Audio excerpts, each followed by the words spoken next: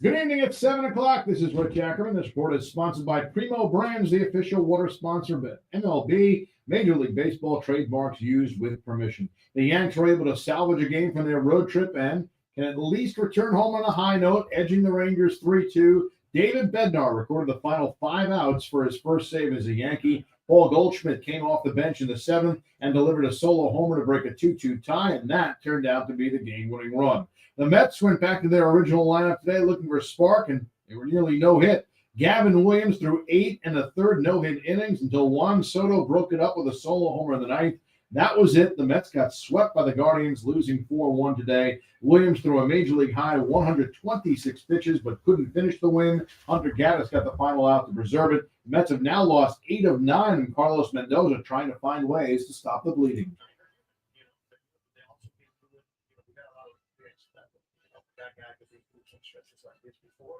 A way to get out of it. And they will find ways to get out of this.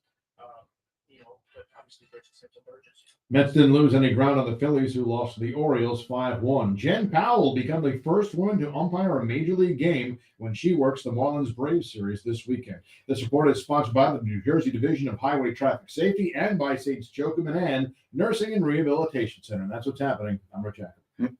All right, I'll see you next hour. All right, I'll be here. Okay, Lord. The place where Yankees, Mets, Giants, and Jets fans come together and sound off. The Fan, 101.9 FM, and always streaming on the Odyssey, iHeartRadio, and TuneIn apps. Okay. It's AM to AM on WFAN. 101.9 FM. Yeah, let's go. This is going to be a fun one tonight. The vibes are back, and I'm right back for another 5-hour KM to AM on the Fan in New York. Dial 888-808-1019 if you'd like to talk to me. We're going to talk about the Let It Happen Mets. Yes, they almost let it happen today. Juan Soto got his money's worth, and you'll see that on SportsCenter. The New York Yankees are not swept. The New York Yankees are not firing Aaron Boone. The New York Yankees get a win, getting out of Globe Life, getting on a happy flight back to New York where they'll face that other team from Texas that we all hate, the Houston Astros. Man, we'll unpack a lot of different things tonight. We'll talk football as well. I got plenty of time. You got me till midnight. Start with the Mets. Earlier this week when I was on, I was trying to tell you that the Mets are being shielded by the New York Yankees. That the test of who is big bro, little bro, and I don't even like to get into all of that. But the test of who is actually little bro is, little bro isn't even talked about when they're struggling because big bro is struggling. And I guess that's what brothers are for. My brother's keeper. The Yankees took all of the slander, all of the conversation, whether it's here at WFAN, the other station, TV, ESPN, MLB Network, SportsCenter, as I already mentioned, like everywhere you looked, it's talk about the Yankees. They're sloppy. They don't play fundamental baseball. Aaron Boone, it's time for Aaron Boone to go. Brian Cashman made all these moves at the okay, but right across town, the New York Mets are in the same spot as the Yankees as far as championship aspirations. A higher payroll.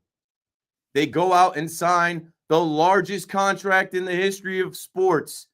They have an owner who talks about winning multiple World Series. Challenges the fan base. Tells the fans, hey, I spent money, you better come out. And the fans do. The fans do. But then they let the fans down. That home field advantage that the Mets had, it's not there anymore. That feel that you had of Something special brewing in Queens? Well, yeah, something special was brewing in Queens for the Guardians coming out of the deadline where people were calling me saying, hey, they should trade for Jose Ramirez. You know, the Guardians don't have Emmanuel Clase. They lost their closer to gambling allegations. Luis L. Ortiz, a starter, to gambling.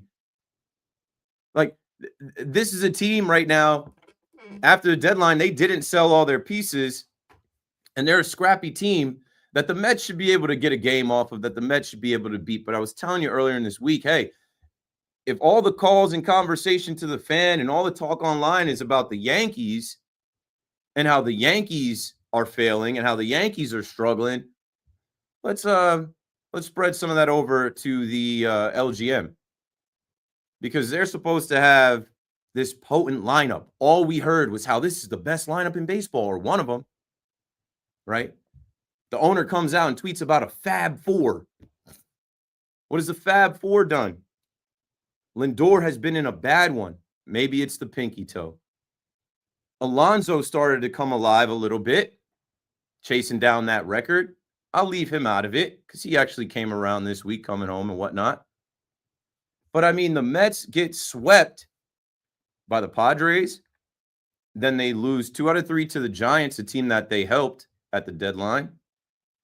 And then they get swept by the Guardians. How are you not panicking when you look at this rotation, or lack thereof, with guys like Frankie Montas, who you paid?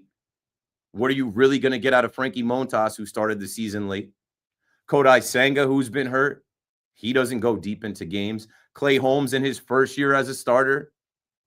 You can't really trust him.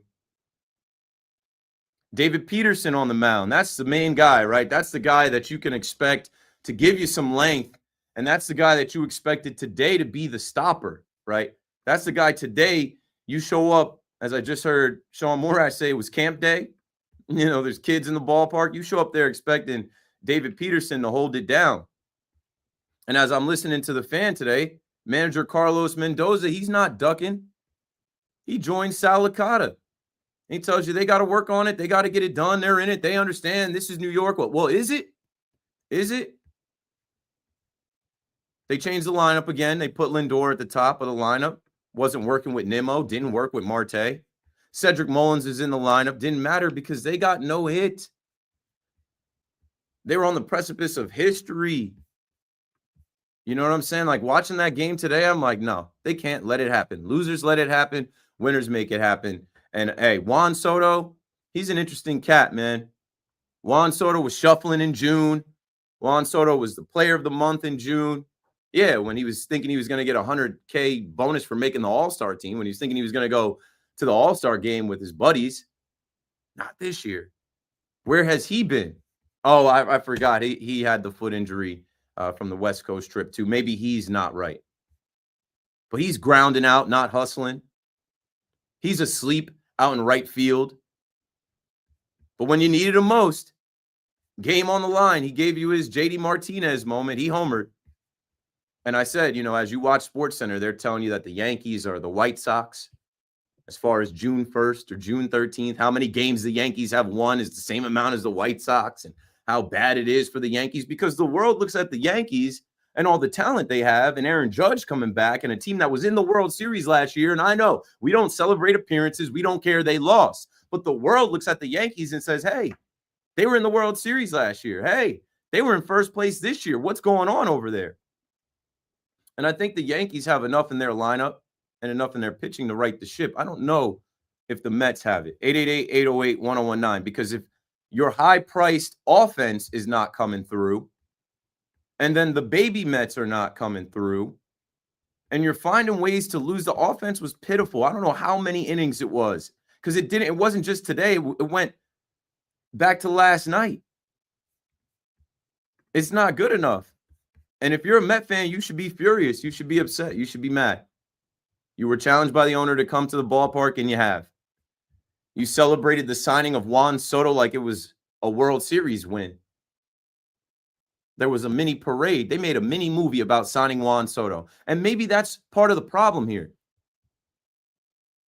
Juan Soto has his own suite. Juan Soto has a security detail. Juan Soto's mom has her own allowance for clothing. Juan Soto was given the world to join the Mets. And he hasn't been one of the top players in baseball. You can look at his numbers. He's been pretty bad. He hasn't been himself. He hasn't been clutch at all. So they're booing him now. And he deserves the boos, but he's got a smile on his face. He's got a smirk laughing it off because you know what? The money's in the bank. Got him. Got him. I'm all good. You can boo me. I'm the richest guy in the sport. Well, money can't buy you love. And if you love the Mets and you love baseball, you want to see this team perform. But I think internally there's something going on there. Pete Alonso is going to opt out. They paid him. Pete Alonso's got the same agent as Juan Soto. Pete Alonso's going to ask for the same type of money and deal as Juan Soto. Hey, I need a suite too. I need all that too. My mom needs a clothing allowance. But yeah, on a day like today, man, I was counting down the outs. I'm like, no way are they about to get no hit in their building. And, you know, a lot of people want to fight me online, and I get it. You don't want to hear it from me. Shoot the messenger. I'm the Yankee guy. I'm a Yankee fan, bleacher creature, yada, yada, yada, whatever. I'm a baseball fan. I'm a radio host on the Fan. I got to watch the Mets. I don't hate the Mets. These are my Mets. I'm concerned. And I'm wondering why you're more concerned about the Yankees than your own squad. You don't have a starting pitcher that can go further than the 6th inning. And as we get deeper in the season, that's a recipe for disaster. You've got a super pen. Okay, they can get got to. All that money spent on Brandon Nimmo, Francisco Lindor, Pete Alonso, Juan Soto, and those guys lead the league in runners left in scoring position. It's not good enough. It's not good enough. I don't know how many innings, 13, 14 innings without a hit in your building. I would be looking for the next Pablo Sanchez, Backyard Sports mascot, Elmo mascot. Go ahead and go back to Grimace. He's got a seat in the building.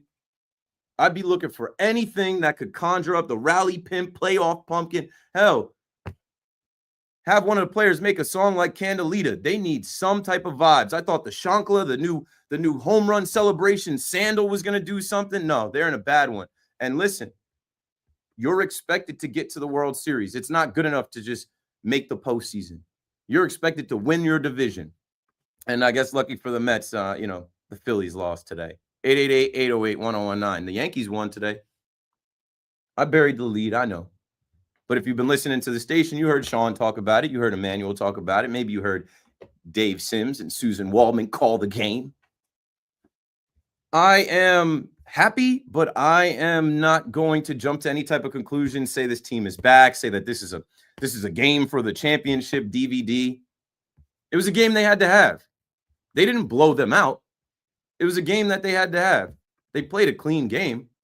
It was a game that they had to have. And there were a lot of different themes in this game. Let's go back to last night. Let's go back to the last 2 nights. I guess it took Devin Williams blowing the series to find our closer. Yes. Thank God that is over. Yes. Closure. No more Devin Williams. Not with the game tied. Not high leverage. Not late in the game. Definitely not the 9th. Devin Williams can come in when the Yankees are losing, and he can work on his airbender. He's got 2 pitches, but you know what? David Bednar's got 3. Fastball, curveball, splitter. And you know what? That guy's got cojones, guts. We'll start there with this game because the Yankees found their closer. David put him to Bednar. I love watching that. Even though I was shook, even though I was scared, even though I was saying, get Camilo Duvall in the game right now for the last out, please. He's losing it. 40-some pitches. Yeah, 42 pitches, the most pitches he's thrown in 3 years. Jack Curry saying that's the biggest game he's entered in. Yeah, because the Yankees are playing for the tiebreaker. Got it. The Yankees are playing to stay in the wild card picture. Got it. The Yankees are playing potentially because some of y'all are calling me last night saying they should fire Aaron Boone. Aaron Boone was managing for his life, and the players were playing for their manager. This team, I don't believe, would be sparked by Aaron Boone being fired. I think this is the type of team that will go in the tank. I feel like Aaron Boone today, and you heard David Cohn talk about it, right? Bruce Bochy managing with some urgency. Jack Leiter's pitch count gets up. He gets into some trouble. He takes him out of the game. We'll go to a bullpen game. We already won the series. I'll manage this the rest of the way. And Aaron Boone managed his ass off today. Like, give him some credit. I mean, the difference in the game is the Goldie pinch hit homer, as they're talking about how hard it is to hit home runs out there in Globe Life. Brand new ballpark, air conditioning. I don't know what the elements are. I've never been out there, but Goldie got 2 homers in there this series this week, and you need that guy. You don't have that many good right-handed hitters. Judge is working his way back. Good to see Judge get a hit and be back. But yeah, Boone was on it. And I think the biggest thing is obviously that pinch hit, but then going to Bednar and then even coming out and talking to him. They just met each other in Miami. We are in a situation where Devin Williams can't be the closer anymore. David Bednar says, I want to be the closer this year and next year. I'm in New York. I'm a Pittsburgh guy.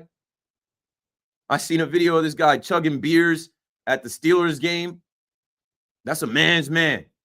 I like that. I like that this guy told Boone, I got it. No, don't take me out. I want this last out. He got jobbed. You guys saw it. These umpires are terrible all the time. It's standard. ABS, ASAP. And he didn't let it bother him. He overcame it. And Carlos Rodon, sometimes he's not able to overcome some things. It is what it is with Carlos Rodon. That's why also I'm not running and jumping to any conclusions, because I didn't have any faith in Carlos Rodon today. I told you last night, I'm like, a game where we need to stop the bleeding, a game where we need to win, to not get swept, to, have the time. I'm like, I don't feel so great about Carlos Rodon with the walks, Carlos Rodon, ball drops in no man's land, whatever. I'm not going to get on Carlos Rodon because they got the win. But when you look at the Yankees pitching, the bullpen now is going to be in a better place. The starters got to absolutely come through. Aaron Boone pressed the right buttons. Didn't want to go to Mark Leiter Jr. yesterday because Mark Leiter Jr. hadn't pitched in a while. I saw him pitch in Somerset on Saturday. He's fine. And he was the beneficiary of some good luck. He had run into bad luck so many times this season. Double play. I mean, the Yankees defense, there was one error. Catcher's interference on Ben Rice as he came, behind the plate after the switch with Goldie coming in. It is what it is. They were able to wiggle out of it. But the Yankees defense was clean. How about Anthony Volpe? Volpe's not the whipping boy anymore. You got to support him. I feel like he went to hell and back. In that Miami series, we saw him go dark. Evil Volpe. Hit the silencer. But he's played up, man. He's played sharp. He's hustled. He drove in the first run. He's been there throwing the ball. He's not spiking the ball anymore. The Yankees defense was clean. You go Mark Leiter Jr., Tim Hill, even De Los Santos, Yerry De Los Santos. Yerry, shout out to him. He's a guy you forget that you even have. And there's more help on the way. Fernando Cruz is coming back. Like, the Yankees bullpen is in a better spot.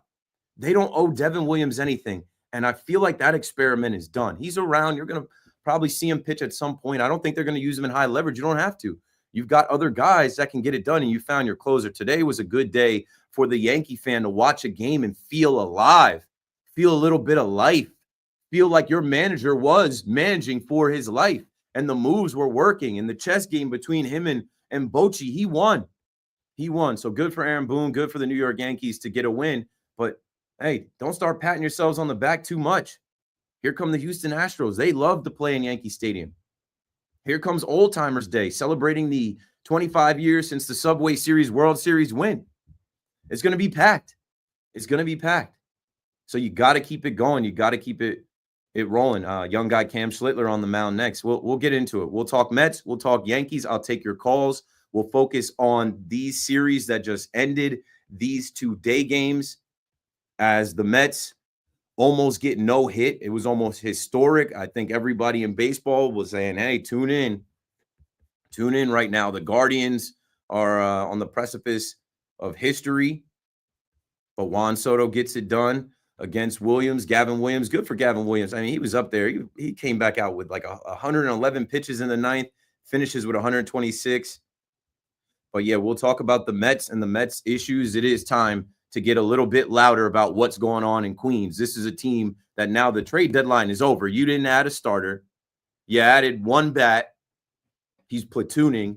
You added a couple relievers here, but, like, is that going to be enough? No, you need the guys that you pay to hit home runs and drive in runs, to hit home runs and drive in runs. And for the Yankees, they have the talent, man. You heard Boone say it on Talking Yanks. I feel like this is one of the most talented teams we've had in years. Okay, talk is cheap. Enough now. Put it together. 888-808-1019. We'll start with the Mets and the Yankees. We'll get to the Giants, the Jets, NFL conversation. We'll look all around Major League Baseball as well. I got time. This is Keith McPherson on The Fan. KM to AM returns right after this.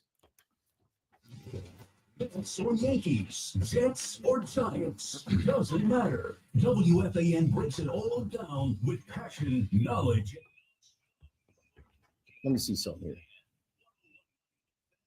Okay. Needed a little tilt. That's better.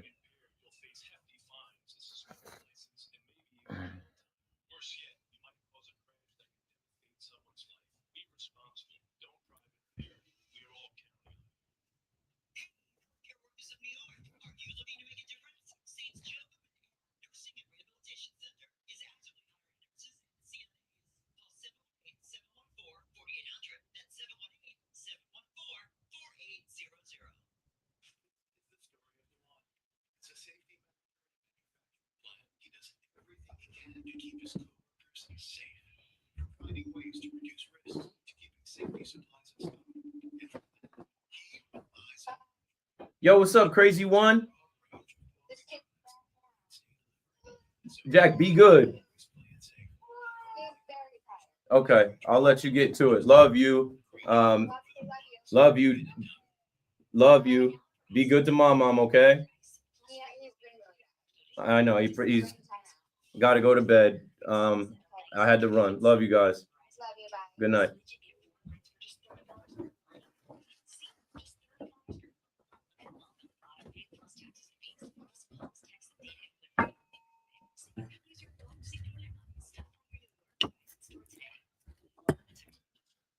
All right, yo.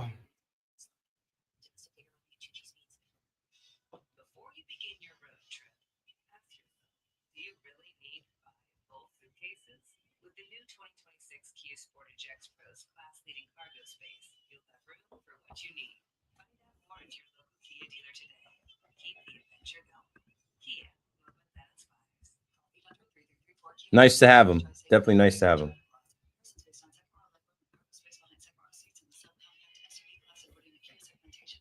He's on the way.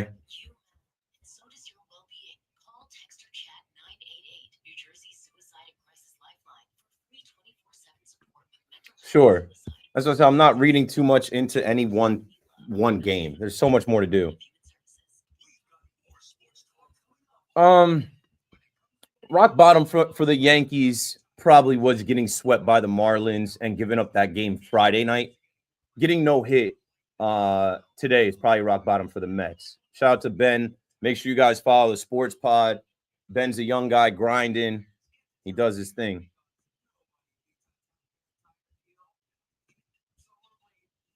No, the Mets lost.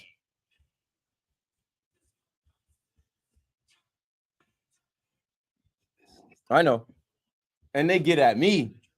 They got a lot to say about me. I don't care, though. That's why I said shoot the messenger. I'll be the bad guy.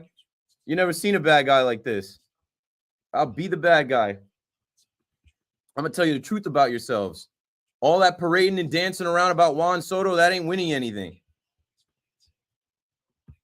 All that celebrating at the winter meetings, that's not getting it done.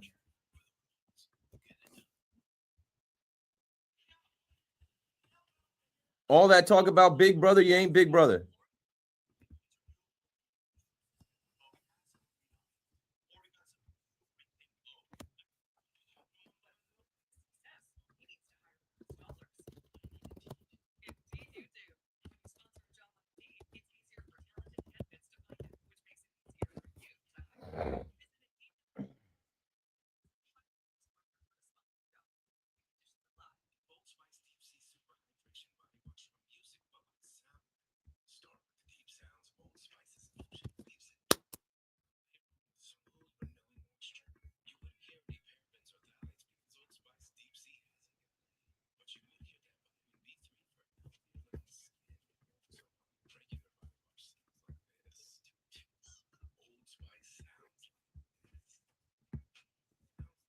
I'm putting together some beats.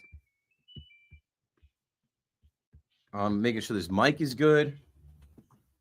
Get it done fast.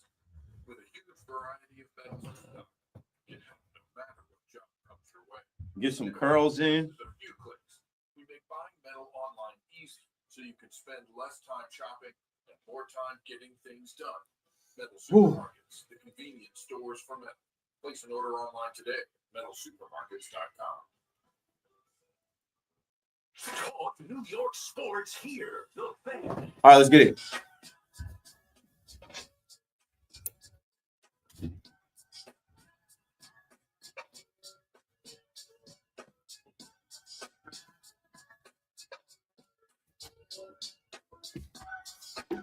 Okay, we're in there. Another KM to AM on the Fan in New York. This is going to be a fun one. Can't wait to talk to you. Dial 888-808-1019.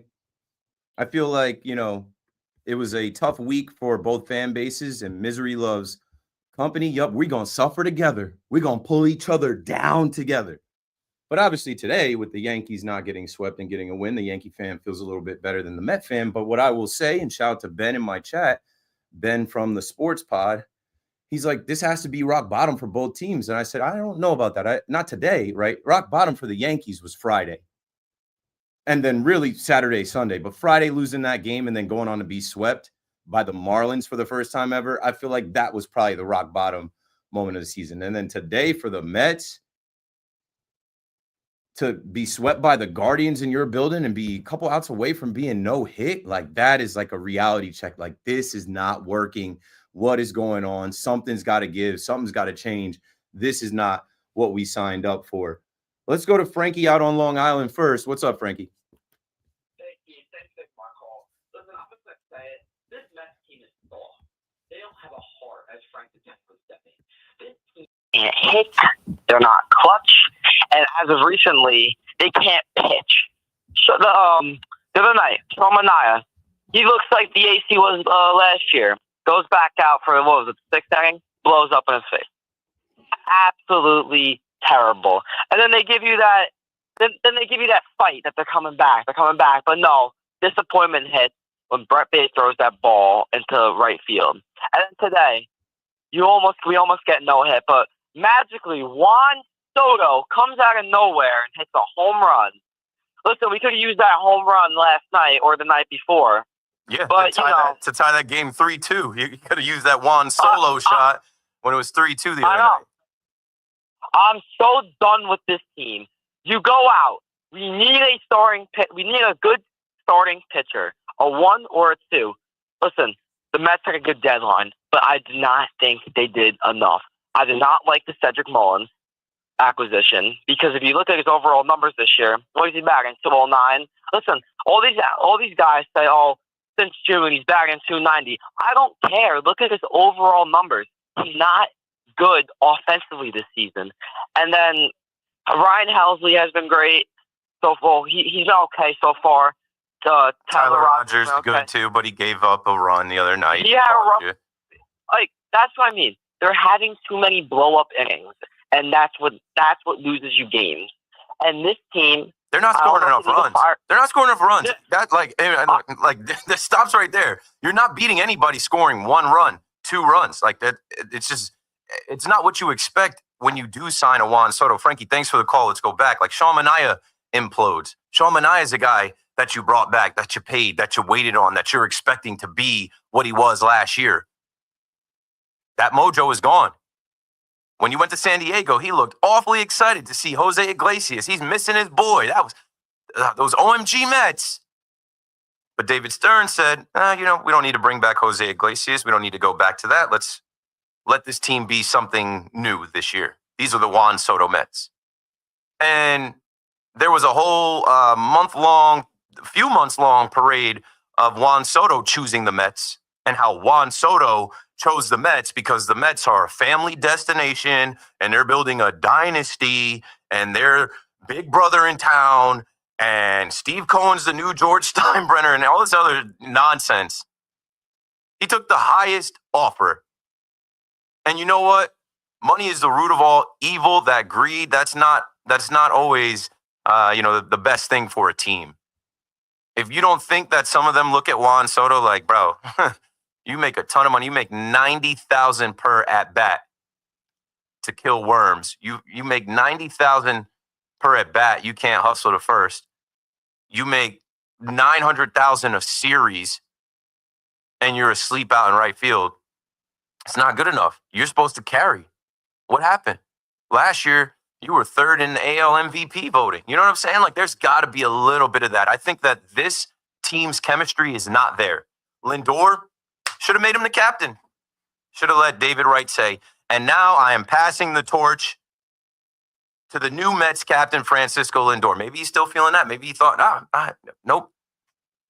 And Pete Alonso's coming back around. He's going to break the record. He's going to smash the record. And then you know what he's going to do? He's going to opt out. And Scott Boras is going to say, hey, yeah, so remember we were doing the whole Juan Soto negotiation? And Pete's going to have other suitors this year. So, they got to figure it out fast. I'm not seeing the fight from this team. I'm not seeing the chemistry from this team. I dubbed them the make it happen Mets because there were so many times they made it happen. They did have the fight. They did come back. They did play clean baseball. A couple nights ago, you send Tyrone Taylor. In your building, you put the pressure on them. In your building with the opportunity to walk it off in front of your fans in the ninth with speed on the bags, what'd you put him in the game for? To hold him up? No. Put the pressure on Carlos Santana, who is not making that throw, who dropped the ball, right? No, but you're talking, we knew who was coming up next inning. You're acting like these guys are on a tear. Yeah, they're coming up, but they're not hitting. They're not they're the names on the back of the jerseys, but they're not producing like you need them to produce. You need that run. The Mets are struggling to score runs. You need that run. And then Brett Beatty can't throw the ball away. And it's a game of inches. And a team like the Guardians, that's how they play. A team like the Guardians, they're scrappy like that. So you end up getting swept in your building, swept again. How many times have Mets been swept this year? So you're not getting those feelings that you had last year of the grimace Mets, the OMG Mets. They need something else. They need some kind of new gimmick. I don't know. I know what they need to do. Listen, next game, let the Bronx win the mascot race. Enough already. Let the giraffe win. Let the Bronx get a victory. Maybe that'll change up the mojo. Josh is in the Bronx on the Fan next. What's up, Josh? That's awesome, baby. I'm telling you. What happened to the make it happen of the Mets? You call them the make it happen Mets, and nothing's happening. Everything is flat, man. I mean, you need the W, man, just like the Yankees. And I'm going to tell you something. When the Yankees come home and they play the Houston Astros, man, they better be up for it because they'll be in the same position that the Mets were if they got swept. Unfortunately, I don't mean to bring that up, but let's play with the same intensity that they played today down in the heart of Texas and bring that back up to the Bronx. Thanks for the call, Josh. They will. There's something about the Astros coming to town that just puts a different energy in Yankee Stadium. Those F. Altuve chants are going to ring off. Cheater chants are going to ring off. The boos are going to be loud. The Bronx cheer. And I mean, if the Yankees don't get right, they'll get booed too.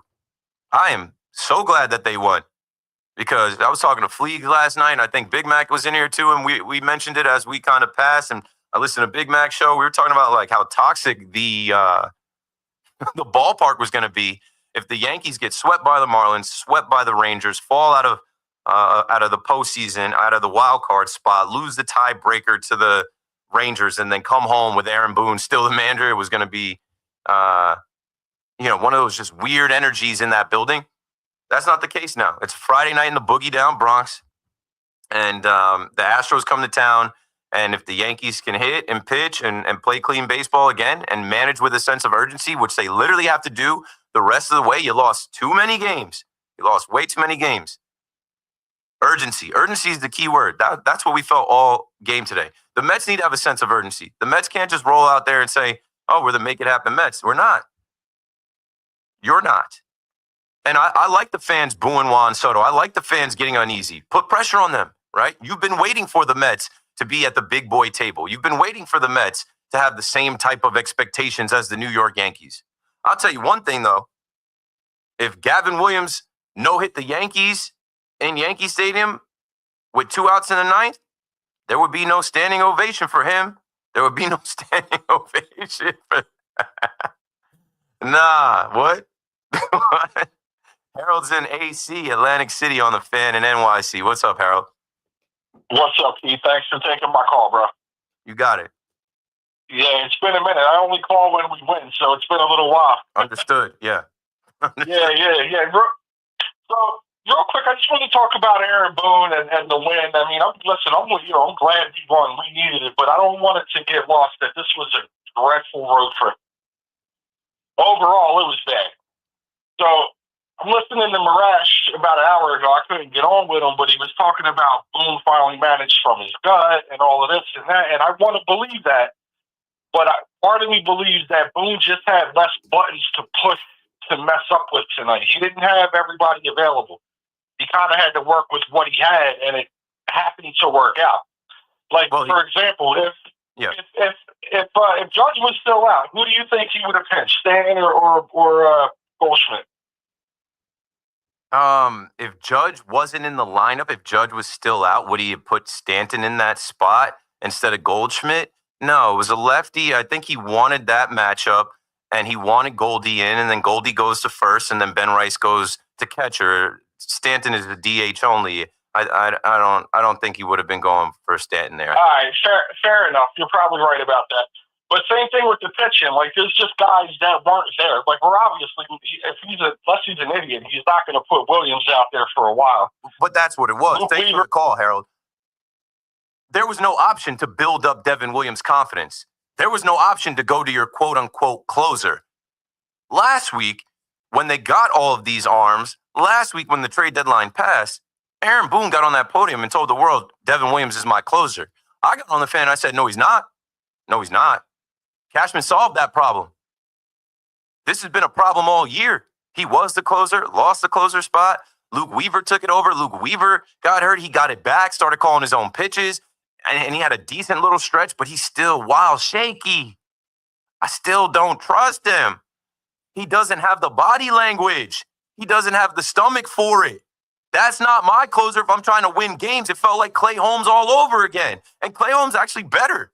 Like, they just ran Clay Holmes out there to blow saves over and over and over again because that's what they do. They die hard on their trades and their roster decisions, and that's what they were doing with Devin Williams, Harold. So when you say that today he had less buttons to push, he could not push that Devin Williams button. Devin Williams was down, and I hope he does not ever think to push that Devin Williams button in a tied game with a lead anywhere past the 7th inning. 888-808-1019. John is in Maspeth on the Fan next. What's up, John? Keith, what's good, man? You know, hanging out, watching the Somerset Patriots on. Yes. Oh yeah, nice. Yeah, so the Lenses win distracted today for this fact that Aaron Boone still sucked. He shouldn't have his job, and it's just an ever-revolving door, you know. We won today. He did the right thing, keeping Benner in. But you know what? Give it 7 to 10 days. We're probably going to hit a new rock bottom, you know. We'll probably get swept by the Astros. Nah. Something's going to happen in the next 10 days where it's going to be like, well, here we go again, you know.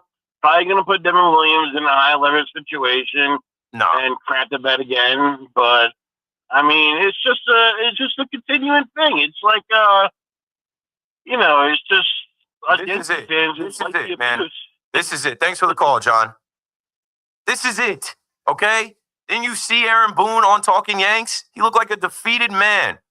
Yeah, I guess we do got to, just focus on some of the hard truths. Yeah, Friday night, the guys, I got on Saturday, and what did I tell you Saturday? I said, these guys were hungover from Friday. I said, you ever have a hangover that you can't shake all day Saturday where you're just in the house, in the bed, you can't do anything? That was the Yankees. They couldn't do anything Saturday. They couldn't score a run. Augustino Ramirez had a revenge game, hit 2 home runs. That beat him. The Yankees feeling sorry for themselves is crazy to me because they walk around like they're the dynasty Yanks. They walk around like they're like they three-peated. And Aaron Boone being the manager, being the face, of all of this, like, Boone, your job is to rally the troops. Your job is to manage these guys' emotions and expectations and say, hey, put it behind you. We got a game to play today. We got to go out there and get it done. But I also told y'all Saturday we were on sweep alert. I knew we were on sweep alert. Cam Schlittler, as I'm watching the Patriots right now, the Somerset Patriots, and shout out to them, first-class organization. I appreciate all the love. Cam Schlittler, not too long ago, was pitching to Augustine Ramirez for the Patriots. So when he's going up against his former catcher, Bamba, twice, beat. And then Luis Gil coming back. I'm like, Luis Gil's first outing back with these guys defeated, these guys running into outs. You know, Jazz just with one of the dumbest plays you'll ever see, and then doubling down on it and saying that he would have done it again. It's ridiculous, but it's in the past, man. It's done. This is it, okay? Aaron Boone is hearing people call for his job last night. This is it, okay? You can't have another 5-game losing streak. You can't make stupid decisions that lead to blow. You don't have any games left. You don't have any games left. You had a 7-game lead in first place. It is time to play with your hair on fire. You know, Ben Rice talking about, yeah, maybe it would be good for us to have a sense of urgency. You think now? Now that we're a week into August? Now? Yeah. Judge is back. Judge, good returns from Judge's rest. He's playing catch. I expect Judge to get back into right field at some point. They're not getting swept by the Astros. They're going to compete against the Astros. I know the Astros are good. I don't expect them to get swept at home because also Old Timers Day comes around and, Derek Jeter won't be there. That's fine. But there will be other Yankees that have won in that building.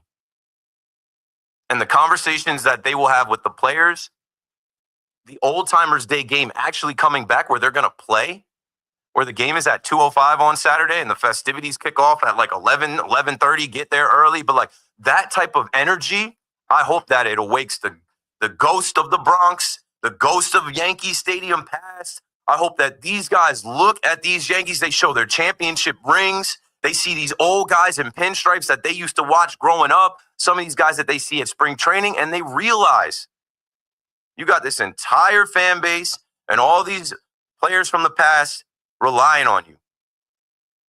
You have to get to October. You have to go on a run. You were in the World Series last year and got embarrassed. What happened to being hell-bent on being a champion, Aaron Boone? Like, this is it. This is it.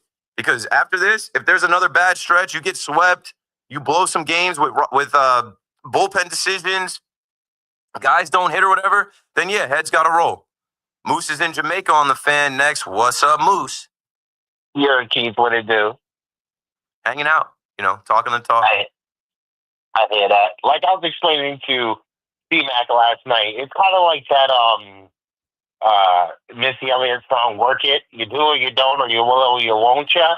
Like, I can't, honestly, geez, I can't blame Boone, Cashin, or Howe for what they do because, we're not a bum organization. We got ballers. We got players. They just gotta perform. They just gotta execute. And it took 4 tries or maybe 3 tries. We had the lead and blew 3 leads in this past road trip.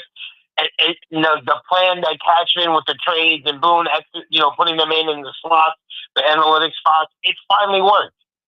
So maybe it wasn't gonna blow up in our faces forever. Thanks for the call, Moose. Moose is always dropping some type of random hip hop reference, lyric, something.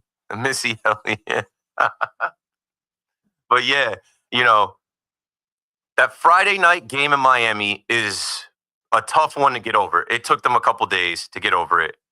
And then Devin Williams blowing the game back to it. It's tough to overcome. The guys do the job.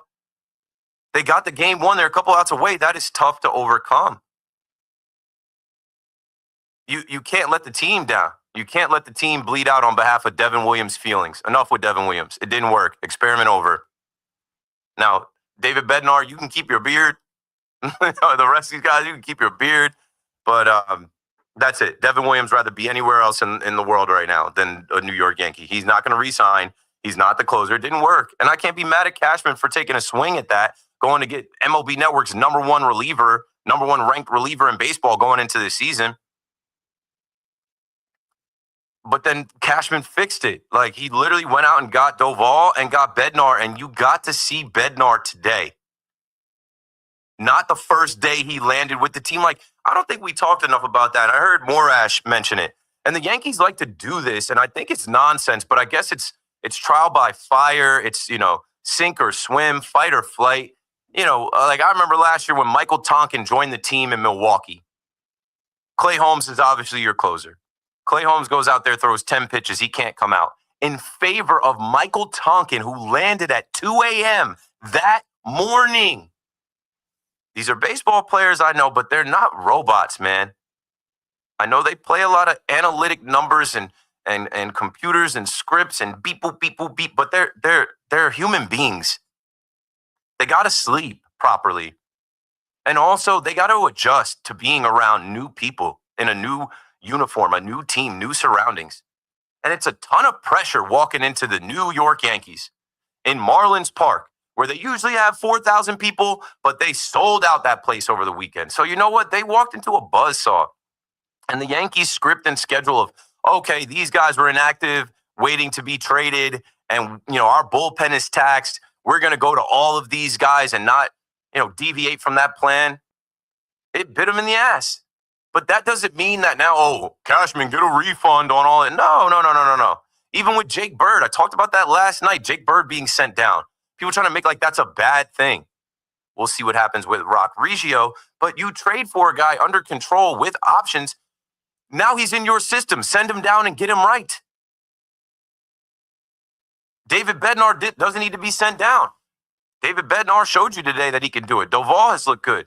All right. Mark Leiter Jr. is back. Ryan Yarbrough is on the way back. Fernando Cruz is on the way back. Judge is back. They have a ton of talent. And they have options. You saw they have a bench, right? They have options for Aaron Boone to manage. You can pinch hit Goldie against a lefty.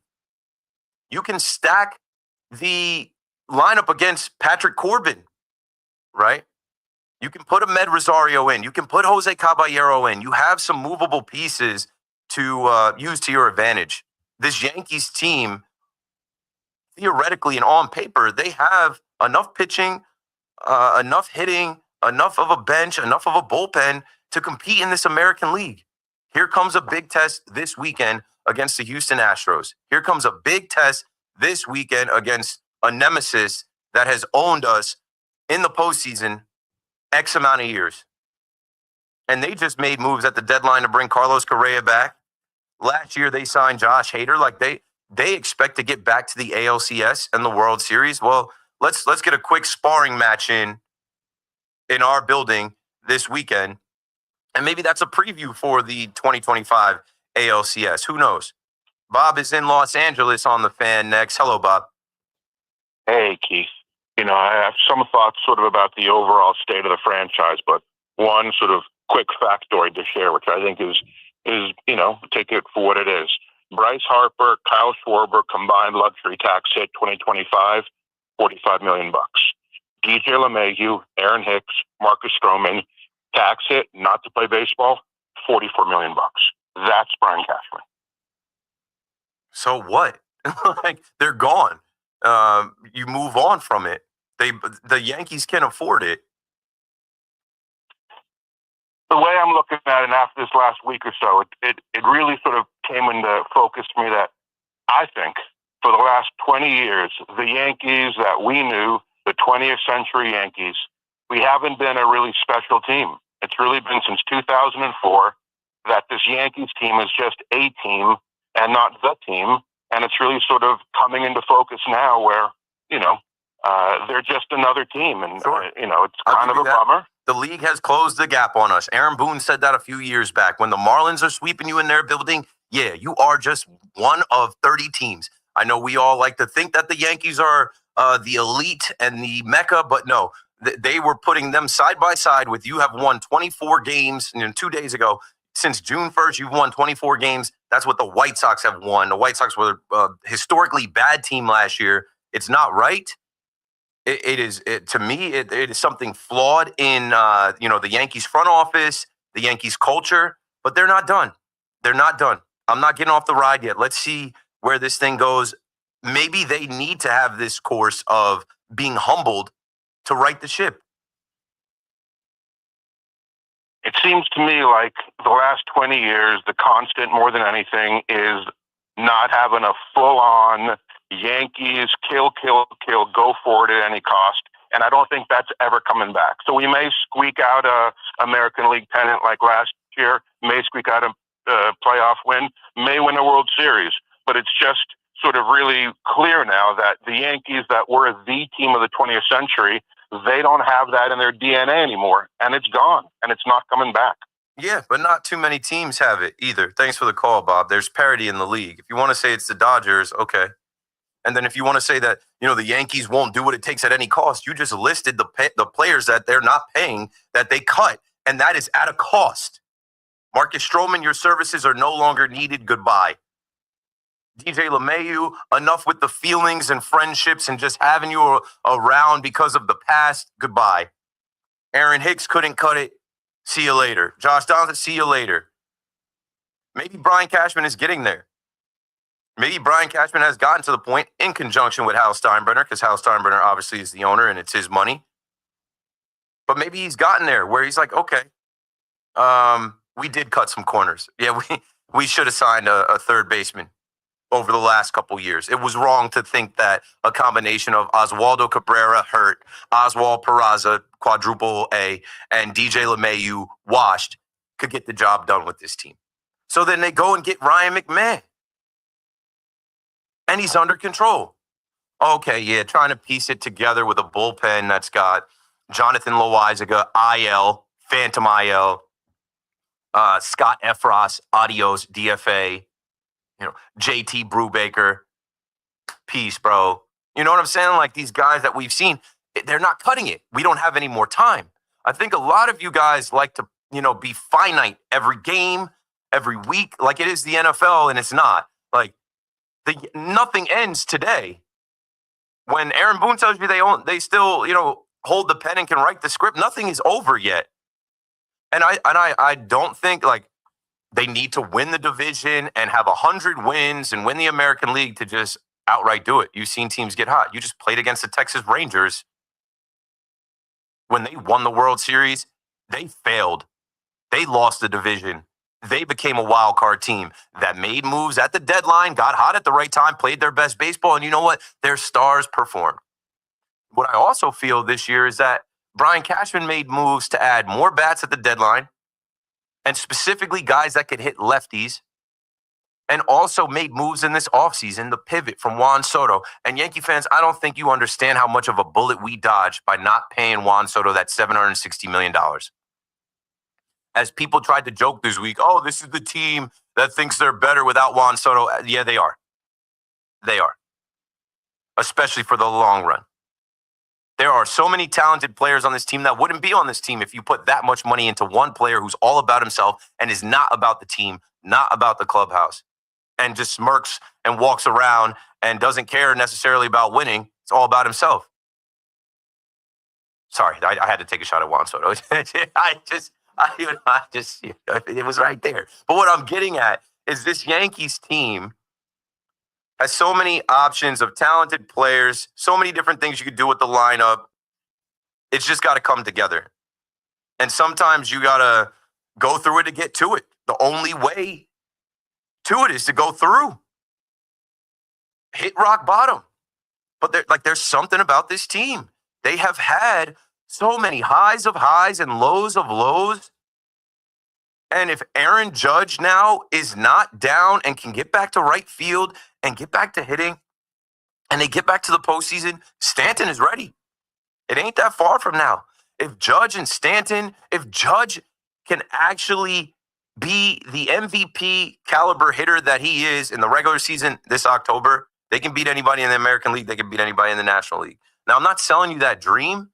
But what I'm telling you is, like, for us to talk about what the Yankees aren't and talk about money wasted, that's in the past. All we can do is look forward. Let's look forward to the next 4 hours of this show. No guests. You're the guest. Dial 888-808-1019. We got plenty to talk about with the Yankees and the Mets. We'll get to some Mets stuff. How about I do that? I'll talk a little bit about the Mets and the National League and their division and their schedule coming up and what they have to do. Since I took some shots at Juan Soto, we'll speak on that as well. Keith McPherson on the Fan. Don't go anywhere. We're coming right back. It's BT and Sal, middays 10 to 2 on the Fan, 101.9 FM. I don't want to just be satisfied. I want to be Thanksgiving Day fat. I want to be full. I got to take this belt off and put the sweat on. Al Bundy, open up the pants I want to be napping on the couch full. Listen to BT and Sal on demand on Apple Podcasts, Spotify, or wherever you get your podcasts. Come visit the engagement experts at London George at any one of their 6 locations. If you're tired of dealing with dummies every time you... Here we go. It's brutal. Well, the team over at Route 22 Switcheroo. There are real people who have made the entire process of buying a car. I charged my phone. That's smart. Plus, they're easy to get to, right on Route 22 in Hillside, New Jersey, and they're always on the money with incredible deals on their huge selection of new and used Toyota. So remember, Yo, Zach just sent me an email saying have the producer send some audio clips from the show. So anything from the open or even as we go, if you hear something that's like, that's good, just send it to Zach by the end of the night. Thanks, dude.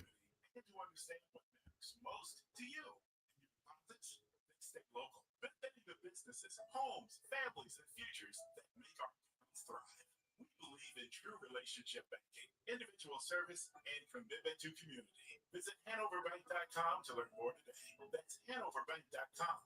Hanover Bank, forward together.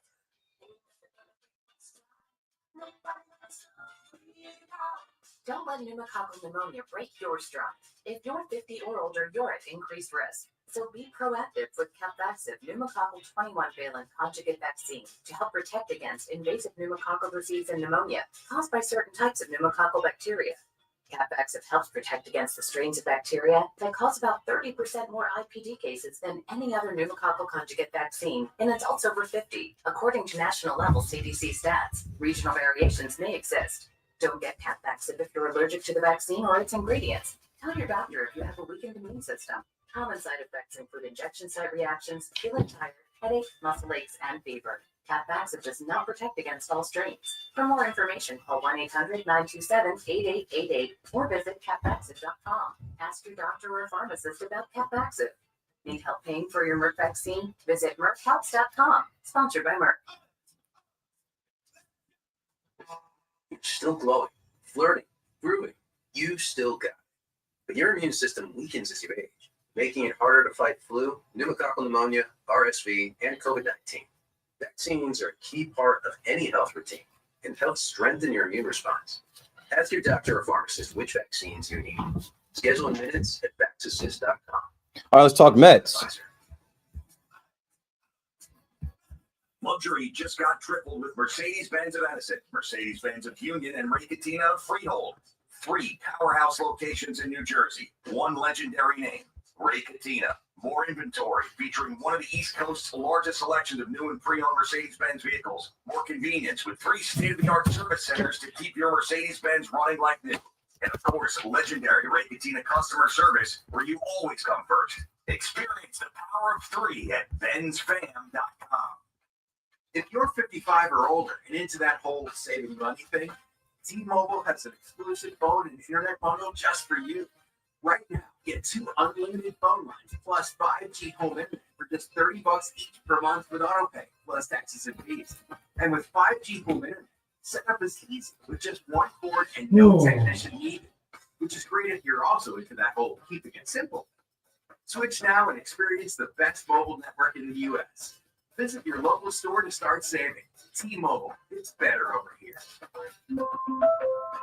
Based on analysis by Ookla Speed Test Intelligence data, Q4 2024, Q1 2025, Ookla trademarks used under license unlimited on our network. Customers on both plan may know at speeds lower than other customers and further reduction using more than 50 gigs of opportunity data prioritization. The biggest streams and SD on this plan. All internet pricing $20 and monthly bill credit is $5 for line.com. Different bank number required. See 5G device coverage and access details at T-Mobile.com. Before you begin your road trip, ask yourself, do you really need 5 full suitcases? With the new 2026 Kia Sportage X Pro's class-leading cargo space, you'll have room for what you need. Find out more at your local Kia dealer today. Keep the adventure going. Kia, movement that inspires. Call 800-3334 for details. Always drive safely and obey all traffic laws. Comparisons based on second row legroom and cargo space behind second row seats in the subcompact SUV class according to Kia segmentation as of June 2025. Recovering from an addiction is an individual accomplishment. A young mother who chose recovery to care for her family. A high school athlete overcoming opioid addiction. A couple celebrating his recovery. Everyone's recovery is different, and there's no shame in asking for help. Call 844-REACH-NJ. Trained counselors are available 24/7 to help you find the recovery option that's best for you. Tell us your story, and let's begin your recovery today. Hey, Yankees fans, arrive early at Yankee Stadium on Saturday this night for our Old Timers Day, commemorating the 25th anniversary of the 2000 Yankees winning the Subway Series, presented by Fresh Right. See Yankees legends put on the once again and take the field at Yankee Stadium. Relive memories of your favorite former Yankees and make new memories with your family. Get your Saturday, August 9th Old Timers Day tickets commemorating the 25th anniversary of the 2000 Yankees, presented by Fresh Right at Yankees.com/tickets today. Ready to score the biggest deal in breakfast? It's waiting for you at Dunkin'. Dunkin' is serving up the ultimate $5 meal deal. Get one premium hot or iced coffee and 82 delicious wake-up wrap sandwiches for just $5. Whether you're fueling up for a big day or keeping it casual, this deal has you covered. A smooth, bold Dunkin' coffee paired with 2 warm, tasty wake-up wraps? Now that's what we call a big deal. Excludes espresso and cold food beverages. Modifications may be an additional charge. Participation may vary. Limited time offer cannot be provided. Offers excluded in terms apply. When you travel well, your KLM Royal Dutch Airlines ticket takes you to more than just your destination. It takes you to winding streets, spontaneous detours, and the realization that neither of you is actually good with directions. Calculating route. And when the final shortcut taken isn't exactly short, Welcome aboard KLM. our crew is here to give you a trip home that goes just as planned. KLM Royal Dutch Airlines. When you travel, travel well. Town Fair Tires, Connecticut's largest name brand discount tire dealer. We give you the guaranteed lowest prices on all name brand tires and honor all manufacturers' rebates. We even honor our competitors' rebates. With over 100 stores from Connecticut through New England and an inventory of over 600,000 tires, you'll always get the right tire at the guaranteed lowest price. Nobody beats Town Fair Tire. Nobody.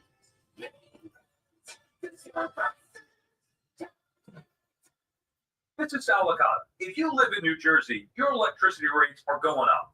Again. If your current cooling system is over 15 years old, get ahead of that rate increase now with a new high-efficiency Carrier AC system. There's only one company to call. It's my friends at Edison Heating and Cooling, New Jersey's air conditioning experts for decades. Take it from me. You'll save money and stay cooler. These guys are experts. Contact my friends now at EdisonHVAC.com. That's EdisonHVAC.com. Our daughter Jessie loves playing detective. A clue. But since we discovered she has sensitive skin, we've been playing detective too. We thought the problem was our puppy. But it was actually our old detergent. So we switched to Tide Free and Gentle. Tide Free and Gentle provides an excellent Tide clean, and it doesn't leave behind irritating residues like dyes or perfumes. So it's gentle on your skin. Case closed. If it's got to be clean, it's got to be Tide Free and Gentle. Oh no, stomach issues again? Stomach issues? Who are you? Your pancreas. I could be the We're well into the 8 o'clock hour. Oh, we're it's about to be 8:05. I'm like, how'd that happen? Well, he's not also experienced enough to say, let me move something, let me like. Yeah, I think I took us up to like 55, figuring he would, you know. Yeah, no, he's gonna like just play the spot. Right? Most people like split it up. Yeah. Sponsored by Athletes. Tune in to the BT and Sal Show weekdays from 10 to 2 on the Fan. Presented by your Tri-State Cadillac dealers. Cadillac. It's the official luxury vehicle of the New York Mets. The home of Yankees Radio is WFAN, WFAN FM, WFAN FM, HD1 New York, and Odyssey Sports Station.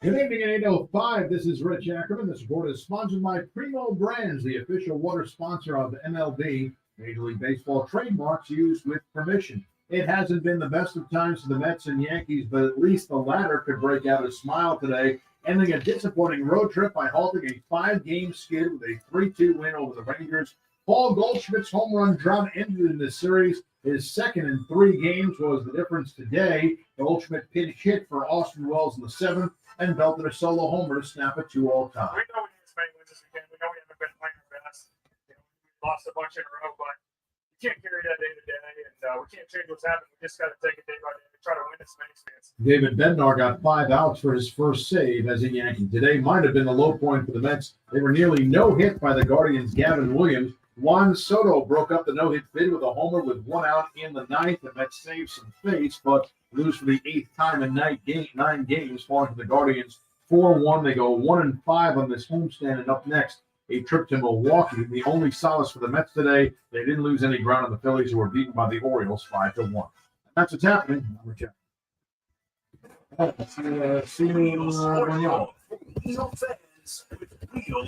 All right, get home safe.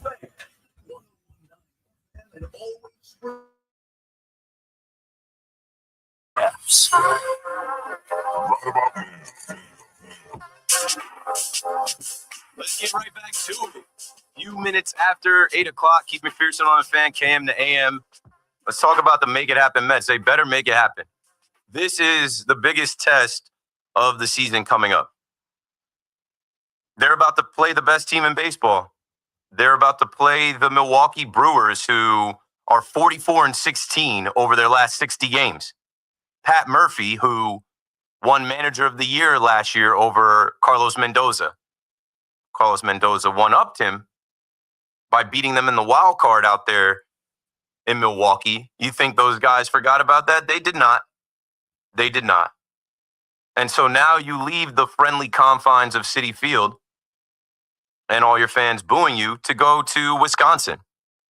And the Brewers are set up here where if they beat you these next couple games, you know, when you look at the standings, the Mets are in the last wild card spot. The Cincinnati Reds are 3 games out. The Milwaukee Brewers have been jockeying for position with the Cubs for a while, and now they've got a little bit of breathing room. They're 3.5 up on the Cubs. They're looking to keep padding that lead. The Brewers, the man from Milwaukee, David Stearns, knows very well. They're scrappy. They're young. And if you think you're going to face the Miz or Peralta or whoever they have on the mound, and we can take a look at who's lined up for Milwaukee,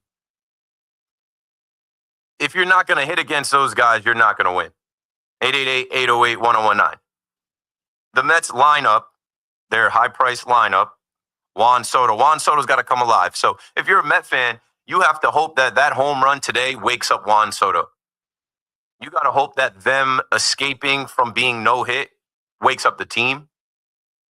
Because this stretch here where you go to Milwaukee real quick, but then you come back and you face the Braves. And there's just something about that Braves uniform. When they see the Mets, they turn up.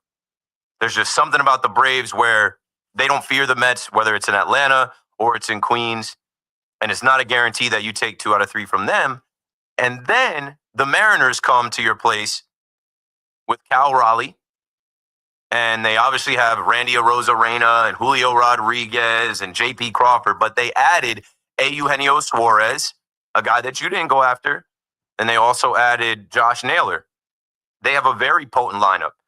So if you can't score going to face the Braves after facing the Brewers, facing the Mariners, and if you can't pitch deep into games against these lineups, like something's got to give. Either the starters for the Mets can go deeper into games while the lineup actually drives in runs and then they can hand it over to the bullpen, or there's going to be a lot more losses here in this month of August, the dog days. 888-808-1019. Call up the kids. No? Brandon Sproat? Nolan McLean? No, don't want to give them an opportunity to show what they can do? Okay. So then you just go forward with Frankie Montas and Kodai Senga and just hope Clay Holmes is good for 5 innings. And I don't know, they need Paul Blackburn back or something, but like it is going to get challenging here.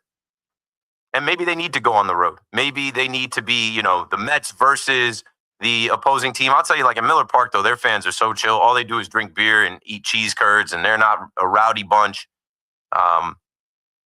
It's not going to be a hostile environment there. But it's going to be hostile as far as the style of play that Milwaukee plays against the Mets. You're going to have to break out of it. They got to hit. The lineup's got to be better. Or there's a lot more losses on the way. And I just feel like looking at this team, they don't have the fight. They don't have the chemistry. There's something going on right now. And I can't put a finger on it. Maybe they felt like they needed another bat at the deadline. You were never getting Byron Buxton. Luis Robert, not really a thing. Maybe they, like I said, are looking at a guy like Juan Soto, who's supposed to be all-world, supposed to be MVP-like, highest paid player in baseball, completely underperforming, but then walks around like, whatever. I'm Juan Soto, though. Lindor, who's the captain and leader of the team, hasn't been much better. And Alonso, he's going to walk down that record. But they need more. They need more out of Nimmo. They need more out of the young guys. Vientos has to continue. Beatty. It's got to come together here on the road quickly. And then you come back home, and I think you have the benefit of all these home games. But you gotta keep pace right now, because if you struggle here against Milwaukee over the weekend and the Braves and the Mariners, like these are 3 tough series. And I know the Braves have had a tough year, but like I said, they turn it on when it's time to face the Mets.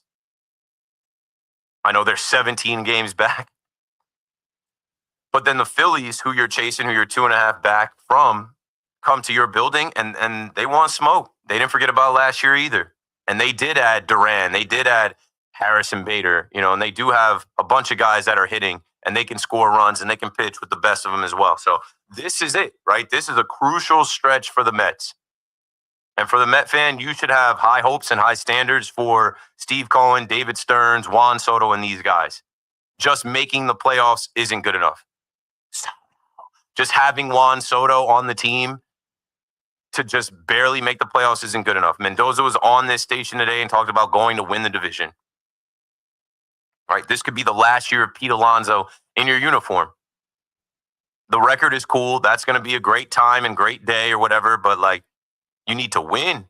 You need to win. And this is going to be the dog days stretch right here that's going to decide some things as we move forward. 888-808-1019. Eric is in Boonton, New Jersey on the Fan. What's up, Eric? Keith, how you doing, man? I'm good. How are you? Good. So I spoke to you when you first got on the Fan on a regular basis a couple of years ago, I guess now. So the Mets, I'm a big-time Met fan, and they are just mind-boggling at this point. What do? You seem to have the players in the right place, and they're just not performing. She's changed the lineup multiple times this week. Your starting pitchers. We were proclaiming that this pitching lab, Jeremy Hefner, and what they've done with the pitching lab, and what how David Stearns goes about not signing long-term contracts and getting the most out of these guys, but they've run out of gas. It's not working. This basically is the team we have going forward. Alonso, I think, has been fantastic, and I hope they sign him as a longtime Met fan to, he deserves it. Overpay him to the back. He should be a forever Met. He should be 20, should be retired in 10, 15 years, whatever it is. Yeah, 100%. And on the Cowboys side, I know you're a Cowboy fan after we spoke about. Oh, no, I abandoned them. Jerry Jones, I can't. Oh, yeah, good. Jerry Jones is talking where are you about. Going? Because I'm looking for another team. Honestly, the Buffalo Bills. I was watching Hard Knocks today. I'm like, maybe my son will want to be a Bills fan. They have a state-of-the-art stadium where, maybe they're technically a New York team. Maybe nobody circles the wagons like the Buffalo. Maybe I get down with Bills Mafia. I can't do Jerry Jones anymore. I'm not keeping up with the Joneses. I'm a Cowboy fan since '72, and I'm just. It makes me throw up the last 25 years. I'm literally looking for another team. Yeah, because there's nothing to root for. And they're going to fail. And it starts at the top. Jerry is so old. He's got to get off the cameras and the microphones. Today, they had the audacity to ask this guy about the Micah Parsons situation. Or they asked him about it. He had the audacity to talk about, I bought the Cowboys with a handshake. It took about 30 seconds. I gave the number, shook hands, and the details were worked out there. And he's claiming that like he had a deal with Micah Parsons last year with a handshake, eye contact. What are you talking about, bro? It's 2025. We need DocuSign. We need in-person ink to paper. You can't sign a player like Micah Parsons with a handshake and a wink wink. Well, that was kind of the end for me. Yeah, I'm done because like it's the same song and dance every year. Thanks for the call, Eric. I was gonna get to it later, but we could do it now.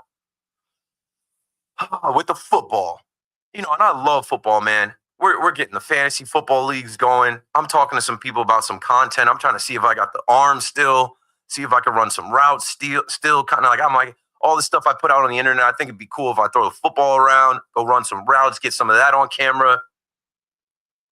But as far as like my team goes, you just heard the last call. Yeah, I called you when you first got on WFA. I'm coming up on 4 years this month since my audition.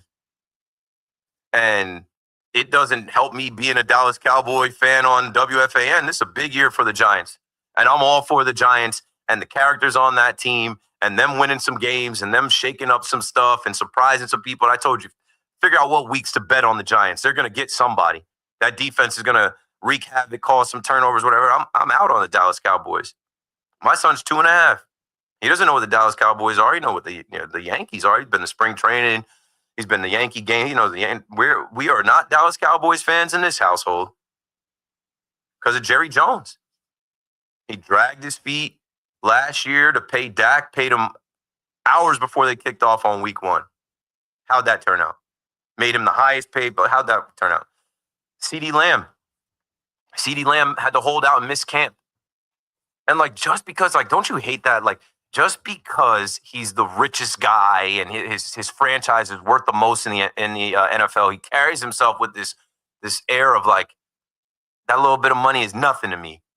But it's everything to Micah Parsons. It's everything to CeeDee Lamb. That money is going to change their families' lives forever. They've worked for that. They put blood, sweat, and tears in for that. On that field for you already for years. How you not taking care of your players, your marquee guys? That's the last jersey I bought, a number 11 Micah Parsons jersey. I'm not jacking it, bro. I can't. It just looks stupid to wear a Dallas Cowboys star. Jerry Jones looks in the mirror. He sees himself as the star. He sees himself in this soap opera. The Dallas Cowboys are all about attention grabbing and clicks. So the longer that he can keep this Micah Parsons story going, the longer that he can drag his feet with the contract, because they got the money, they could pay him. But they should have paid him before Max Crosby, before Myles Garrett, TJ Watt. The price has just gone up. It counts against your roster construction. It counts against what you could do, and it counts against the team. You think these players are cool with that? They're all speaking out against it. It's just bad vibes and morale in camp. You're not good enough for that. And you know what else I hate? Because I'm a child of the 90s, grew up in the 90s, because I had no guidance and no one to tell me what team to root for, and I'm glad. Like, nobody forced me to be a Giants fan or a Jets fan. Nobody forced me to be a Yankee fan, but I obviously rolled with the winners. There's a lot of people pointing to the parallels between the Yankees and the Cowboys now, and how their games are played on the History Channel, and how they used to be championship caliber. Now they're just living off the past, and that is true. That is true. But this is the Yankees radio network. It makes a lot of sense for me to stay a Yankee fan. It doesn't make any sense for me to be like, how about them Cowboys? No way. No way. 888-808-1019. I might lean Jets. I think if I don't, it's too, you can't go from being a Dallas Cowboy fan to a Giants fan. Rooting for the Giants, though. Excited for Tiki to join the broadcast. Carl Banks, Bob Papa, all those guys. Excited for the Giants fans at the station here. Big Mac, Morash, Loogie, everybody. I want to see the Giants win some games.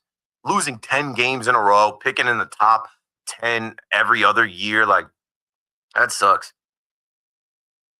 But I think I'm leaning Jets because I think the Jets with Aaron Glenn and Darren Muji and what they got going on, it's not going to happen right away. But they're laying the foundation for being an actual organization and winning some games. It might not happen right away, but they're going to get there. They're going to get there. 888-808-1019. I'll take some football calls as well. But, yeah, going from the Dallas Cowboys to the Yankees, I mean, I know it's been 16 years since they won the World Series, but it's been a long time since the Yankees had that pedigree of like win. Nothing else matters more than winning championships. We're going out there. We are going to fight. We're going to compete. It means something to us and our fans to win. We're not going through the motions. We don't care about individual feelings. You know, like I thought about that today, and people were talking about it online with Bruce Bochy pulling out Jack Leiter. And how the Yes Network was talking about Jack Leiter and Anthony Volpe playing together at Del Barton and how they grew up together. And obviously with Mark Leiter Jr. and Al Leiter being in attendance. And we all know the ties to the Yankees and the Mets and New York. You think that kid didn't want to stay out there? You think that didn't hurt his feelings? Bruce Bochy's like, I don't care. You're done. You're done. You're out. Not good enough. You're gone. Enough managing to try to build guys up. Enough managing, worrying about guys' feelings. Enough protecting players that don't get it done. Because at the end of the day, Aaron Boone, like that's going to cost you your job. At the end of the day, the Yankees are messing up the money for everybody. At the end of the day, you have to win. The business model is win, get to October, win a championship, and you'll plant a brand new money tree. Richie's in Queens on the Fan. Next, what's up, Richie? What can we tell you? I'm good, hanging out, talking sports. Yeah, I love talking sports. A couple comments before I get to my Yankees. We'll get to not my Yankees, your Yankees. But you're a Giants fan, right? Yeah, depressing. You got the ball. I'll get to him in a second. They beat the Mets. Lindor, and Soto, major problem. Yes. I'm not a psychiatrist. There's a major problem there. I really, really feel it. And there's chemistry. And is that an issue? Could be. Number two, I watched Soto hit the home run, and I don't know if you saw it. He never, ever left the box. The ball was 4 feet or 3 feet over the center fielder. It would have been a single if it went in. And that is so typical of him. Yeah. Okay, yes. Has he been a disappointment? And I know that I could just feel the love dripping from you on talking about Soto. It's a love fest. But you know what? I never was one into like, I know I old guy up in the balcony, and I understand the salaries today. But he's not doing what he's supposed to be doing at this point. He's just not. He's hitting 248. He's going to hit 30 home runs. He's hitting 130 with men on base. That's a big part of it. And I went to the Giant Met game Friday, and he came up in the 10th inning and came up small again. These are times, and most of the times he would make contact and something would happen. The thing with Jeter, I'm a Giant fan, as you know. The number one guy in the last 30 years that I would have taken on my team was Jeter.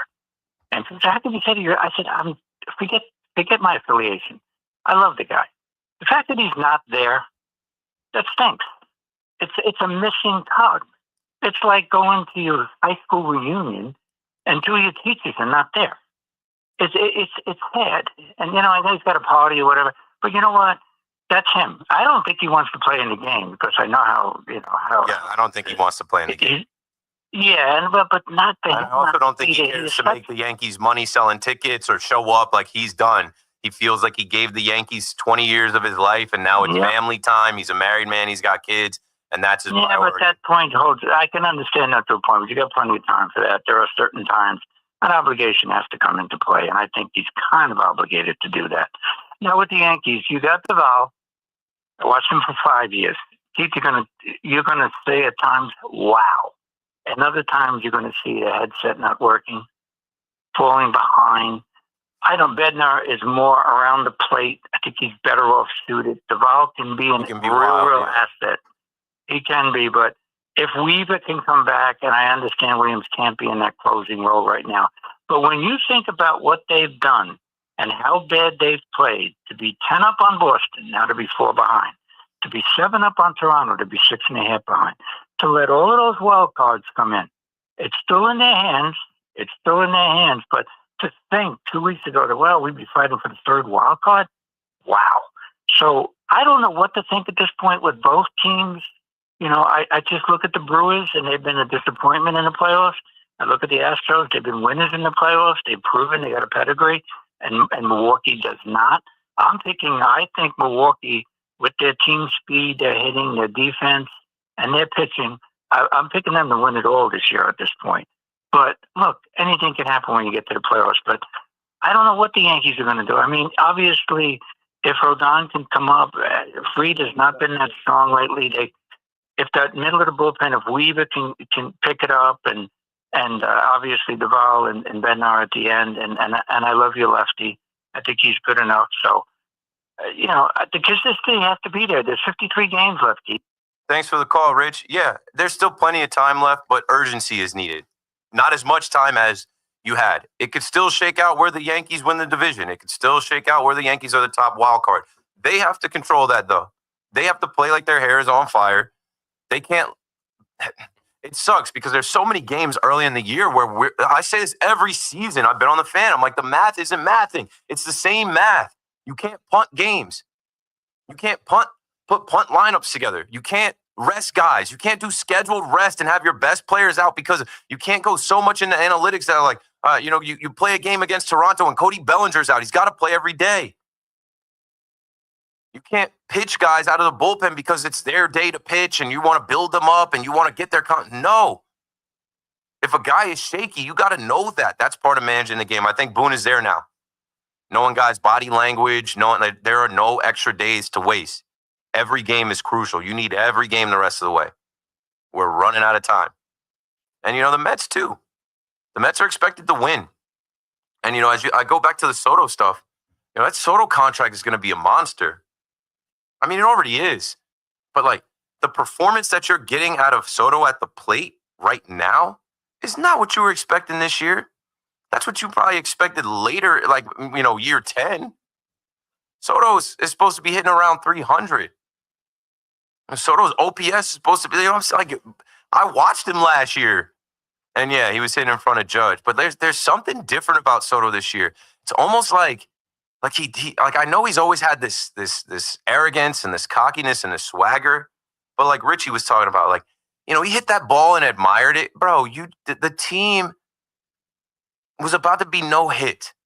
But I guess you're the hero now. All eyes on me. You guys are booing me. Well, I hit the home run to break up the no-no. You still got swept. Right? You're still in right field, bobbling the ball, not making a good throw. You're still not hustling. You're still struggling, and you're paid so much money. And you know what? I do think when you're paid that much money, you should be expected to be a leader. As you talk about Derek Jeter, and I'll address that before we break here. 888-808-1019. This guy is not a leader in the clubhouse. And when you talk about Lindor is a leader in the clubhouse, and he led last year by example. He led with these team meetings, him and Nimmo putting their heads together. I feel like Juan Soto is there, but I don't know how much he's talking. I don't know. He's a money guy.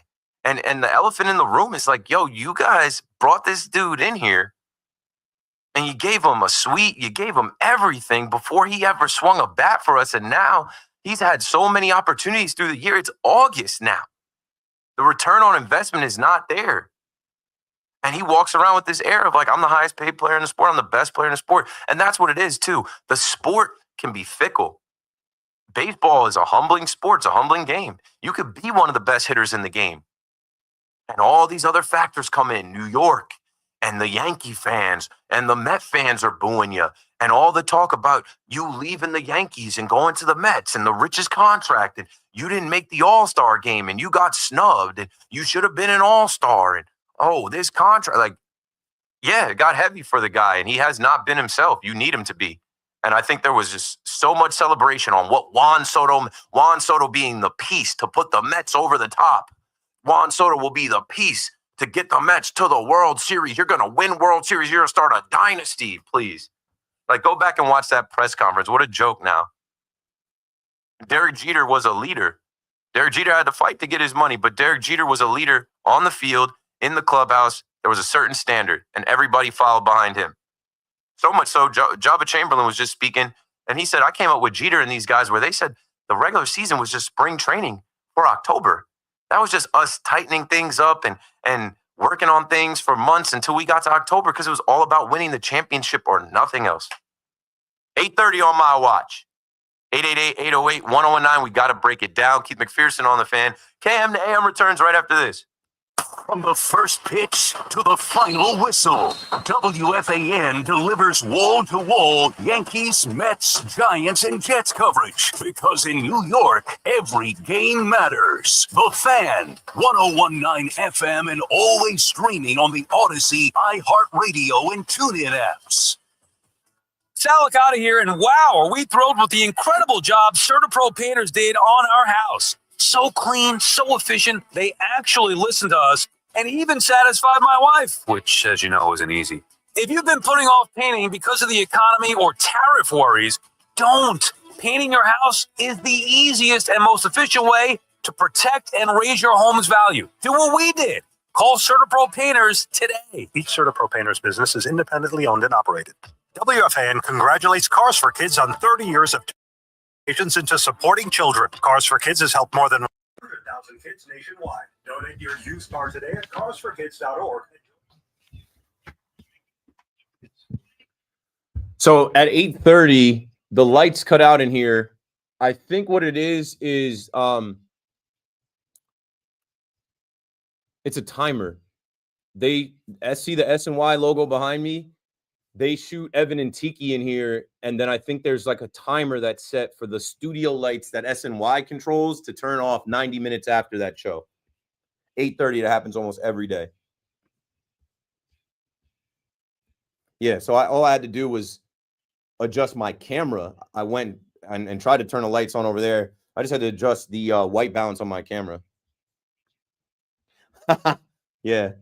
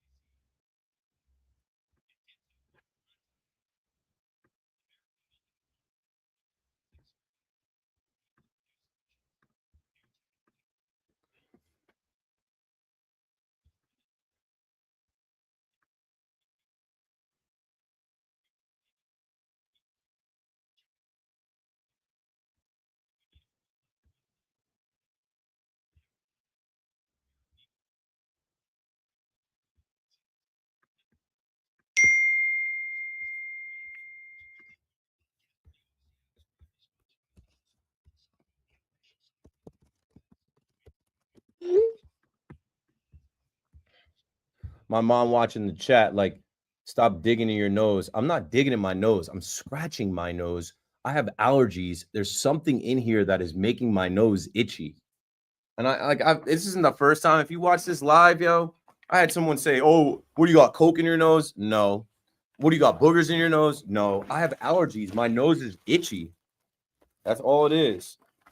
I'm about to see if I got this handy dandy bag full of all types of shit. I'm trying to see if I have Flonase in here or something. There we go. Maybe this will help. Aster Pro.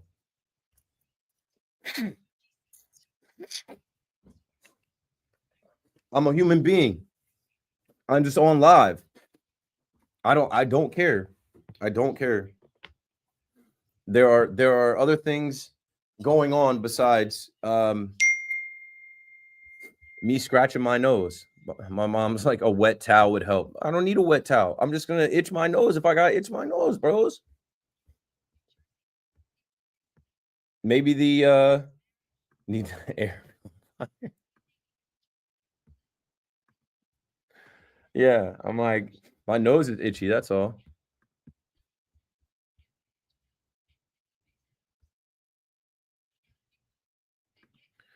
Soto wanted to be the man. He didn't want to be in Judge's shadow.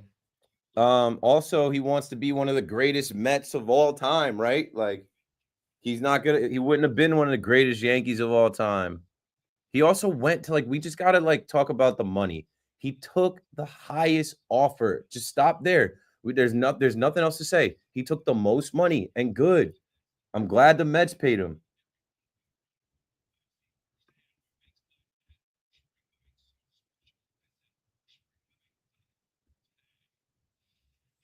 All right, here we go. Let's switch back. iHeart and TuneIn apps.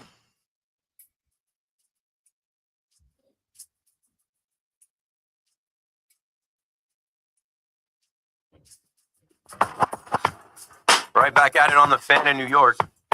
Let's get to these calls faster. Your nighttime host, Keith McPherson on the Fan. I call this KM to AM, the 5-hour version.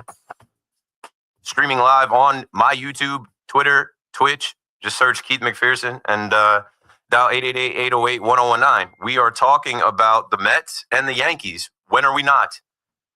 And as we get closer to football, the Jets and the Giants will probably dominate the conversation. We are closer to preseason games. I will talk about, Justin Fields, his struggles in practice. Practice? We talk about practice. I will talk about the Jets. I will talk about Cam Scattaboo not playing, and Malik Neighbors and Russell Wilson and Jackson Dart and the Giants D-line. As we get later into the show, we got plenty of time. But coming off of the Mets almost being no hit today, being swept today, and Juan Soto, some of his antics today, if you watch that game, he's one of a kind, that guy. We're talking about Juan Soto. When are we not? Soto, right? All that talk about the Soto sweepstakes. Be careful what you wish for. As a Yankee fan, I'm glad Juan Soto is not on the Yankees. Sure. Could we use his bat at times? Yeah, but they got plenty of bats. And I know the Met fan is, Cope. You guys are obsessed with Juan Soto. No, we're not. We got bigger fish to fry. We got other things going on in Yankee land. But I'm telling you, Yankee fans, if Juan Soto took that $760 million, we'd be in a way different world right now. We'd be in a way different zone right now. They're able to spread out the money. They're able to do things like cut DJ LeMahieu, cut Marcus Stroman, move on, because you aren't paying $50 million to one guy. And that one guy would have been in right field. And there's a guy that is a steal of a deal that plays right field, and eventually he'll get back there. Everything happens for a reason. Everything happens how it was supposed to go. And now the Met fan is looking like, well, damn, we got the richest owner in the sport. We're able to outbid the Yankees for this guy that's supposed to be the, piece to put us over the top, and still the Mets. Like Derek Jeter said, we don't hate the Mets. We just looked at the Mets as they're just the Mets. Still just the Mets. With Juan Soto, with Steve Cohen, with all of these high-priced players, and now you got the attendance and the LED lights and the mascot race and the dance crew and Edwin Diaz trumpets entrance and Ryan Helsley Hells Bells. I told y'all in the beginning of the season, all that is cool. The only thing that's going to matter is if you win. And now you're sitting at the big boy table with the Yankees. It's World Series or bust. It's championship or nothing. It's you win it all or you fail. But I know some Met fans are just going to be happy with the Mets getting the back-to-back postseasons because that's historic. That doesn't happen a lot. But we're not going to let you live it down. And that's why this entire week, Monday, Tuesday, and now Wednesday, I got on the Fan and I said, hold on. The Yankees' struggles are shielding the Mets. The Yankees losing is so loud nationally. Nobody cares that the Guardians beat the Mets 3-2. Nobody cares that the Mets lost 6 out of 7, 7 out of 8. Nobody cares that the Mets have the highest paid player in the game and he's batting 162 over his last. You know what I'm saying? Because it's, the Yankees were in the World Series last year. The Yankees have Aaron Judge. The Yankees. Don't forget about the Mets. Let's get back to the phone. Moses is in Brooklyn on the Fan. What's up, man? Hey, how you doing, man? Thank you for having me. Of course. I'm a first-time caller. Just want to share that I've been listening this whole time, but I feel that this was the spark that the Yankees needed. I do feel that this coming weekend is a must-win series, and I'm glad that Boone made the decision not to go to Williams, because I think last year's Boone would have brought Williams back where Bernard came in. he would have gave him another chance and say, hey, just shake it off and go ahead and lose this other game for us. Like how he was doing with Clay, But not 3 days. They wouldn't have pitched him 3 days in a row, but but I don't know. Boone would have figured it out. He would have figured it out. He would have figured it out to lose it again. But this year, Yankees, I just got this feeling, man. This is the spark that they needed. They needed, but welcome Bernard to the Yankees. That's 40 pitches too much, but it's okay because he dug deep and he found something that we needed to see and we haven't seen in a long time. Yeah, hell yeah. Thanks for the call, Moses. Appreciate you making your first call into my show. And I hear what you're saying, but there's no way Devin Williams was pitching today under any circumstance. But I understand what you're saying because you've watched Aaron Boone go to Devin Williams, go to Clay Holmes, and just, wear that out. Where you're watching as a fan and you're saying, no, anybody else, please no. And they're willing to die on that sword. That is done. Today was a good day for the Yankees. Like you say, a spark. It's only a spark if they build off it. If they get swept by the Houston Astros, we're right back to where we were. It's only a spark if they actually learn from it, right? Where David Bednar is your closer. At least for the next, month. See what else he's got. He proved a lot today.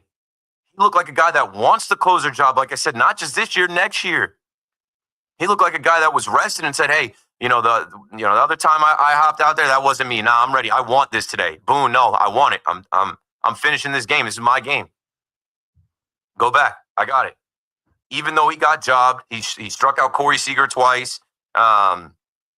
Even though he got his pitch count up to more pitches than he's thrown in 3 years, like he showed he's got the stomach for it. I hope he does for Yankee Stadium as well. He might not be available Friday. We'll see. We'll see what type of game we get into, but they have to build off of it. Paul Goldschmidt, oldie but goldie. Like, we need Paul Goldschmidt. This is a 1-year Paul Goldschmidt in pinstripes deal. And he started off the year good, and then it wore off for me where I was like, this guy's turning back into what we feared, right? What the Cardinals let go, what people didn't want, why nobody was, lining up to sign the guy. He hits left-handed pitching.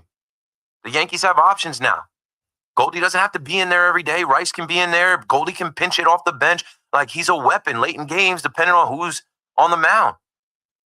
And let's hope that this sparks Goldie. He hit 2 home runs in a place where they're saying it's hard to hit home runs. Let's hope that Goldie picks it up the rest of the way. There's only a couple months left. And the defense playing clean. 3 double plays. The defense not committing errors. The one Rice catcher's interference, I excused it because I said, it can't happen. I excused it, though, because no harm, no foul, right? And then also it was because Rice they just switched Rice. He just went from being catcher to behind the plate, but good. Like, what a revelation Ben Rice has been. You guys were calling me up a couple months ago asking if Ben Rice could play third base. Asking if he could just pick up third base. And I was saying, he's a catcher, but I don't know if they have faith in him behind the dish. They do now. And every time we see him back there, we're starting to have more faith in him than Austin Wells. These are good problems to have. They're not problems. Having a bench, having Jose Caballero, Ahmed Rosario, that's good. Having Stanton ready to go, Judge, the thing will kind of figure itself out. It sucks, right? Because Judge is going to need some time to get back. Judge did have a hit today, but another strikeout, and he didn't have a good night 2 nights ago. It sucks because Stanton is super hot right now. Stanton's the best hitter on the team right now. And you got to sit him in favor of getting Judge going again. But whatever, as long as they're winning. And they got this win today. And you know what? I felt like this was a gut check day. You are fighting for something. Like there were stakes here.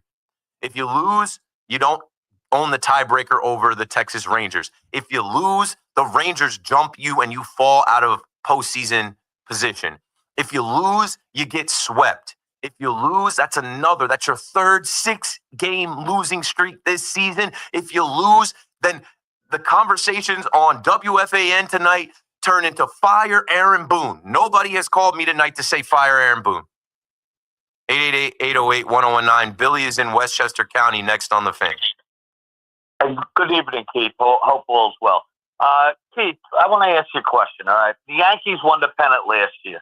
They started the season. They were a favorite from Las Vegas to go to the World Series again. Lose, but go to the World Series, all right? For the last 10 weeks, they've been one of the top 5 worst teams in baseball, correct? I want to ask you a question. What does Boone have to do to be fired? He can't be fired during the season, but if they don't make the playoffs, he would be fired. Or, I mean, if you look at any other team in the major leagues, if they had this chance to go to World Series like the Yankees were favored to go, pennant winners last year, and no manager would have survived it. It's impossible to play ball for 10 weeks and look this bad. Thanks for the call, Billy, but I disagree. Brandon Hyde was fired, right? The Orioles manager. Brandon Hyde was fired because they got out of the gate slow. A couple years back, they won 101 games. They have completely underachieved. They kicked him to the curb after they started off 15-28 this year. I understood that. You're not firing a manager that got to the World Series last year and is currently, if the season ended today, in the tournament. You're not firing that guy. The Yankees aren't. The Yankees gave him an extension. They also understand that there are other circumstances at play. Injuries, right? Judge got hurt. They're not firing the guy while Judge is down. Like, other guys are hurt and coming back. Luis Hill just came back. They're not firing the guy that, okay, Clark Schmidt, his season ended. Garrett Cole's season ended in spring. They're not firing a guy that's got 2 rookie pitchers. You know what I'm saying? They're not firing a guy before the trade deadline. I never call for guys' jobs either. I'm never going to, you're not going to hear me get on the fan and say they should fire the manager. I don't like it. Definitely not in the middle of the season. Like, yeah, even like, okay, go back to football, man. They fired Rob Saleh last year. How'd that work out after 5 weeks of the season? Like that was going to do something. It tanked the team. So if they fired Aaron Boone, I think this team would go in the tank. I think these guys love Aaron Boone. I think these guys like Aaron Boone to the point where it's like Brad Ausmus, his first year here, that's who you guys want to manage the team. And don't get me wrong. I was on last night saying Aaron Boone let them die. Aaron Boone sat there and watched. He was a passenger watching the car crash.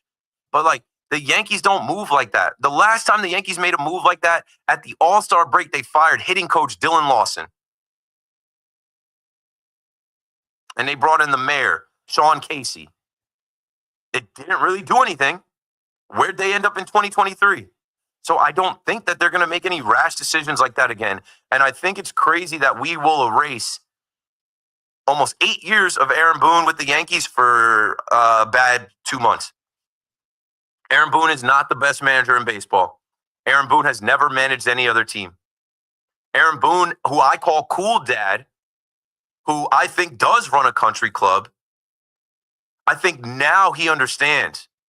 If he didn't understand now, he had a different demeanor on Talking Yanks this week.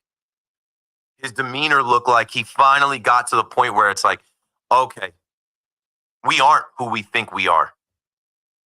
Yeah, we have gotten embarrassed. It is gut check time. It is self-evaluation time. It is time to look in the mirror and realize this isn't cutting it. This isn't good enough. We're disappointing our fan base. We have all the talent on paper, but we got to put it together, and it starts with me, speaking as Aaron Boone. He managed his ass off today. Can we give him credit for that? Can we give the guy credit for, if you don't want to give him credit for every single move, go look at the box score. Go look at the score. The score was 3-2. What was the difference in the game? Paul Goldschmidt, pinch hit, homer. And then with runners on at the end of the game, where they could have gotten walked off, where they could have been swept, he stays with David Bednar, a guy he just met. He stays with David. He doesn't have Devin Williams. That's done. Doval is up. He goes out there, and I'm screaming in my house, take him out. 40 pitches. All we need is 1 out. Go get the fresh arm to make sure we. But like, as a manager, getting to know his potential closer, I'm pretty sure this guy's going to get the first crack at it.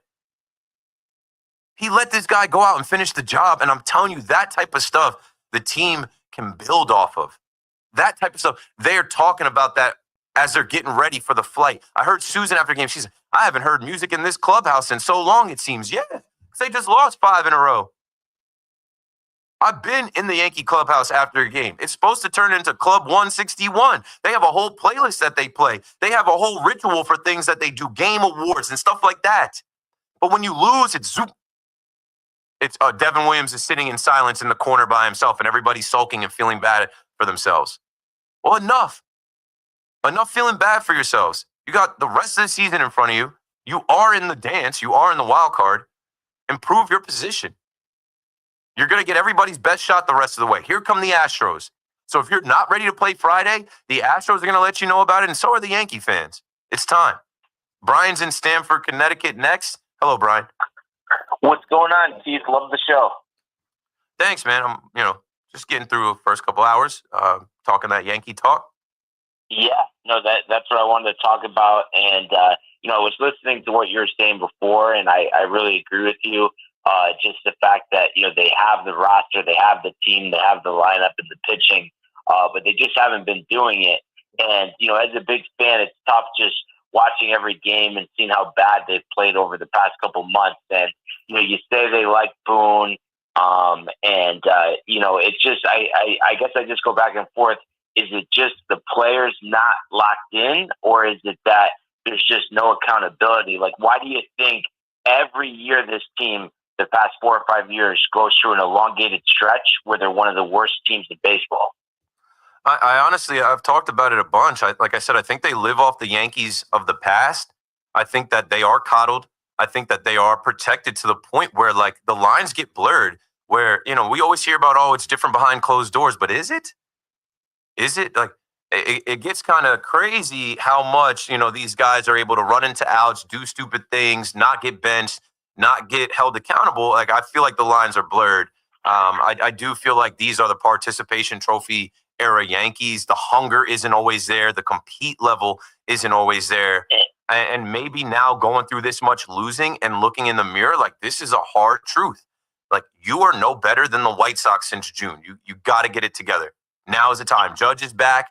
The deadline is passed. There is no help on the way besides Fernando Cruz and Ryan Yarbrough. Like, you have all that you need. You need to go out there every single day, have your head screwed on, be ready to play, and fight. And I know you were saying, like, there's no way they're firing Boone, which I agree with, even though I would like it to happen. But I just wonder, like, do you think if they did actually do that and they got a manager in there who would manage, that it would garner much different results than what they've got since he's been the manager? I don't. Thanks for the call, Brian. I don't. I've said this, and I will say it probably for the rest of the time that you hear me on the fan, and maybe Brian Cashman is the general manager and Aaron Boone is the manager during that time. If they fire Brian Cashman, they need Brian Cashman to hire the next general manager. That's not happening. Brian Cashman will bow out when he's ready to bow out, and even when he does bow out, he's going to be emeritus. He's going to be somewhere behind the scenes, guiding the Yankees through whoever the next GM is. And then if they were, like, it would make no sense to make Aaron Boone the sacrificial lamb, the sacrificial lamb, when, man, that's the guy that Brian Cashman chose. So heads got to roll, and it's going to be Aaron Boone that suffers. When Cashman made the roster, and Cashman, he never managed anywhere else, Cashman put him in that position. And then who do you think replaces Aaron Boone? Somebody that's going to come in like Buck Showalter? Somebody that's going to come in like Tito Francona, Bruce Bochy, Pat Murphy, one of these old school? No. If they wanted that, they could have just let Joe Girardi stay there and get old. The next manager of the Yankees will be another guy that is in lockstep with the front office, doing their bidding, doing what they want to do. That is literally just like, Aaron Boone. And then I know as Yankee fans, we are spoiled. And I also know we are tired of not being champions, being close. And you think that firing the manager and getting another voice in there, another whatever is going to give you better results, or firing Cashman, or, I see another world where it's like, be careful what you wish for. Similar to the Met fan, be careful what you wish for. Juan Soto, oh, he's renting in the Bronx and buying in Queens. Yeah, have fun with that. Yankee fans, be careful what you wish for. The Yankees are good every year. The Yankees are in it every year with Brian Cashman. They're in it right now with Aaron Boone. And it is not a guarantee that another general manager or another manager will be able to handle all of this. 888-808-1019. We got to break it down. Again, time is flying by. It's 9 o'clock. When we get into the 9:30 hour, I will sprinkle in some football topics through the whole league. I will also talk about some other things. I talked about the Knicks a little bit last night. Ben Simmons, Karl Anthony Towns having dinner with Mike Brown. Leon Rose still kind of checking on Giannis Antetokounmpo. So, we will talk all sports, but I have plenty of calls. I see you guys holding. I do want to get to your Yankees and Mets takes and thoughts. This is Keith McPherson on the Fan. Stay with us. We'll be right back. Evan and Tiki, afternoons on the Fan, 101.9 FM. Obviously, the Yankees have a lot of work to do to get to the postseason, and we'll see if it's a wild card series or a division series.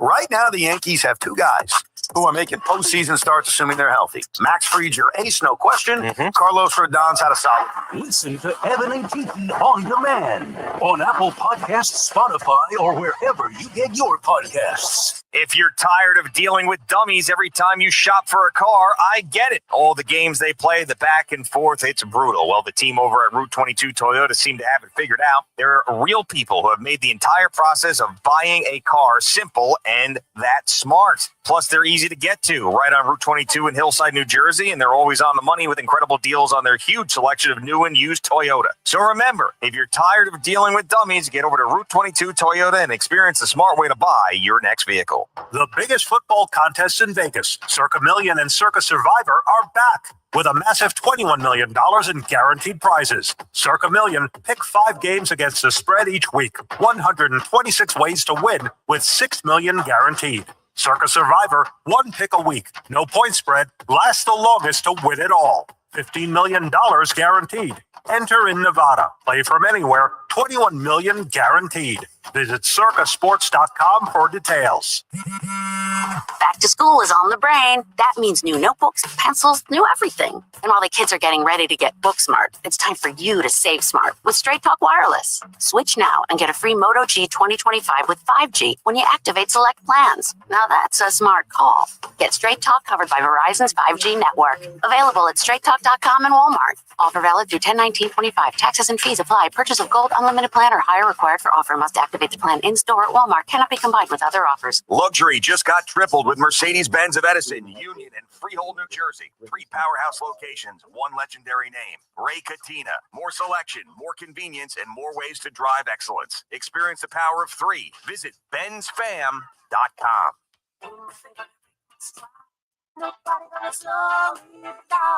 Don't let pneumococcal pneumonia break your stride. If you're 50 or older, you're at increased risk. So be proactive with Capvaxive pneumococcal 21-valent conjugate vaccine to help protect against invasive pneumococcal disease and pneumonia caused by certain types of pneumococcal bacteria. Capvaxive helps protect against the strains of bacteria that cause about 30% more IPD cases than any other pneumococcal conjugate vaccine in adults over 50, according to national level CDC stats. See, that's another thing with you guys. And I'm going to ask Marco some of these things too, but I want Paul O'Neill to manage 1 year or one, Paul O'Neill has been on the Yes Network broadcast now longer than he played for the Yankees. He's not going to be a manager. He's not managing in the minors. Paul is doing what Paul wants to do. And again, I go back to you guys, Brad Ausmus, I don't want managing this team. What did Brad Ausmus win? And then you guys seem to think there's some knight in shining armor that's going to walk into the Yankee clubhouse and rally the troops after they fire Aaron Boone. Who is it? And if you think it's an old school guy, Cashman is not hiring the Buck Showalter, Bruce Bochy, Terry Francona type. He's not. Because those guys have seen it all, done it all, where they're not answering to Brian Cashman. If Cashman hired the guy that he wanted, a former Yankee that was very media savvy and trained because he came out of the media, and he knew that was going to, they had long conversations and meetings where he knew, okay, this guy is going to protect my players and this guy is going to be collaborative with me.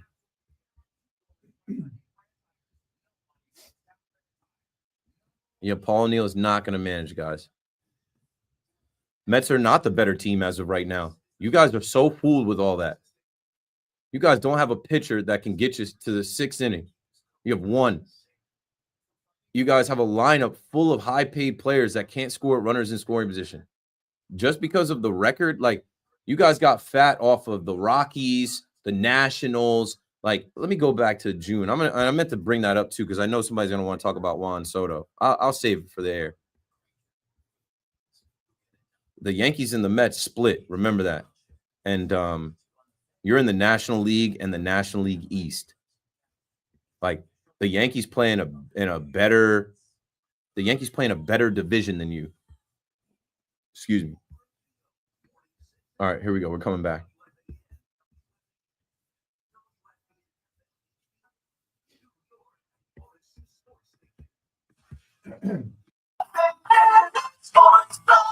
Sponsored by Primo Brands, the official water sponsor of MLB. Major League Baseball trademarks used with permission. Yankees finally able to stop the bleeding for one day at least. Held off the Rangers 3-2 with David Bednar getting the final 5 outs using 42 pitches. Wiggled out of a first and second jam in the 9th as he convinced Aaron Boone to give him that chance to clean up the mess. Yeah, I was going to take him out, honestly. I said, I'm going to take you here. And he gave me a look like, no, you're not. And, so I said, you sure? And he's like, yeah, let's go. I got this guy. And we rolled with it. And what a great performance. 5 Ks for Bednar, 5 innings, a 2-run ball for Carlos Rodon. Paul Goldschmidt, your go-ahead pinch hit solo shot in the 7th, but the Bombers snapped a 5-game skid. Mets swoon continues. Juan Soto broke up the Gavin Williams no-hitter with 2 outs in the 9th, his 26th homer. The Guardians still silence the Mets 4-1. We're better than that. They know they're better than that. We just couldn't make any adjustments. A lot of empty at-bats there. And yes, as good as he was, I feel like he gave us a few pitches to hit, and we missed it. David Peterson gave up 4 runs over 6. That's now 8 losses in 9 games. Phillies did lose, so the Mets remain 2.5 back. 71 degrees, cloudy skies, Central Park. That's what's happening. I'm Marco Belletti. Get the scuttlebutt on your favorite team, the Fan, on the Odyssey, iHeart, and TuneIn apps.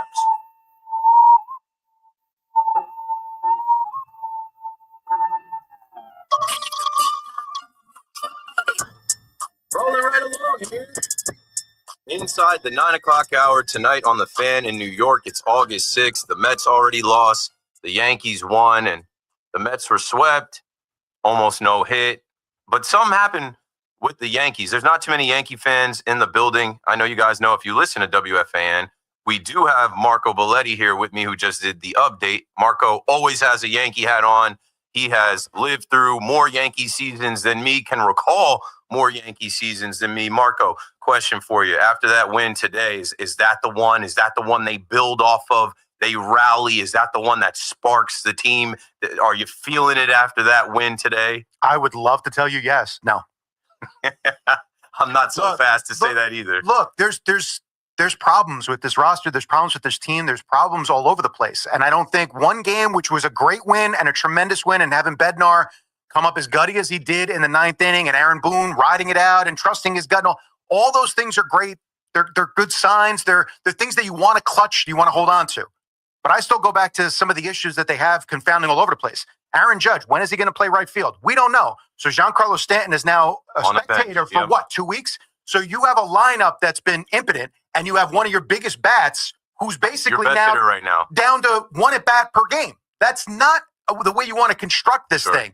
And you have holes all over the place. Volpe has shown signs, but again, we've seen this before. He gets really hot for a short period of time, and then he goes back into a funk. Like, to think that one game is going to mask all the issues that they have, I struggle with that. And I still feel like there's issues abound throughout this whole roster. And even the roster construction is making me nuts because Austin Wells behind the plate has been beat up, and now you're seeing the signs. So Ben Rice has to play more. I'm fine with that, and he's been great behind the plate.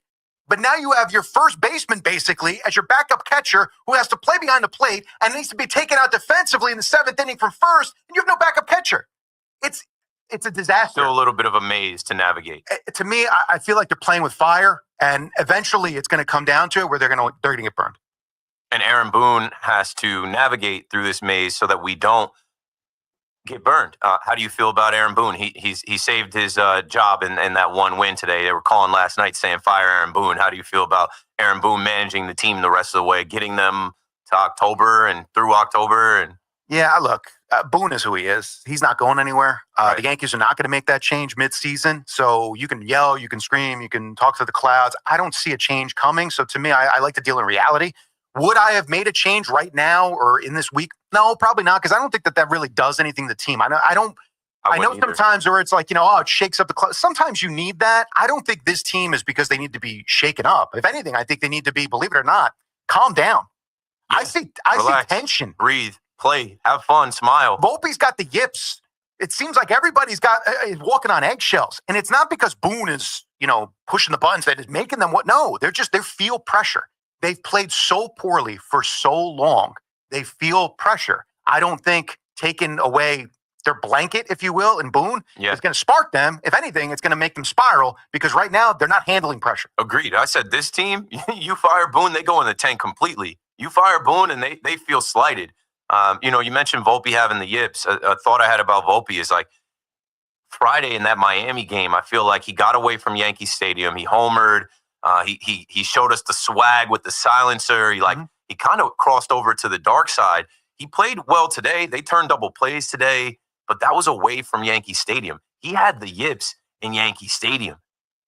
How do you feel about Volpe coming back to the Bronx this weekend against the Astros and this team now? Like they do have to build off of that, but I'm telling some people, hey, pump your brakes because they do have to come back to the greatest stage in front of their fans with a nemesis in the Astros who loves to play against them in Yankee Stadium. Like they still have to continue and build off this. They only scored 3 runs today.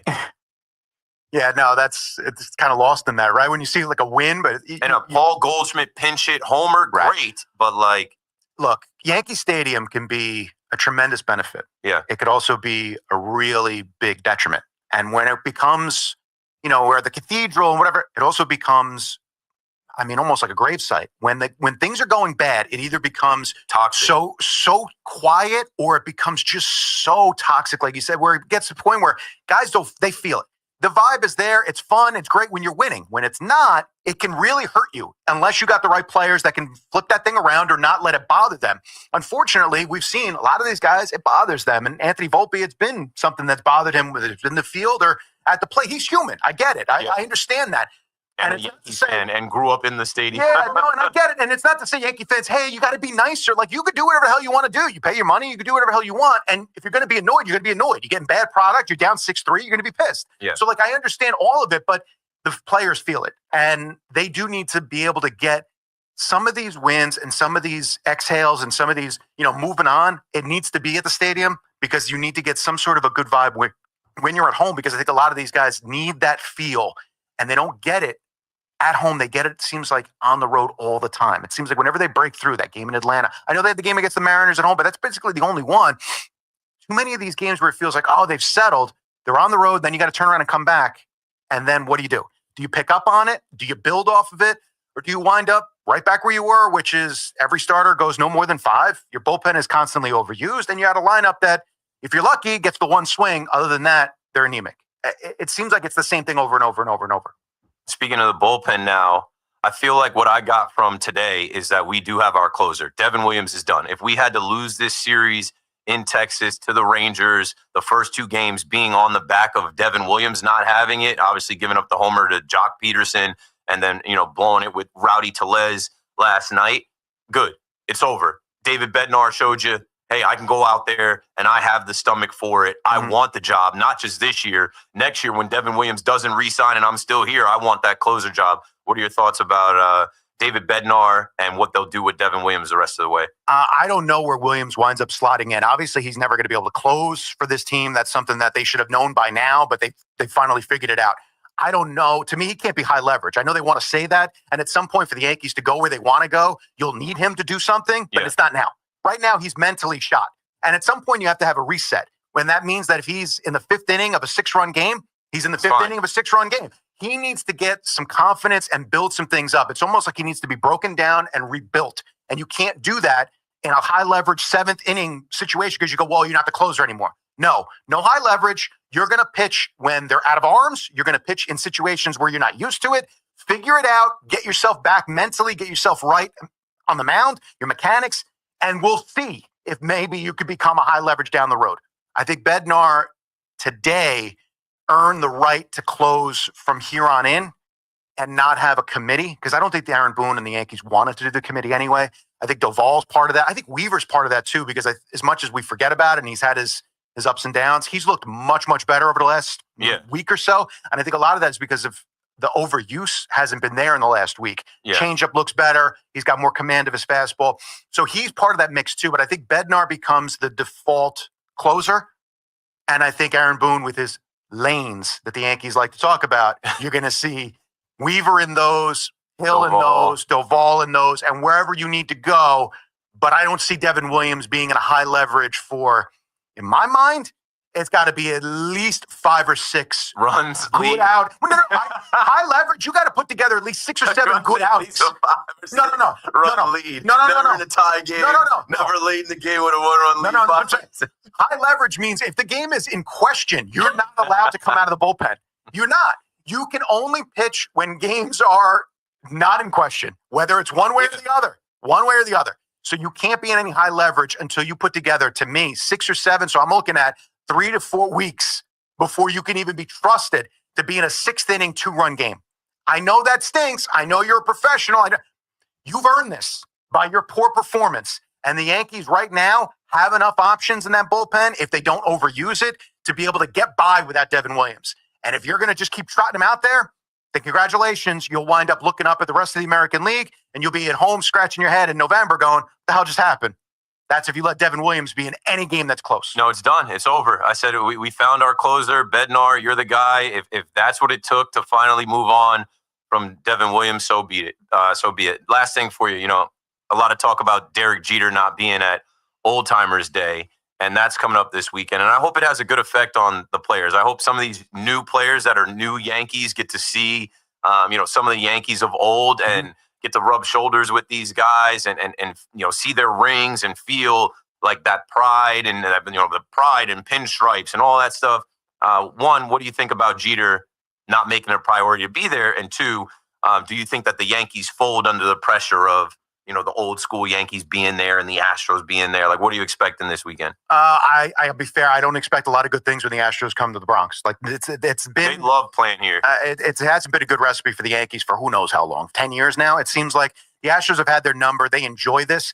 They rise to the moment, and even the players change. And it seems like the Astros are the team that seems us fans do not help the matter at all. Chanting cheater and F. Altuve and booing, like that gives these players added, oomph to shut the fans up. It does, and teams always like to play the Yankees, and they like to see the pinstripe. So that's part of it. There's all those extra things. It's also because the Astros have been better than the Yankees for the last 10 years. So that's part of it. Yeah. They kick your ass because they're better than you. It's not like it's a surprise when you look at it on the other side. So I don't know what the specific Saturday will do. I would imagine that the players, again, this team hasn't responded well to pressure. They haven't. So Saturday becomes a little bit more of a pressure-packed game, not only because you're playing the Astros, but because you do have all the other greats that are in the building and you want to impress. We'll see who rises to that and who doesn't. And it's been more often than not, a lot of the players that don't. For Jeter, look, I'm under the belief if you have your personal whatever the hell you've got going on, then that's so be it. I understand it. I will say I'm a little disappointed because of the anniversary for the 2000 team. Any other year, you could do what you want. Players coming in and out all the time. We've always seen that. And some guys are there all the time and some guys are not. And that's okay. And Jeter's earned to do whatever the hell he wants to do. He's earned that right through his career and doing everything right on and off. This is a little disappointing simply because they're honoring a team that won a title, and he was a big part of that. I mean, he was World Series MVP that year. He was a catalyst in that team, and every championship that he was part of, obviously, is a big part of it. So it's a little disappointing that he's not there. But if it's a personal matter, who am I to tell you what to do in your personal life? It is what it is. And I think we'll get over it. I think they'll probably have to edit some of the highlight videos to have a little less Jeter. But when you think about it being 25 years, you think about him being the captain, the three-peat, it is kind of like a hole. It's just like It's just, again, it's just a big missing part of like this celebration. Look, and you could say like what you want because you go, oh, it's an annual thing. And anytime you have a championship and you wind up going back and pick whatever year it is. If you want to do the Giants in 2007, have that reunion, have that championship run. And, oh, by the way, Michael Strahan's not coming. Yeah, it's weird. It's 2011, you're going to have it, no problem for the Giants. All right, but Eli won't be there. Wait, what? So like it's hard when you have another a championship team, when you're trying to do that and you have the biggest part of it. I mean, he wasn't captain technically at the time in 2000, but he was still the leader of that club. It's hard when he's not there to be able to celebrate it. Now, part of this happens when you do this yearly, and the Yankees have so many championships, so it feels like every year it's like, wow, this is the anniversary of this team, and last year was the anniversary of the 99 team. Yeah. So when you win a lot, that's part of it. And he was there for the 99 25th anniversary last year. So I get it. It just stinks. He doesn't want to put on a glove. He doesn't want to step in the batter's box because they're playing this year. That's the difference. They're bringing the game back. He's like, I could, but like I don't want to be on social media where if I slip, I fall, I commit an error, that's going on Twitter and that's going to go viral. I get that, and that's understandable, except for the fact that you don't have to play. And that's serious. Like, you don't have to play. Sit in the dugout. You can do whatever the hell you want. You're Derek Jeter. You want to do the, I grew up watching Phil Rizzuto with the blue suit come out and wave with the two hands. Joe DiMaggio with the blue suit and wave with two hands. If you want to come out and just be the guy and say, look, I'm the last one that's introduced because I'm Derek Jeter. I'm the Hall of Famer. I'm going to wave to you. I'm going to say hello. I'm not going out of the field. I'm not putting my pajamas with a belt on because I'm now in my 50s. Sure. The hell with that. You guys go have fun. He can do that. There's no one that's going to stop him. And it's not to say, well, he's going to feel pressure. Derek Jeter is not worried about what you think, what he thinks, what they think. He doesn't care what anybody thinks. So I have a hard time believing that he doesn't want to look a fool, and that's why he's avoiding it. I think if he really, truly didn't want to look a fool and wanted to be there anyway, he'd say, guys, I ain't playing. Yeah. The biggest ribbing he's going to get is from Posada and O'Neill and everybody, and he don't care. Because those guys have been too tight, have been through too many wars. Guys, I don't care. You think of me whatever the hell you want, and they're going to joke about it for life. If he doesn't really want to play, but he wants to be there, he'll do it. Something is keeping him from being there, and I struggle with I don't want to look ridiculous looking like I'm wearing a diaper. I'm just throwing out the things that were said. What people don't realize is he sent the video message already. We're going to be in there Saturday, and he's going to be on the big screen. Hey, Yankee fans, my teammates, sorry I couldn't make it, but yada, yada, yada, blah, blah, blah. Enjoy the day. Yeah. Again, you need him there. You want him there. It is much ado about nothing in the grand scheme because come Sunday, we're going to forget completely about it. But it would be nice to have your captain when you celebrate a title. Yeah, we got Judge captain there. We'll be all right. The great Marco Belletti on the updates the rest of the night. 888-808-1009. Thanks, Marco. Appreciate you, man. Let's get back to the phone before we go to the next break. I mean, I just wanted to pull Marco in. Like I said, you guys know. Marco, great Yankee fan, ton of knowledge. Been at the fan for years. Like I said, always wears that Yankee hat in here. So I was due to pull Marco into the show. Let's get back to the line and go to Ted. Ted, how you feeling, man? You're on the fan. All I can say, Keith, is that, man, you're keeping my spirits going while I've been lying in a hospital bed for the last 8-9 days waiting to go to a rehab center. But I look at things, I try to look at things in perspective. The older you get, and obviously, you just turned 40 and you've got, a nice, beautiful family, and you got to take care of your body. And thank God I found a guy who tried to put Humpty Dumpty back together again because that was the master plan, and there was no turning back. Because you cannot put a price on reclaiming your quality of life. Simple as that.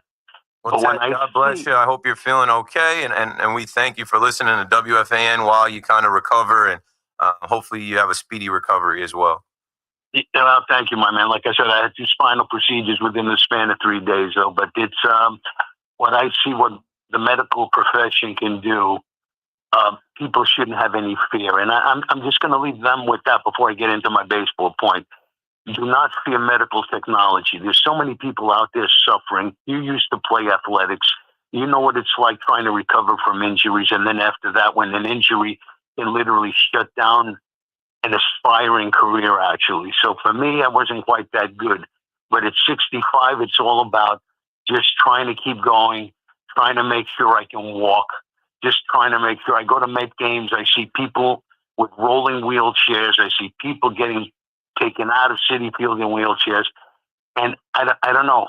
I just said, for me, that was not an option. I said, you got to find a way, Doc, to get me to some kind of semblance of life. And so far, it's worked. So I can only thank the Lord above as one, and my own inner fortitude for having the freaking gumption to say, I'm going to get myself better. Simple as that. There's no losing in this kind of situation, Nick, but here's what I'll say about baseball in terms of our local teams. You're a Yankee fan. I'm a Mets fan. It's very tough to construct a championship roster in April. But here's what I will say about the Yankees. They knew they had deficiencies going into this season, and they never filled them. Would you like to give me? Would you be willing to hear my theory as to why they really didn't make a priority? Yeah, they gave themselves a ceiling, a self-imposed 308 million spending limit, and I think they felt like they made enough moves that they could get by without having a third baseman, without signing another arm, without having, guys in the bullpen, and then, injuries hit and guys underperform, and there are, other millionaire ball players that compete and beat you. And, at least they made up for it some at the trade deadline, which is your last opportunity to do so. But yeah, I feel like they didn't want to spend more than they had already spent. They wanted to give some young guys an opportunity, like Dominguez in left field, like Ben Rice, Austin Wells, Volpe, Will Warren. Those guys are getting like a lot of experience and playing time when they could have gone out and they could have signed another pitcher. They could have signed a left fielder. They could have signed a third baseman. They went with Peraza and Waldo and, just the youth movement. I will say this, though. It doesn't hurt when you know that you've got 4 million people coming to that ballpark every season, okay? So here's what I almost can request of Yankee fans, okay? If you feel like your hierarchy has been jading you because, hey, you've almost gotten to the Holy Grail, but you haven't gotten there for whatever reason, yet you're going into that ballpark every 4 million people, man. When you think about it, if you want to do the math, crunch the numbers on an average ticket price, on an average thing, and yet they're not doing enough for their fans to complete a roster that is championship material, kind of makes you wonder, doesn't it? Yeah, it does. Thanks for the call, Ted. I hope you feel better, and I'll speak on that because I go to the ballpark a lot. I'm blessed. Shout out to WFAN. Shout out to Mark, Aiden. Shout out to everybody at WFAN that has put in my name for a credential or sent me tickets. I'm in there. But before I was on WFAN, I was buying the cheapest ticket to get in there. Before I was on WFAN, I was looking for deals in the email, 50% off or MasterCard night, or begging people, hey, man, don't forget about me when you got an extra ticket. Like, I was in there. And I didn't care who was on the field. I was there rooting for the laundry, rooting for the Yankees because I'm a Yankee fan.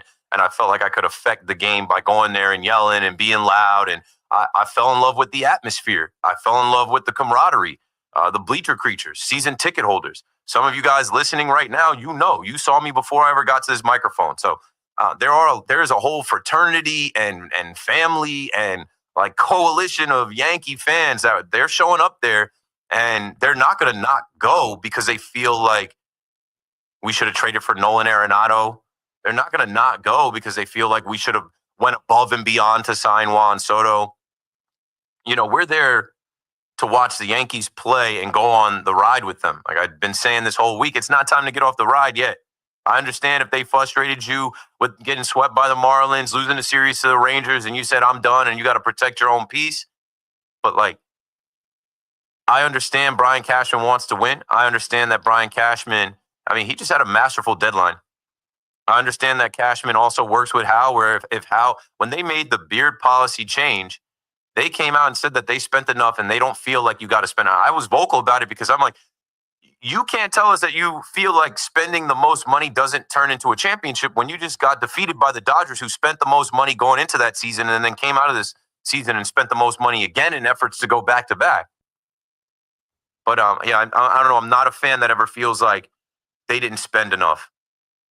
Stanton's contract is a ton. Garrett Cole's contract, he's not playing. Judge's contract. Rodon's contract. They kicked DJ LeMahieu to the curb, who was making $15 million. Stroman, who was making $18 million. Like, they're putting out money for players. And they are developing young players that are cost effective.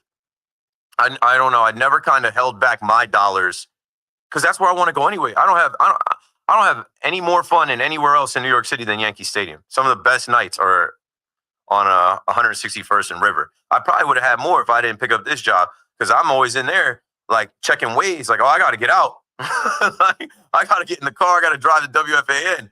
I know the FOMO has been kicking my ass the last 4 years. Because I'm like, man, I used to stay out there and party all night until they kick us out. I used to be on the street until they shut the street down. But I also had a kid and grew up and kind of aged out of it anyway. But yeah, I don't know. I never really looked at it like that. I've never been one of those Yankee fans like, oh, Hal's only interested in the chicken buckets. Of course he's interested in the chicken buckets, but also the gate and the merch and the team winning. They made a ton of money when Aaron Judge was chasing 62. They made a ton of money last year. They made more money than they ever made last year hosting 3 World Series games. Even though they lost, you think they didn't see all those numbers and say, we got to get back to the World Series this year? We got to win the World Series this year? Imagine how much more money, more of a profit will turn. So, yeah. But I get it, too. I tell people all the time, hey, if you don't want to spend your money at the stadium, don't. It's expensive as hell. You won't see me in line. I won't be getting a 99 burger. You won't see me in line. I made a mistake. Shout out to Omi. I bought Omi a beer for his birthday. And when I saw that beer was $18, I was like, oh, I can't even return this now. Wait, can I tap to pay to get a refund? Keith McPherson on the Fan. We're halfway through another 5-hour KM to AM. When we come back, we'll talk a little bit of football, but we're going to continue taking your calls on the Yankees, on the Mets. Don't go anywhere. We're coming right back.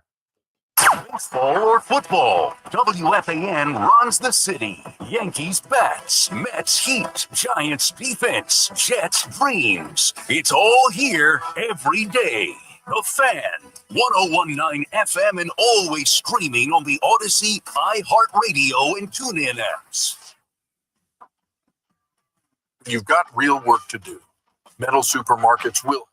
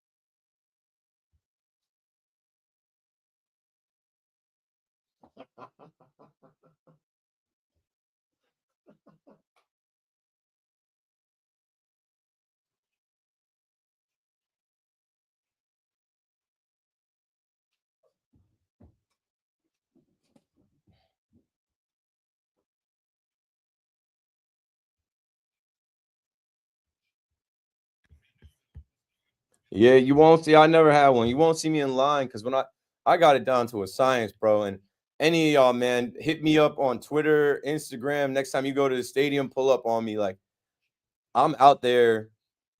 If the game starts at 7, I try to get out there by 5:30. And I go to Billy's. I might go to Stan's. I might go to Twins.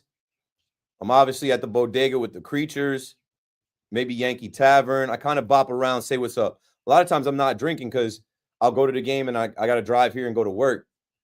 But when I'm drinking, I'm probably out there 2-3 hours before the game.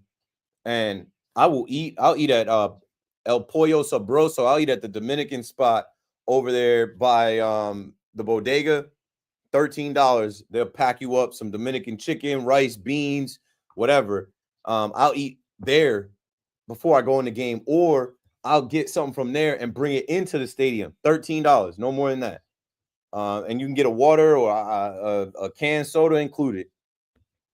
I don't buy beer in the stadium. If I'm drinking, I'm going in there drunk. If I'm drinking, not for nothing, I'm blessed. Like, now people buy me drinks. There are mad people in there that, like, yo, can I get you some? I'm like, I don't need anything, but what you sipping? Like, I'll have a drink with you. But yeah, I kind of got hip to the game. Like, you want to talk about packing your own lunch? Bro, I used to always bring my own food into the stadium. Just didn't have the bread. And even now, I go to the stadium now with my WFAN seats. I'll go through the Hard Rock. Shout out to Chris at the Hard Rock. I might drink and eat at the Hard Rock because it's an actual restaurant and the prices are better in there than they are out in the actual stadium. But I'm telling you, I got this down to a science. If the game starts at 7:05, I'm not breaking towards the door until 6:45, 6:50. I'm not waiting in line. I got about 3 ways to get in, not waiting in line. And I got it timed down to the point where, like, if I'm going to do roll call, I'm there as soon as they go to hit the welcome to the jungle, right? Yeah, I'm with the creatures, dapping up, hugs, high fives, do the roll call, chill for an inning, chill for 2 innings, go check my WFAN seats because security will be over there. And if you don't go claim your seat, like, and you try to show up later, like, you always got to check in with your own actual ticketed seat because there's security guards that look over the area in the beginning of the game. And then, and then I have a credential. So sometimes my credential can get me up in the suite level. Sometimes I have Legends tickets. Through the Casamigos deal, I have 4 Legends tickets once a month, every month. I also have other sponsors and people that get Legend seats through like corporate hub. Now, even WFAN sometimes will get champion seats. Where if you see me in Legends champion, I'm not paying $3,000 for a Legends ticket. I got blessed. And even in the suites, like, shout out to my guy Andrew Levy. He owns suite number 33. Major League Baseball, a lot of times I have friends that work at Major League Baseball. They will rent out the party suites. The party suites are the far end, like the low numbers, like 1 to 4. So I'm telling you, bro, I done been to hundreds of games. I got it down. Oh, appreciate it. Twitch, monetized on Twitch now. Shout out to the Twitch gang. Through just doing these streams every night, I hit some type of views or level. I almost never promote my Twitch, but I will. So what I got to do is become a partner so that they actually put my stuff on the like sports and talk shows.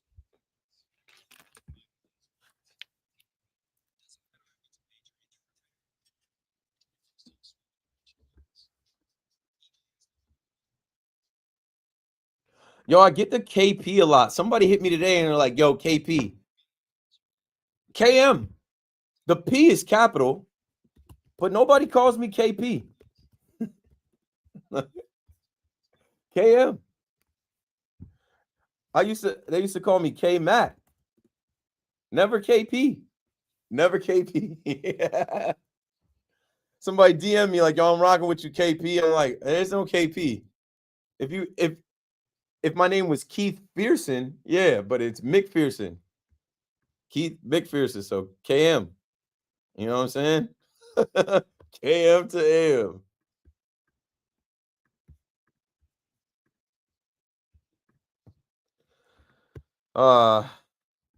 I do want to mix in some football conversation.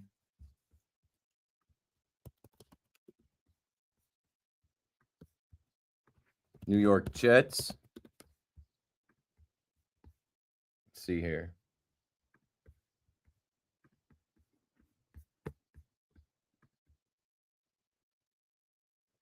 I think I already talked about Jerry Jones.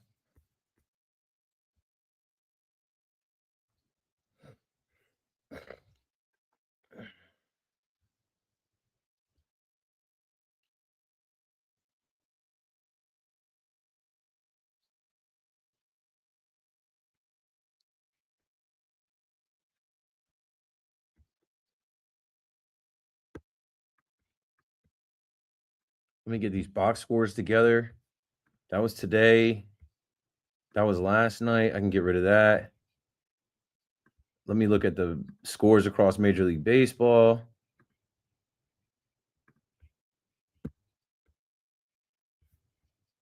Get rid of that. Mets were no hit for 26 outs. Scores. Who else won? Nationals won. Marlins salvaged the game. Cardinals beat the Dodgers. Rays beat the Angels. Oh, the Blue Jays put up 20 on the Rockies. What the hell? Yeah, that's how I hit y'all with the what happened in baseball today. All right, let's switch.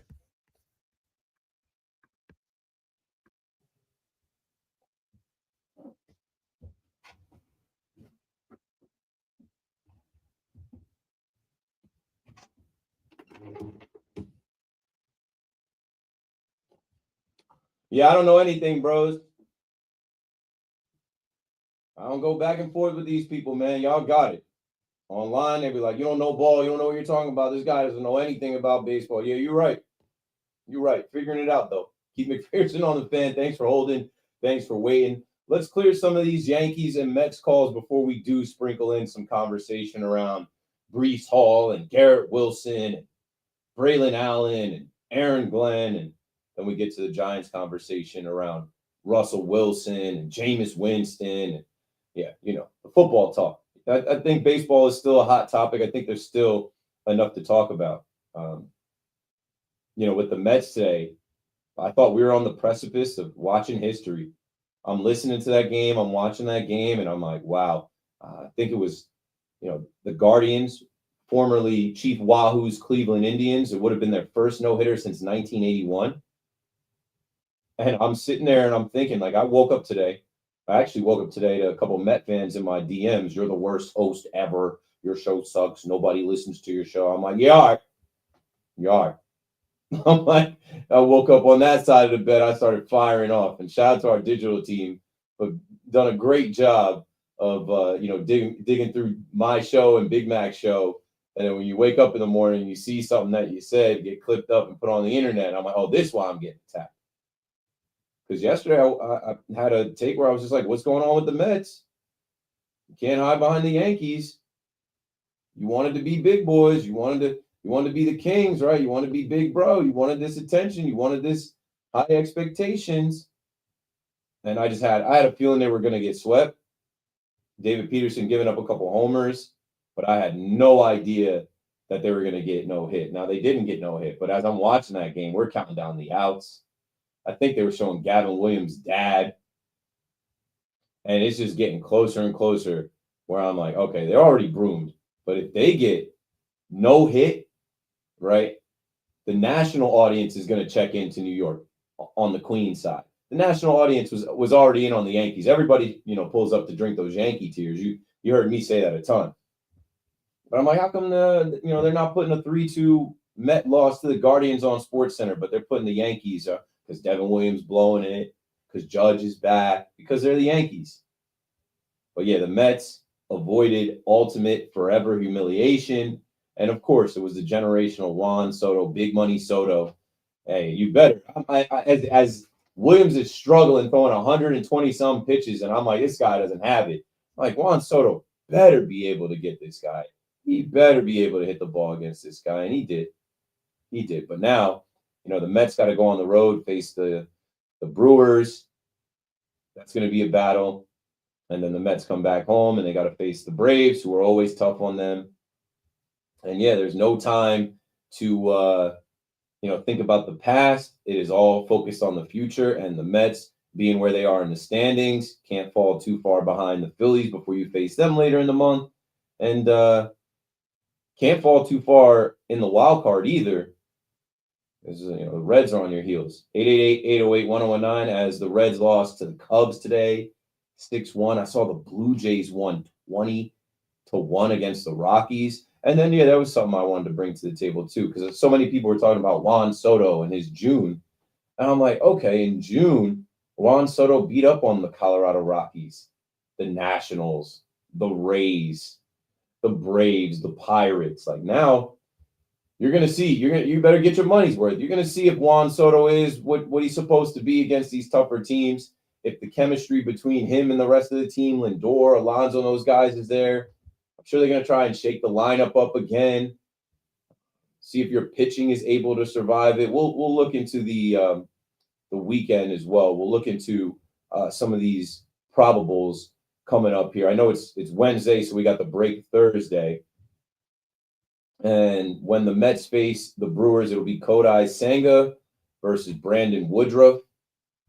I mean, the pitching for the Brewers has been really good this year. Woodruff's got a 2.2 ERA, and he's not their ace, he's not their best guy. They've got a few other guys.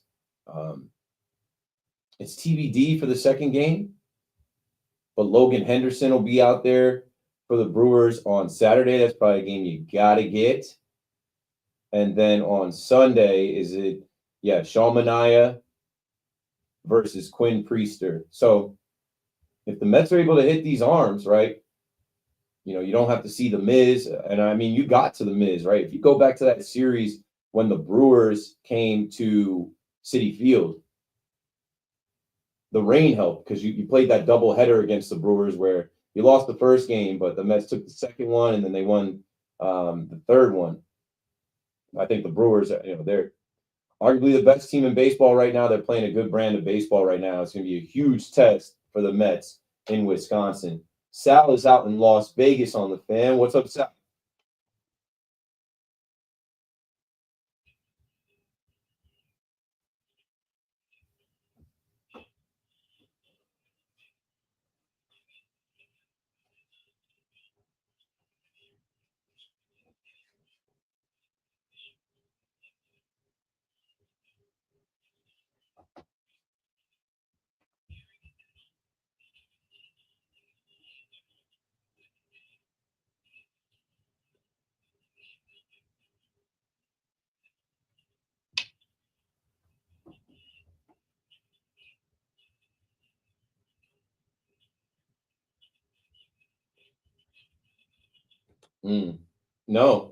No, because those guys they're like unwritten rules of baseball guys. You know what? I've been talking about how the unwritten rules of baseball they're completely unwritten. They don't exist anymore. But the unwritten rule of baseball is like you're swept, buddy. You're down to your final out. You were no hit for 26 outs.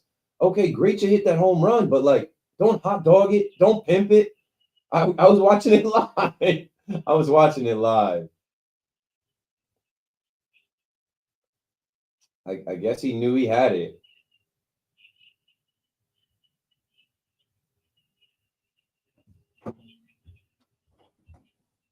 Could you imagine the center fielder robbed that? It just got over the glove.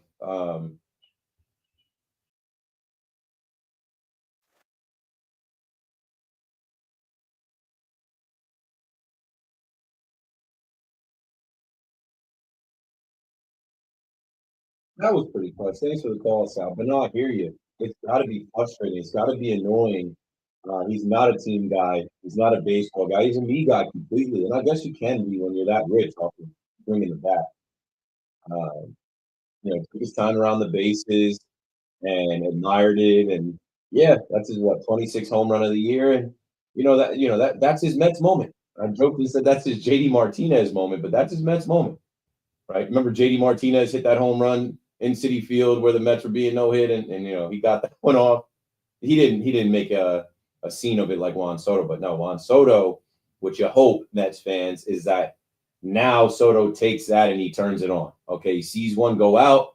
I mean, he's not going to be facing a pitcher that's thrown 120 pitches, but he sees one go out and he turns it on against Milwaukee and can kind of power you, because that's what you need, man. You need this guy to hit more home runs, driving more runs, and yeah, be a me guy. But be a me guy when you get into that box and the game is on the line, not when the history is on the line and the no hitter when you're down 4-0. You would think he hit a grand slam.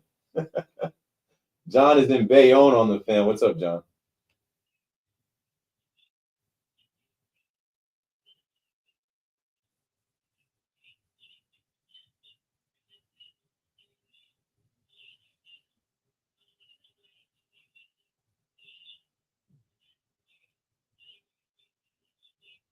Hero, King of New York. I did it, baby. Juan Soto. That's why they pay me the big bucks.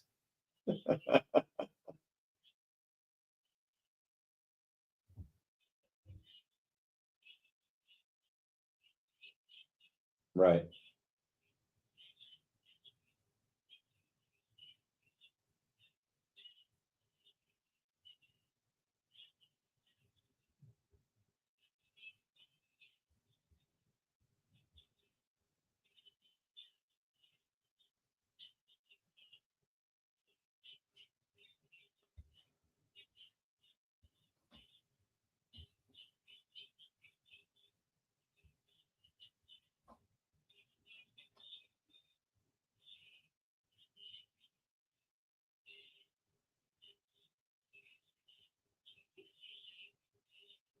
Thanks for the call, John. Sal's not going to go crazy tomorrow. Sal's going to pull up and do what Sal does. You know what, though? I literally was like, you know who they bailed out the most? Sal Licata. Because if they get no hit on the same day that Carlos Mendoza, the Met manager, joins Sal Licata on the midday show, never again. You know how Met fans are with Sal. I remember defending Sal when Sal was doing the overnight because I would hear fans call up and call him a mush and attacking him. I'm like, come on, man, this guy a break. You think Sal saying the NL East is over or all this other stuff? He's not that powerful, man. He's a fan like the rest of us. But yeah, I had that thought today. I'm like, oh no. I'm like, Mendoza was on the show this morning. If they go out there and get no hit, like no more appearances on Sal's show. But yeah, Sal's not gonna go crazy over that. They're off.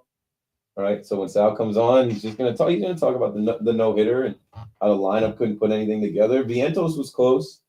I was listening to Howie Rose call the game, and he's like, yeah, every no hitter's got to play like that. That diving play that was it Kafis made. It's like every no hitter's got a moment like that. Play in the outfield somebody makes to keep it intact. And it was just like and the innings kept going. It was the 13 innings without a hit. Swept 2 out of their last 3.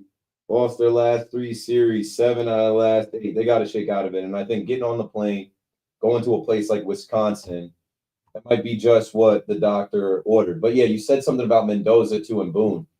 This week, Mendoza was sounding like Boone to me. Like he definitely went to the Aaron Boone School of Managing and Media Training. When he said, he defended his third base coach for not sending Tyrone Taylor. I'm like, no, you got to send that guy. He even defended Brett Beatty. I made a joke. I'm like, Brett Beatty's looking like he plays for the Yankees, throwing the ball around the grass. And he defended Brett Beatty, saying, oh, yeah, you got to be aggressive and try to make that. No, that was a terrible throw. But anyway, Mets lose, Yankees win. So the Yankee fan is above water a little bit. The Met fan, I just saw, shout out to Rami, who works behind the scenes here. Rami, a great young sports fan. He just posted a picture of Evan Roberts doing the Rico Bronya, and he wrote, Evan looks stressed. I bet he is. I would love, I was in here during game 161, 162, whatever it was, watching Loogie and Rosie and Evan Roberts watch that last game of the season. I would have loved to have a camera on Evan Roberts for the no-hitter today. That would have been classic to watch Evan squirm as they're about to get no hit. Yeah, looking at this picture now, Evan looks stressed. Like, well, what did Evan say the other day? Like this, it doesn't feel like this is a special season. But there's still a lot more season left to go. So 888-808-1019. A lot more show to go. And I got to get to these Yankee calls. Thank you guys for waiting. Let's go to Mario out in Long Beach on the Fan next. Good. Having conversations with everybody.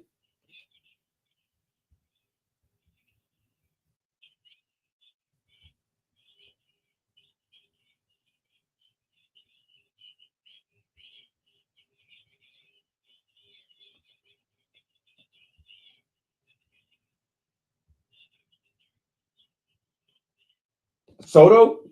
Yeah, I said he's asleep out there in right field. It's like, yeah, it's crazy to me that this guy.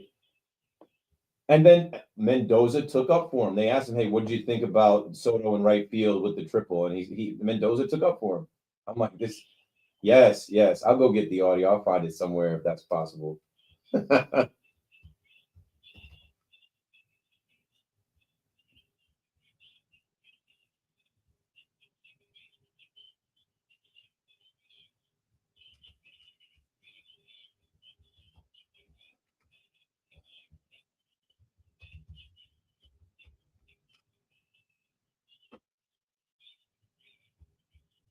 Listen, Volpe was in his head, and it got really loud. I refer to it as the whipping boy. There's always a whipping boy, whether it's Aaron Hicks, Joey Gallo, Josh Donaldson. It's always somebody. It's Devin Williams now. But it got really loud for Volpe, but he fought through it. Like I said, I felt like he went to the dark side. He's been a lot better. He had the hustle double the other day. He drove in the first run today. He's had a power surge of home runs. I think I heard today that he's got already his career high in RBI. So, like, we gotta support the kid a bit. Like, yes, I understand being mad at him, and he's a shortstop, and Boone taking up for him. We're past that point. He has been a productive player, and he's got more to do. He's going to produce.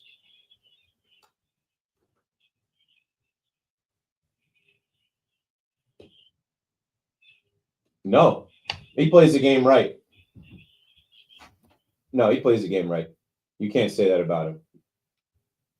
Thanks for the call, Mary. He plays the game right. I was talking to someone, earlier on Twitter, where and I love putting together the comparison of Juan Soto in a 3-game series makes more money than Anthony Volpe in a year, but it got so loud around Volpe and so quiet around Soto. That doesn't make any damn sense. It should be loud as hell around Juan Soto with the money that he makes and the lack of production. And then when you actually go to their stats shouldn't be so close, right? In the last 15 games, Juan Soto is batting 185. In Anthony Volpe's last 15 games, he's batting 264. Like, there's a lot of little things that you can pull and look at and be like, who's getting a better return on investment? They shouldn't even be so close in some of the numbers, even for the year, right? Like, Juan Soto's got 26 homers today with that one that barely got out. Volpe's got 17. Juan Soto's got 100 hits. Volpe has 90. But you would think that he's so far off from this generational player. 17 stolen bases, a career high for Juan Soto. Volpe's got 15. Like, when you look at these guys' numbers next to each other, Volpe's got 61 runs batted in. Soto's got 64. Do I need to continue? As much money as Juan Soto is making from Steve Cohen and the Mets, the Yankees are getting similar production out of their 24-year-old shortstop that makes what Juan Soto makes in a year. Juan Soto makes that in 3 days. It's funny, right? It's funny how we choose to eat our own and turn on a kid who is from the area that grew up a fan versus Juan Soto. Juan Soto was just he's strictly for pay, strictly for hire. He was going to the highest bidder, the end. And good. Congrats to the highest bidders.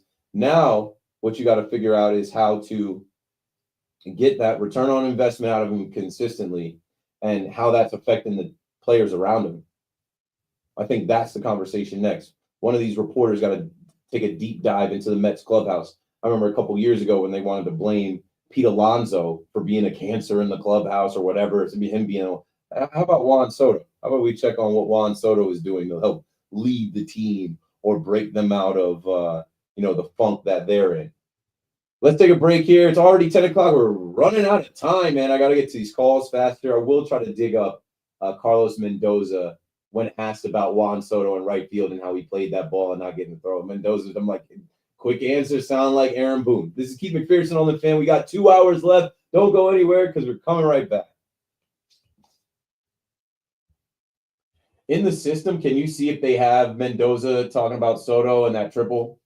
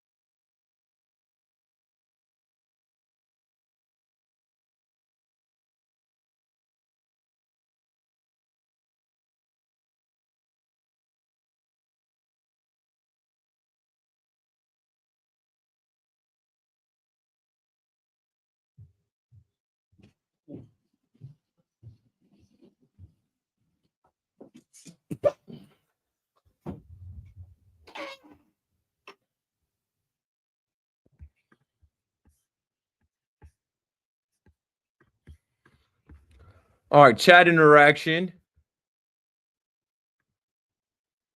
I couldn't make it past the first like 30 minutes of Bull Durham. I remember I did a Yankee podcast in 2019 and we talked about that. They're like, you never saw Bull Durham? I'm like, no. I tried to watch the first 30 minutes of it. It's too old. Couldn't get through it. Major League. Seen that. Field of Dreams, another one. Couldn't watch 30 minutes of it. Yeah, the douche is strong with Juan Soto for sure. Expensive douche.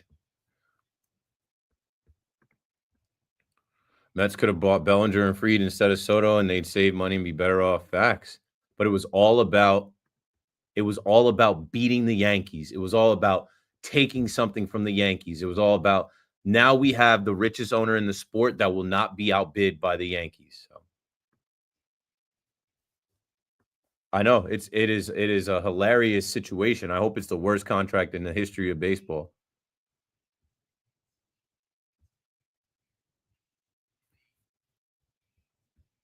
He must have got some. Maybe he got some in Miami. He got right.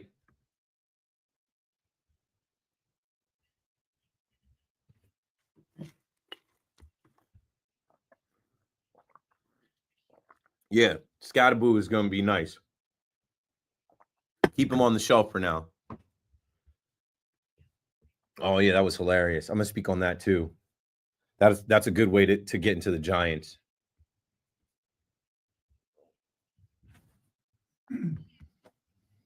After I clear some of my calls. I want to move on, but I don't behind the scenes type of stuff. I want to move on, but I also don't want to move on and then go back to the phone and they're not talking about the Jets. They're not talking about the Giants. They want to talk about Ben Rice or something. And I'm like, it's like a flow of the show. So I'm like, let me clear these before I start to set the stage for something else.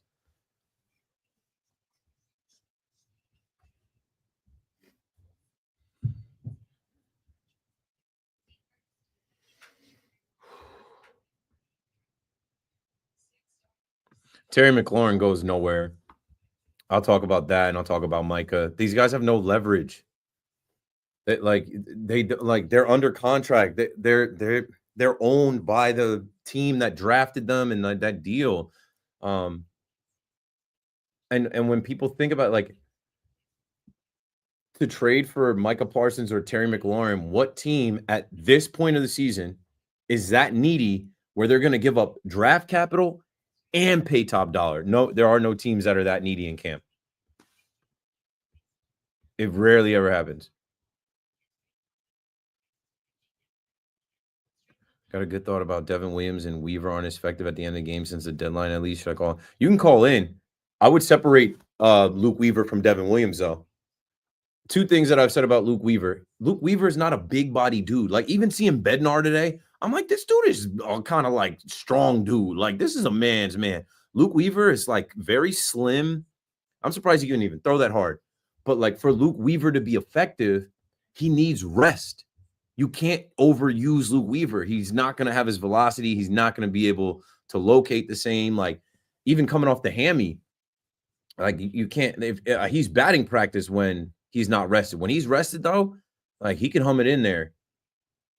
How is Justin Fields doing now? I'm going to speak on Justin Fields, too. I don't care about practice. I hope he fails 100 times in practice so that when he gets into the game, that's the whole thing on. I'll save it for the show. I don't expect Justin Fields to be Joe Burrow. He's a running quarterback. He's not going to be effective with that red jersey on. He needs to be in live game action where it's one read, two read, not there, tuck it and run. He also needs to be in an offense where the run is opening up the pass. Royals beat the Red Sox. Nice.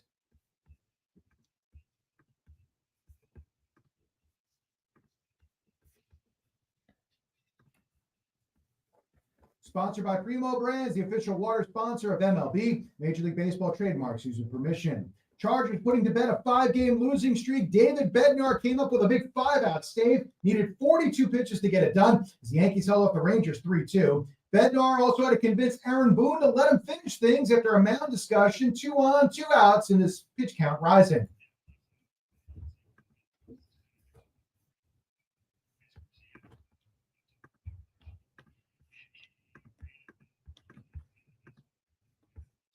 Paul Goldschmidt off the bench for the go-ahead solo shot in the 7th as the Yankees keep their hold on that third wild card. Meanwhile, Juan Soto, a homer with 2 outs in the 9th, broke up the Gavin Williams no-hit bid, but the Mets still fell to the Guardians 4-1. That's now 8 losses in 9 games. So what's the message to the group for Carlos Mendoza?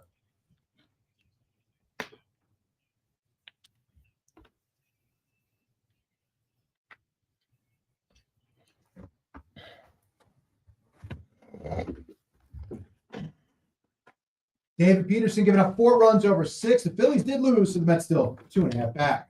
71 degrees, cloudy skies, Central Park. That's what's happening. I'm Marco Belletti.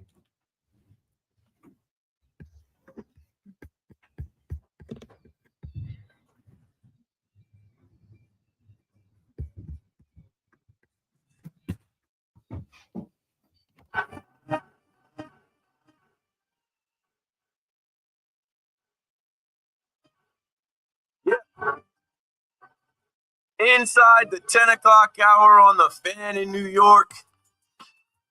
Let's get right to it, man. 888-808-1019. Keith McPherson, your nighttime host, taking your calls. I got to get to these calls faster. You know, it's funny. I'm on the internet and people are like, no one listens to your show. And I'm like, yeah, every night I do a show, I'm leaving people hanging. I'm trying to race through my calls. Also, there's data out there. Every night I do a show, there are thousands of people watching the live stream. There's over 1,500 right now. Through the course of 5 hours, it'll be probably 2,000-3,000. Not tooting my own horn, just saying a lot of y'all make stuff up. If you hate me, then hate me, right? If you hate me, like, don't go do that in private. if you don't like what I do, and trust me, I'm not for everybody, and I'm not trying to be. I can only be me. But there's so many people, like even we had Tony from the Bronx calling the last few nights. Or not even. He called last. He won't call anymore because Fleegs put the Sergi block on him. But I'm like, bro, how do you hate somebody, but then you guys wait on hold for 90 minutes to talk to somebody that you don't like? Or I'm getting all these negative DMs and things like that. Shoot the messenger. If you're mad, be mad. But I'm not a Met fan, right? I know some Yankee fans are mad as they listen to some of the Mets fans on the station. It is what it is.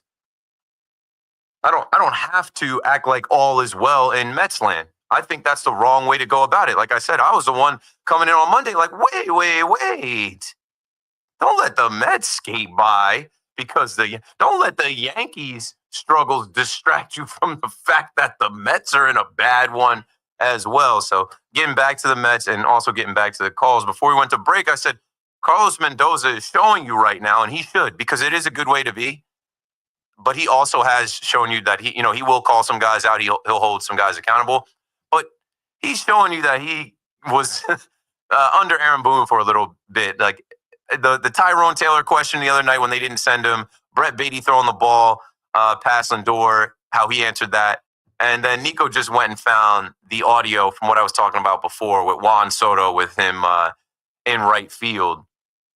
And what Mendy had to say. I don't even want to try and, verbatim it or let's hear what Mendy had to say about, Juan Soto's effort in right field, throwing the ball in earlier today after that triple. Carlos, were you okay with how Soto went after the triple in right field? Yeah, I think, I mean, he went over his head and then he bounced away from him. So, I have no issues there. Yeah, no issues. It went over his head because he doesn't always know where to stand in the outfield. It went over his head and bounced away from him because he doesn't always break correctly, and he's asleep out there a lot. Yeah, no biggie. This positive Tommy's line. Yeah, got no hit for 25 outs. No biggie. Ray is in Brooklyn on the Fan. What's up, Ray? Yo, Keith, my G, I just came out the gym. I threw on your show. You have inspired me to call. When I'm all about the double standards between the Mets and the Yankees. They want to be big brothers. So when you brought that up, I'm here for it, bro. So let's go. So everything you said is spot on, obviously, about Juan Soto, right? So, and here's the other thing. We spoke about, the double standard, how Volpe's father was getting killed by the fans and stuff. Well, when Juan Soto's family would never be criticized or whatever the case is. Yeah. But what about the fact, Keith, that homie got 20 solo shots out of 26 He's hitting 170, bro. Juan He's hitting Soto. 170 with, yeah, exactly. There you go. I like that one. I'm gonna take that one, Keith. Juan Solo. It went from so-so to solo because he's even worse than so-so. I mean, the guy's hitting 170 with runners on base and in scoring position. Like you said, both these numbers are comparable, and Met fans want to pile on our guys, right? They want to talk about what's happening with Volpe. What about their bum ass Alvarez, who had to get sent down to do with the #1 rated prospect in the bigs? He had to go to the minor leagues where he had 11 homers in 16 days. He came up. He's still a bum. He's a quadruple A player, Keith. What about Vientos, right? Everybody figured Vientos out. He's straight trash. Look at both these numbers. OPS and everything else, slugging higher than both those guys. So why don't they just mind their own, backyard and stop? Right. It's easier to mind the Yankee business because everybody minds the Yankee business. That's the whole thread I was speaking of this week. That, obviously, if you need to see who Big Bro is, the national news, the national media is talking about the Yankees' struggles, and they don't even care about Juan Soto, the highest paid player in the league, and the Mets' struggles. But now they do because they got no hit today. Now they do. Now, Juan Soto making SportsCenter because everybody got that no hit alert during the day. Now people are paying attention to the Mets losing 8 out of 9, being swept and losing 3 series in a row and being swept in 2 of them. Now people are looking at Queen saying, hey, what's going on with that high payroll and that rich owner? Yo, but Keeper, check this out. Not only are we big brother and always will be in this city, but we're still the #1 big brother organization in baseball because when the Dodgers are busy losing like 12 out of 13, like twice this year, nowhere on SportsCenter can you find a negative thing said about the Dodgers. The minute that the New York Yankees are struggling, it's all over the place. They can't wait. And I'm going to, keep real. You just made me think of something, bro. The Dodger fans gave Mookie Betts a standing ovation because he's hitting 230. Oh, my God. Wow. All-time world champion, MVP, perennial all-star. We got to give Mookie Betts a standing O. Volpe didn't even reach those levels. Work, come on, and he's making all that bread to a Volpe with the 800 racks. But and I'm gonna leave you on this. Now, Met fans can finally shut up about the AL East is trash because the AL East has trounced them this year. Head-to-head. Just lost to the Guardians, the same Guardians that said was a cakewalk for us, and they didn't have to see Emmanuel Clase or Luis Ortiz. Peace. The Guardians are 6-0 against the Mets the last 2 years. So everybody, all the little brothers just need to shut up, mind their own backyard. I appreciate you, G. I'll talk to you soon.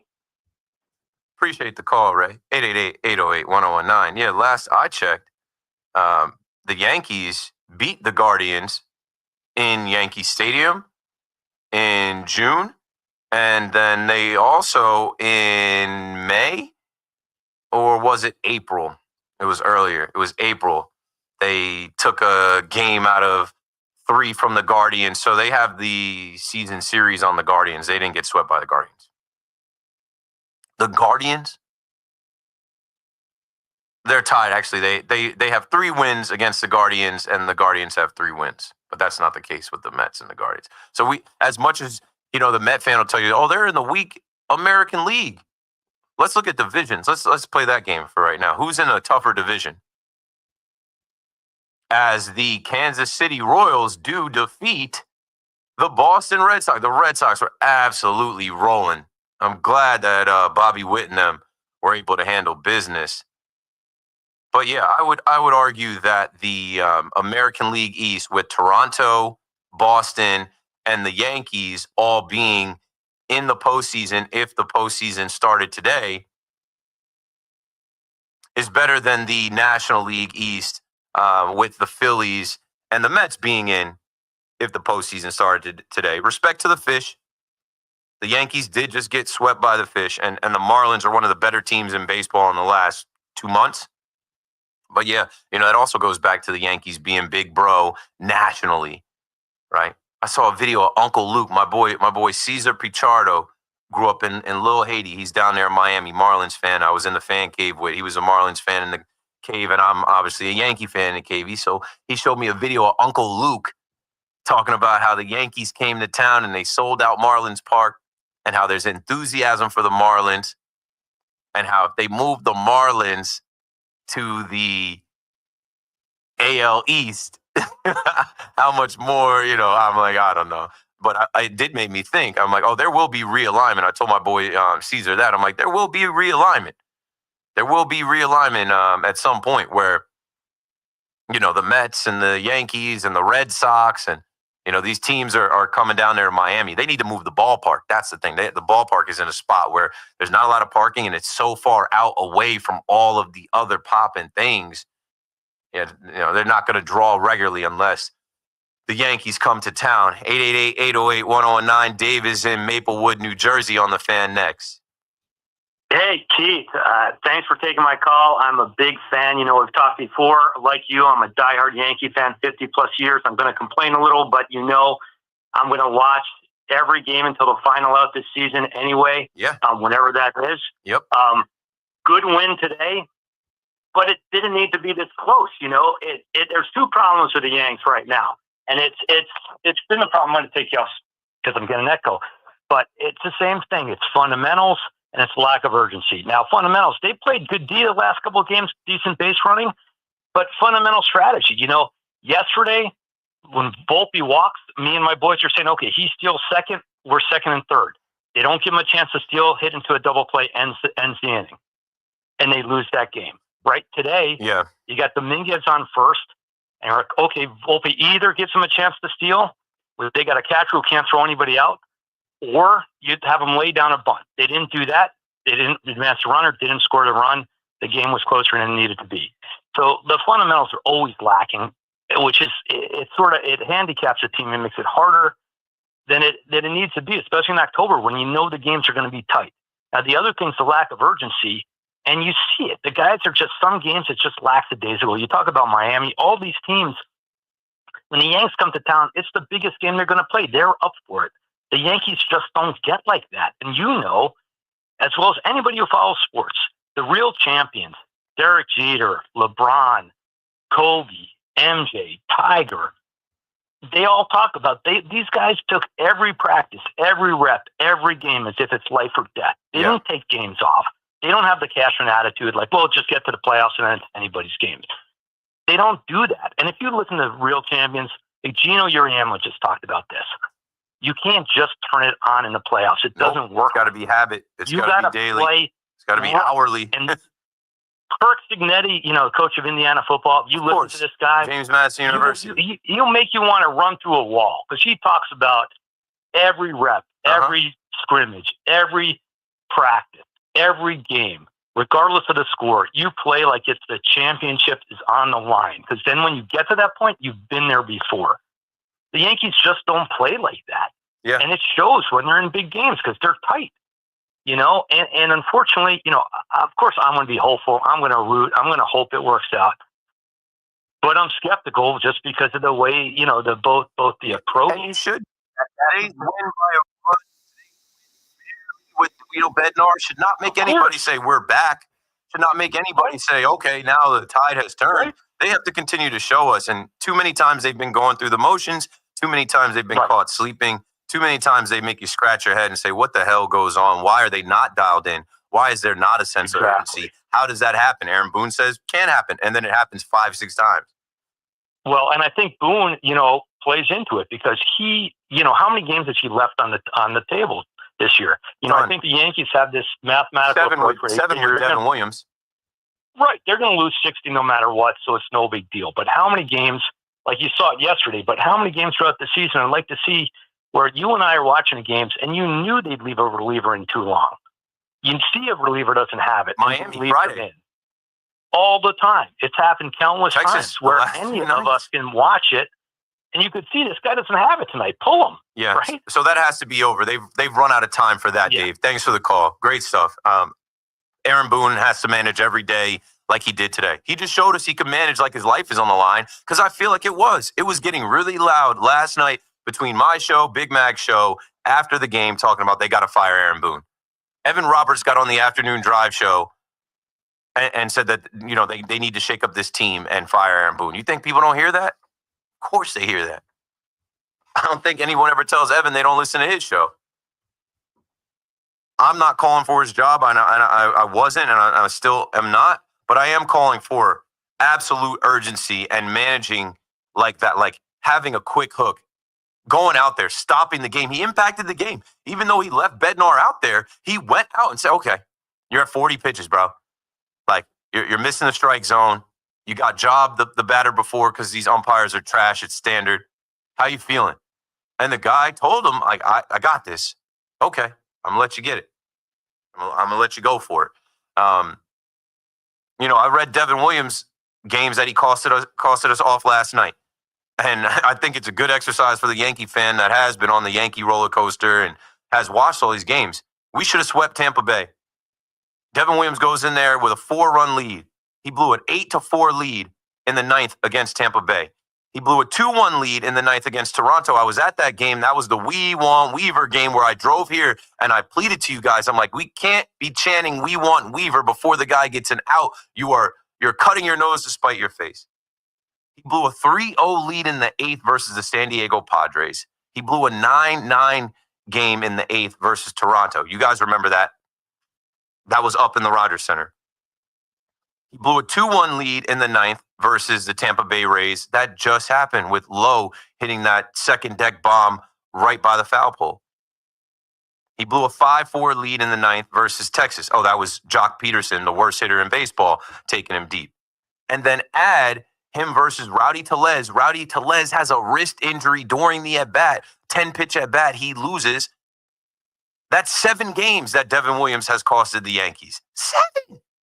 And what I said last night was, that is the difference in the standings. You're 6.5 games out of first place. Yikes. Jack is in Massapequa on the Fan. What's up, Jack?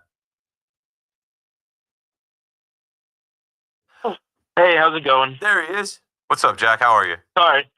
I wanted to ask you, do you think that David Bednar, after his, I think 5-out save today, do you think he's solidified himself as the closer? Or do you think Boone will go to other options such as Doval or even back to Williams? I think after him throwing the 40-plus pitches that he threw, he may not be available Friday, where a Doval or a Weaver could potentially be the guy. Devin Williams is done, though. They cannot do it. They cannot pitch Devin Williams in the Bronx. They cannot pitch Devin Williams anywhere on earth with a lead or with a high leverage. That is done. What I will say, they won't come out and say David Bednar is our closer, but that performance, like what he did today to help the Yankees win, he's looking like the closer. He looks like a guy that wants to be the closer this year and next year. He looks like he's got the stomach for it. It looks like he's got the guts. Like, that was gutsy. I agree with that. 5 Ks, 5-out save, like running his pitch count up, the umps not helping him, like, and still just like keeping his composure and overcoming that. That is the medal that you want in the guy with the ball in his hands to end the game. I agree with you. Do you think that Boone will announce him like going forward as the closer, like within like a week or so? Or no. And I think he should stay away from that, because trade deadline night, I had a 5-hour KM to AM, and I laughed. I think I was talking to Ack, and the first thing I said was, Boone just got off the post game talking about Devin Williams as the closer. No, he's not. Cashman solved that problem. It's been a problem all year. No, he's not. There's no more job security. Boone, your job isn't safe, right? They challenged Volpe. I feel like with them going to get Caballero, even though they haven't put him at shortstop, just putting the threat of, we have another shortstop in the clubhouse. Challenge Volpe. Volpe went to the dark side and back, started playing better. Nobody should have job security. Austin Wells, Ben Rice can take your job. Like, you have to perform. I agree with you. Do you think Volpe's job could be in jeopardy if Caballero starts hitting well? No, I think Volpe on this road trip, he did enough to kind of quiet the waters, steady the ship. I think Volpe, as much as they believe in Volpe, like I literally heard Cashman on this radio station talk about what's the alternative. Now, he gave us an alternative getting Caballero, but like I said, they haven't even spelled Volpe yet with Caballero. You've seen Caballero play right field, third base. I don't know when they're going to give Volpe a break. But what needed to happen was, and I called for this. Thanks for the call, Jack. I called for this. I thought Ahmed Rosario was that. I said, how did Volpe win the job? He won the job competing against Peraza and IKF. Iron sharpens iron. These are athletes. They need to feel that. They need to feel that instead of, okay, I'm in a lineup every single day. My job is safe, and I can go out there and spike the ball. You need the threat of you could be on the bench. You could not be out there playing with the team you grew up rooting for. And it did something to him. It did something to him. We were just talking about Volpe playing the game right. Never saw him hot dog. Never saw him celebrate. Never saw, like, when he hit that silencer and he held that silencer, Selly, for a while, looked at the dugout like he walked the game off. It was just a homer to tie at 10-10, but I'm like, good. It's like he reached deep down inside of himself. He got pissed off. He found the fire to compete. It's the highest level of competition. You need that. So, yeah, I feel like all of these guys now, they need to, and Devin Williams, you lost your job. It's done. It's done. There are 3 other guys that can do that job. That's it. You're not coming back here next year. Have fun pitching for the San Francisco Giants, whatever, whoever it is. But, like, guys rolling out there every day no. Like, the next one for me is Jazz. I haven't mentioned his name tonight, but Jazz is in a funk. He's in a bad one. And, only conversation around Jazz we've had is about that stupid play getting doubled up at first base and then doubling down on it. I think that's the dumbest thing of the year. Not Wells walking off second base, which they were able to overcome and win the game. Not Dominguez not knowing how many outs there were in Fenway. And I don't know how many other bonehead, stupid Ben Rice in Fenway getting caught on the base pass. Jazz talking about thinking Edwards was going to drop. Like, that was stupid as hell. Even if he did drop the ball, he could sit down, throw the ball behind his back to second base and get you out before you get there. There was no play to be made there. And then to go into we're not stupid. Don't tinkle on my head and tell me it's raining. Don't tell the media, though, like, oh, yeah, if the situation happened again, I wouldn't change anything. I'd do the same thing. That's stupid. I would hope that you learned. I hope that you would do something different.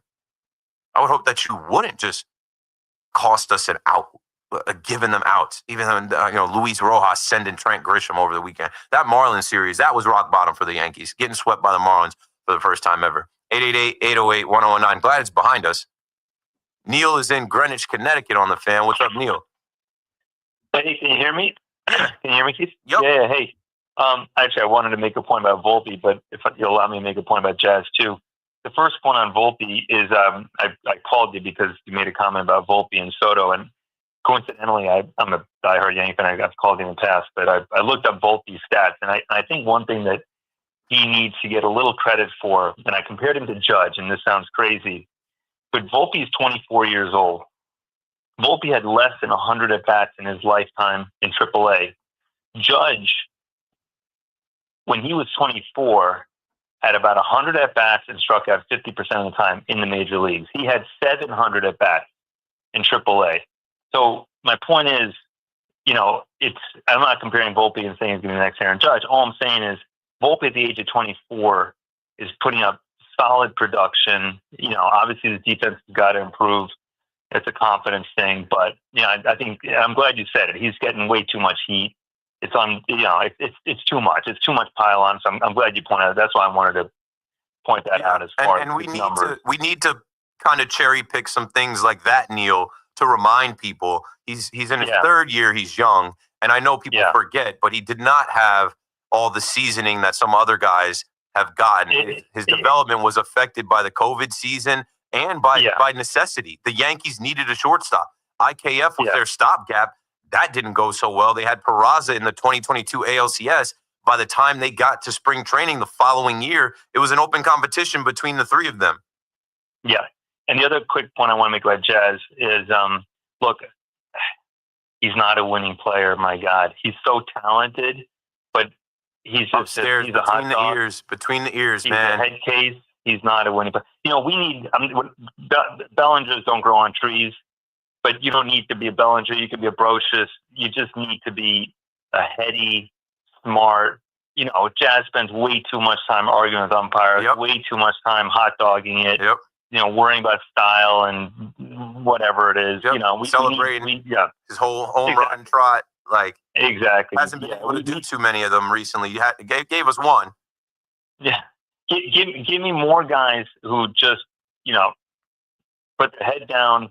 I'm not a big Goldie guy. I mean, he's obviously had a great career. Obviously, we're getting him at the very end of his career, but I give him credit. The guy's a pro. I mean, the guy doesn't say a word. He keeps his head down. He does the best that he can. And we just need pros. That's all. So I'll let you go, but I just wanted to call on that. Thanks for the call, Neil. Yeah, Goldie, oldie but Goldie. I am happy for Goldie because I was someone saying we don't need Christian Walker, as we will see Christian Walker versus Goldie this weekend because the Astros signed him. I was saying, hey, Paul Goldschmidt can get it done. Now, they have to not overuse Goldschmidt, as he's about to be 38 and we're late in the year. But what a big series for him, homering twice.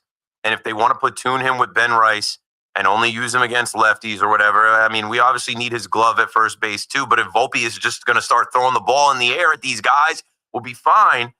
Yes, Goldie goes about his business in the way that you want guys to, but not everybody's the same. And what I'll say for Jazz is we need his spark plug. We need his swag, his aura, his energy. But man, he's got to get it together as far as like going at the umps, blaming the umps. The umps are trash for everybody, bro. They're not going to give you anything. Lock in. Get back to what you were doing when you came off the IL, and be accountable. That's the number one thing. When Wells walked off the bag, he said, "Yeah, I was just being an idiot." Jazz, it's okay to say I was just being an idiot. Don't try and fool us, bro. We've watched thousands of games. We all played baseball growing up. There's no play to be made there. You can't make one up. 888-808-1019. We got to break it down. Keith McPherson on the Fan, taking your calls again right after this. No matter the season, New York sports never stop. Yankees, Mets, Giants.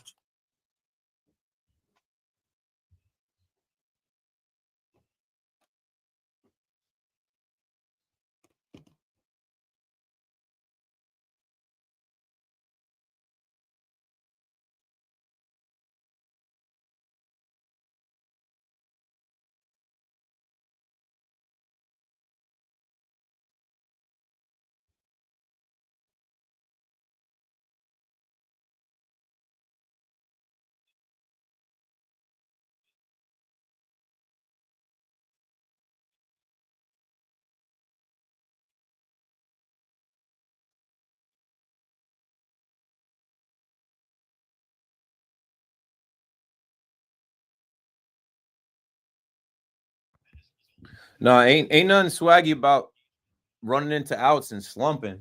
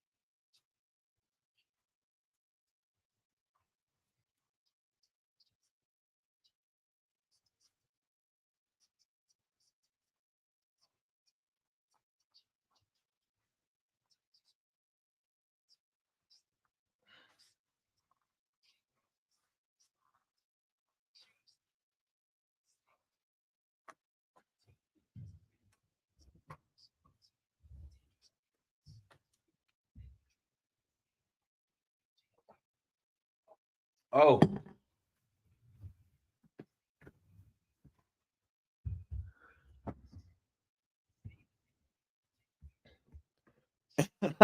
For real, though. Jazz can be super frustrating. Shout out to Willie, man. Shout out to Willie, man.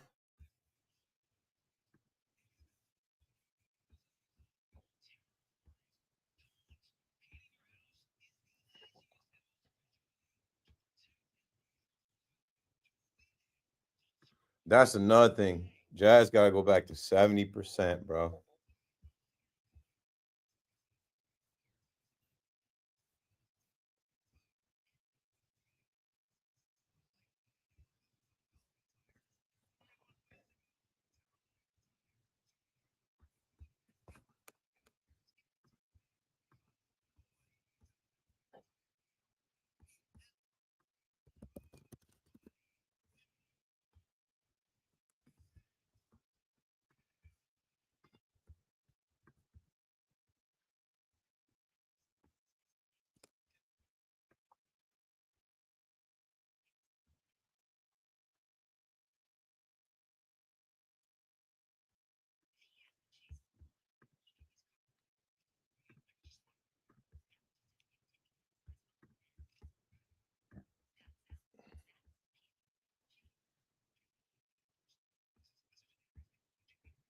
slow heartbeat kind of guy. You know, I was just with Willie Saturday, and he's just like, he's a New York cat. He's someone that really is a student of the game, a historian, appreciates the game, like played the game right. Played the game right.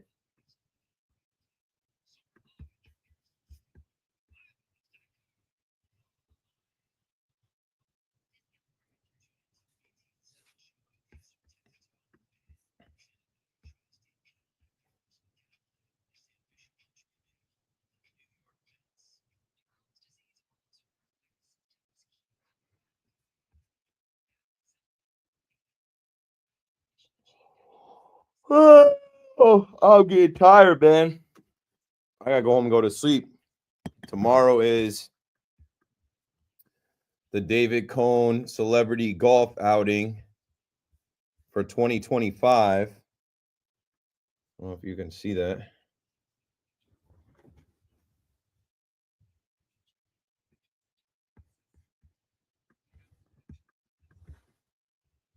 I'm not gonna play only because I'm not shook to play. I don't care, and like not for nothing. Like I'm not a golfer, but I think if I rented some clubs and I went out and swung, I'd be able to compete with who's out there. There's a lot of old heads out there, but since I'm doing this till midnight, I probably won't go home and sleep. I can't go to sleep at night, bro. Obviously, because I do this shit. Like there is no me going home at 12 and being asleep by 12:30. Check-in is at 9 a.m. I got to take my wife to the DMV at 9 a.m. for her real ID. Any of y'all got a real ID yet? My real ID appointment is August 12th, so next Tuesday. But I got to take my wife to her real ID appointment. And then I got to pick up my boy Joel from the train, and he's going to ride out with me. And supposedly they're starting like a shotgun start. Any golfers in the chat, they're doing like a shotgun start at 10:30. And I'm like, I'm not going to be able to drive out there, rent clubs, get in a group and do this shotgun start by 10:30 a.m. So I'm just going to go chill. I'm going to ride around in the golf cart, do some content type stuff, help people out. People need water. People need food. That's what I did 2 years ago. Last year it rained. And so last year was only the dinner. But we do the golf during the day. And then at night, there's this whole like dinner auction. People speak. Last year was Wade Boggs, Ramiro Mendoza, Bernie Williams, Joe Girardi, and David Cohn. I think Real ID is just a money grab, and I still need to get mine. Yeah, I'm getting mine next week. My wife is getting hers tomorrow.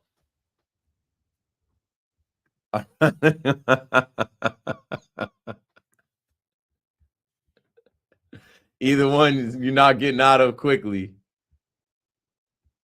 Yo, Hector in here. What up?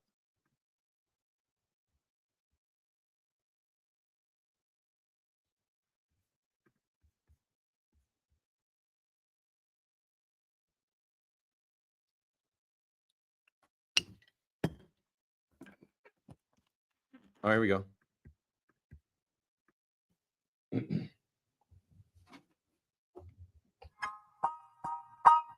Hey.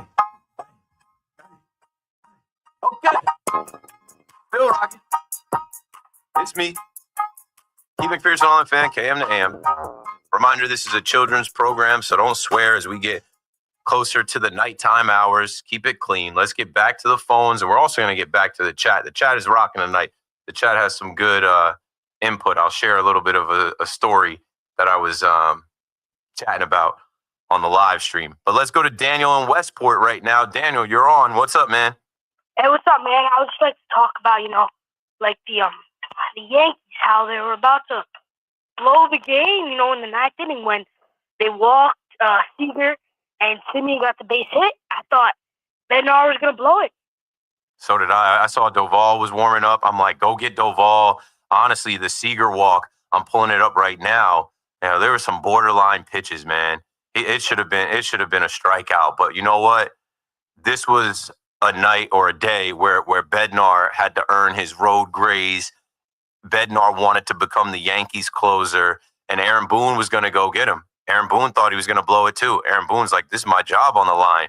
But he let David Bednar close the game, and now we all feel good about the fact that Devin Williams isn't the closer anymore, and David Bednar most likely is. Yeah. What do you think they're going to do with Williams? Do you think they're going to put him out to AAA? What do you think? He might be serving 99 burgers up on the concourse. Maybe he's giving out Jerry Garcia bobbleheads Friday. Yeah. I don't know. And then one more thing I'd like to talk to you about is with the Mets, you know, they almost got no hit by a mediocre team. Did you see any of that game? I did, yeah, I watched some of it. It was like the Mets could not buy a hit. Williams was rolling.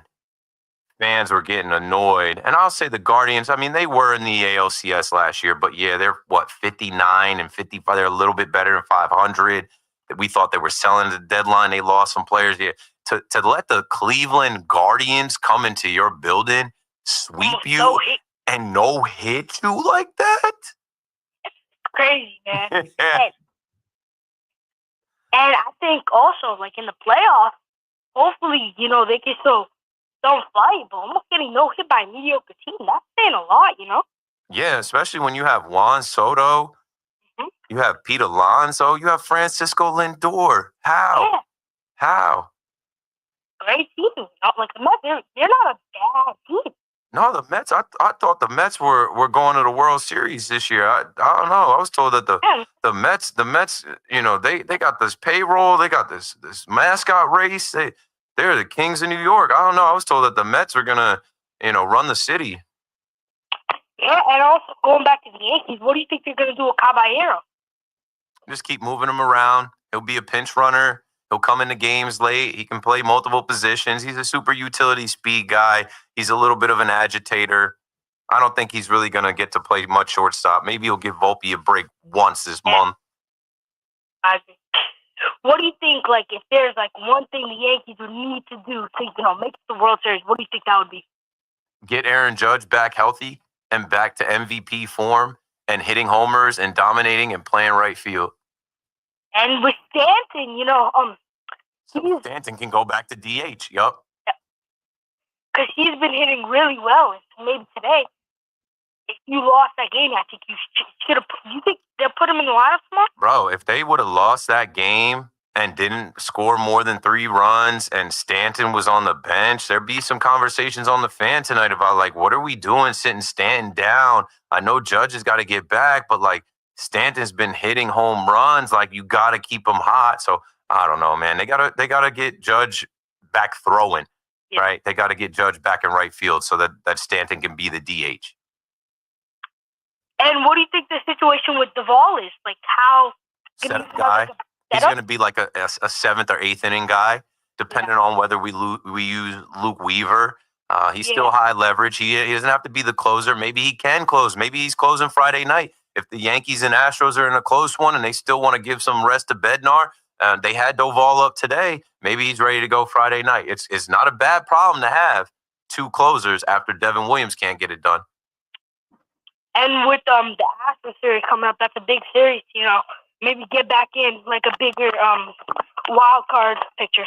Yeah, if we could climb up to the top wild card again, like, you know how much juice it would give the fan base to sweep the Astros? The Astros did lose to the Miami Marlins. So, you know, I know it isn't just the Yankees. The Marlins are pretty good. Dan, you're the man. Thanks for the call, Daniel. I mean, the young kids got it. He was like, did you see the Mets? Who didn't? That's on Sports Center. That's embarrassing. In your building, the Guardians? The president said that they got to change their name back to the Indians. King George is up in the Bronx on the Fan again. What's up, King? Live long and prosper. Here's a story about a guy named K-Mac for all to see. Everyone who went against the show locked themselves up in a penitentiary. Hey. And I want to say, don't fire Boone this year, but if he comes back next year, forget it. He's coming back next year and 2027. He signed a contract extension for the next 2 seasons after this one. And we know a contract, it's like a man and woman that's married. They don't always see eye to eye. And then the divorce lawyer comes. Because, man, they don't always see eye to eye. Nah, you don't want that divorce lawyer coming. Yeah, especially if you're a man. They say 2 people make a mistake and the man does the paying. Who is they? Who said that? My father used to say that about divorce. Yeah, no, I don't want to. I'm a married man. I just celebrated 4 years being married. I'm not trying to do that divorce. I'm good. I'm not trying to see no divorce. My wife and I don't see eye to eye. I'm taller than she is. I just look the other way. You got it, sweetie. Yup. You're right. You were 100% right. I was wrong. And my father, when he get upset, he just walk out the door. He didn't, they didn't see eye to eye. Me too. I'm going to the stadium. I'm going to the station. I'll let you cool off. And he lived through 2 world wars, so hey. God bless. Yes. And like I said, you always put out, it makes your show interesting. What? It's like I'm talking to you in your living room when you're talking to me in my living room. That's what I'm going for. I don't yell. I don't have any stick. We're just hanging out. If you ever meet me or see me, this is how I talk when you see me in person. Yeah, and it's like when I had lunch with Steve Summers. Oh, the great schmoozer. Yeah, I mean, nobody can schmooze like the schmooze could schmooze. No, because when I ate lunch with him, he used me as part of the prop. He goes, "Yeah, I had lunch with King George, and he inhaled a whole chicken." You got to check out his podcast, man. He just had Jerry Seinfeld on, me here, you there, Steve Summers podcast, wherever you get your podcasts. Oh, I got to try. Oh, did you know, what was his name? John Herman? He had John Herman on before Jerry Seinfeld, but Jerry Seinfeld's episode is all time. Oh, no, I had lunch with Bill Daughtry. Oh, okay. And he said I inhaled the plate. Where's your lunch spot? You got a lunch spot in the Bronx you go to? Manhattan? Uptown? No, we went to the Carnegie Deli. Deli. Oh, yeah. Remember we had to talk about Frank's and potato salad? Sure. I'm going to treat you and Zoo to Cats. Because you know what? After I had that talk with you, people were calling me that knew me, called me and said, take you and Zoo to Cat's Deli, and y'all change it to our treat. Well, yeah, you might have to bring a paper check, because me and Zoo, we could put it away. Thanks for the call, King George. Hey, 1019. You might have to bring a few Ben Franklins after that one. If it's on you, me and Zoo, we might come through and eat like the whole crew. Harvey's in Dix Hills on the Fan. Good to see you up there, Harvey. How you been? How you been? By the way, you got to give that kid before his own show. Hey, these kids got it. I talk about it all the time. They have the phone in their hand. They have information and access to everything. They have free time. The world is yours. Why don't you? I was stunned. I mean, this could go on for probably another 20 minutes. I was letting them for the most part, but my show's gonna evaporate in an hour. I had to go. Well, that's why.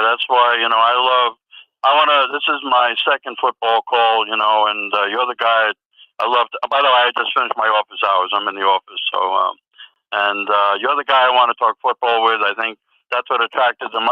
Your show attracted me to that. I think I was on your first show when I heard you were a Division I quarterback, and you're great. You're a great listener. I can tell you that right now. Thank you, sir. Yes, and this to me, I want to talk about football. As I said, this is very interesting to me, and your opinions are valued. I thought that the Pittsburgh Steelers were going to trade up to get Jackson Dart or another quarterback. Didn't happen. And now we have 2 of their quarterbacks in New York. We have Justin Fields. We have Russell Wilson with the Giants. and they have Aaron Rodgers, and this is going to be fascinating to me. And it looks like Russell Wilson is passing well. Your opinion about a quarterback like Justin Fields, who is only one of 3,000-yard runners in the history of the NFL, who I thought he was a better passer. Apparently, I'm not watching him in camp. Apparently, they don't think he's passing well. Can a quarterback like that improve his passing when he runs so well? Your opinion on that one? Yeah, so specifically with Justin Fields, I started to talk about it a little bit last night because I did come across his practice stats. And this is so annoying to me as someone who threw interceptions in practice that nobody saw outside of film, as someone who incompleted 5-6 passes in a row in practice, but nobody ever saw it on Instagram. I feel bad for the kid in his first year with the Jets. You can go on Football Forever and see that he's 15 of 43 passing in practice. Fail all you want in practice. Take your time in practice because it's not real. So when you see Justin Fields also wearing this red jersey in practice, he's not getting sacked. He's not feeling the actual rush because no one can lay a hand on him because they need him. They had the scare, the first padded practice of him getting carted off.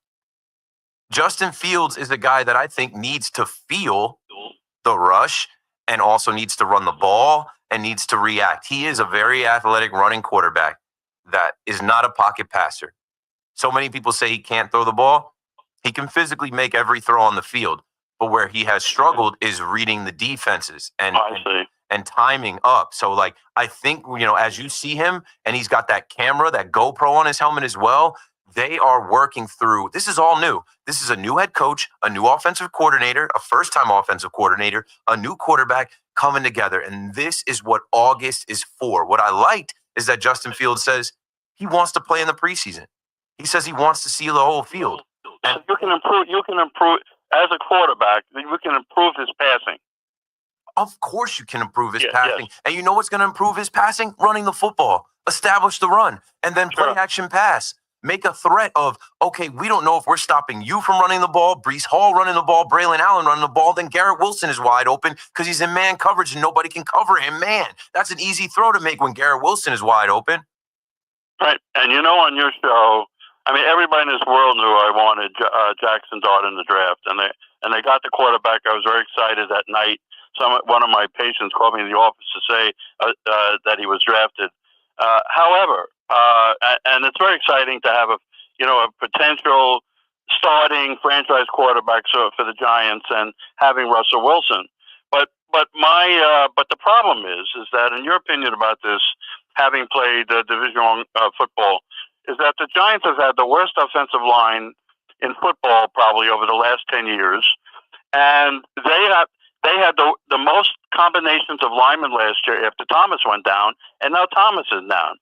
And they really haven't improved this offensive line. They've only drafted one lineman in the last 2 years. The question is, if you want to improve, can an offensive line improve? In other words, people talk about consistency. You have them repeat year after year, they get better.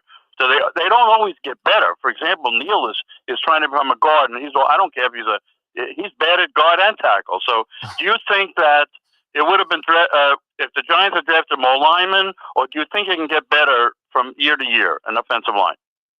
Their offensive lines are about cohesion. They're about reps. They're about knowing where guys are, picking up fronts and blitzes and knowing protection. And you need reps. And you need reps with the same guys. So for the Giants, health is paramount. It's key. Andrew Thomas is one of the best offensive linemen in football if he's healthy. He's on the PUP list right now. Again. If he's healthy. And we hope that he's ready to go week 1, because if he's not ready to go week 1, then you're right back to square one. Here we go again. Exactly. Right? Would you say that? John and the other two things, I know you got other callers. Yes. You're a Dallas Cowboy fan. Unfortunately. And you know I like Milton's arm when he was on New England. I think good things coming out from camp about Joe Milton. Yeah, I mentioned that on your show, on Melissa's show. He's like the one-game wonder, 267 yards against New England, and they only exchanged draft choice. That's the other lineman I wanted the Giants to get. He's doing well in camp. Yeah, I was just reading about how, some periods and some practices he's finished with people saying, hey, he looks better than Dak. And, Dak is coming back from injury and still has a lot to prove. So that's good. I going to be picked glued him out to the as that bench as long as quarterback. Dak is healthy. As long as Dak is healthy, he's not going to play. But, hey, future, hey, I don't mind him sitting and learning behind Dak. He's got the physical tools, the intangibles, and Dak gets hurt every year. So, yeah, I thought so. Nobody agreed with me on Milton, but that's another question. But the last thing, I very rarely talk about the Yankees because I am a Met fan. And when the season started, the Mets were going to sign Devin Williams. Remember, I mentioned your show, Malusis, and that I found a little blurb that he had stress fractures. I'm not bringing it up. I'm not an orthopedist, but I told you that I had consulted somebody in my hospital as an orthopedist, right? And he said he doesn't know how a major league pitcher can pitch with stress fractures. And I heard Wallman today on the air say, I don't know what's wrong with him. And the fact of the matter is, I don't know. Nobody has mentioned, since I made that call earlier, I haven't heard a report about his stress fractures. And his ERA is 5, and he's had a terrible year. I'm not shocked about that. I'm telling you, Keith. Yeah, thank you for the call, Harvey. I remember speaking to you about it, and I spoke on it. He's way beyond that. He's way past that. That was an issue last year with the Milwaukee Brewers. His velocity is where it is, and it's a mental thing. It's a head case thing. It's a body language thing. It's a things not going right for him, and him going into the tank. He's not hurt. He's not hurt. Devin Williams not hurt. But if they want to phantom IL him, there you go, Harvey. They want to phantom IL him with Jonathan Loizaga back. That's what they put Jonathan Loizaga on, the back tightness. Say that Devin Williams got some type of back issue, but it's not a back issue. Devin Williams is fine. Devin Williams had a dominant stretch here last month, and he blew it his last 3 times out, and that's it for his Yankee season. As far as being the closer or being in high leverage, they better not get cute. There is no unless. It's done. It didn't work out. 888-808-1019. What I was going to say about the Giants, can we not quit on Evan Neal so fast? And John Jacob Jingleheimer Schmidt so fast? The more that these guys see defenses, the more reps they get together, the better that they'll be. Also, I don't think we gave Daniel Jones enough flack as the quarterback for picking up blitzes and recognizing the defense and calling out protections and things like that. A lot of it's on the quarterback to get them in the right play, get rid of the ball. Russ is a savant. Russ has seen all of it. Russ should be fine. And at Russ's old age, I hope he's not holding on to the ball this year. He did a little bit with the Steelers. I hope he shakes that, and I throw it up to Malik Neighbors. Malik Neighbors going to be fine. There's always a lot of scares, it seems, with Malik Neighbors coming out of camp, coming out of practice. He is the one guy that you can't afford to lose, can't afford to have hurt. So I don't mind anytime I see a report about Malik Neighbors coming out of practice. But the combination of John Runyon Jr., who you added last year, Greg Van Rotten, who you added last year, Jermaine Illuminor, who you added last year, you didn't need to draft offensive linemen. You just need those guys to be healthy, along with Thomas, along with Neal, and stay healthy so they can have cohesion the whole year and push forward. The run game should be better. It's another guy, Cam Scatterbu. He's not practicing, but so what? We are about to walk into preseason football games, folks. I cannot wait. I can't wait till we have actually like preseason Jets games, Giants games to talk about. Keith McPherson on the Fan. 1 hour left. When we come back, we'll do the big shot of the night, and then it's open mic time. I will hit you with, random stories about smelling salts being banned from the NFL and other things from Major League Baseball, and you could do the same. 888-808-1019. We'll be right back. It's Boomer and Gio, mornings on the Fan, 1019 FM. Yeah, it really comes down to Aaron Judge coming back and being the dominant force that he is. So that's what Brian Cashman is banking on. Listen to Boomer and Gio on demand on Apple.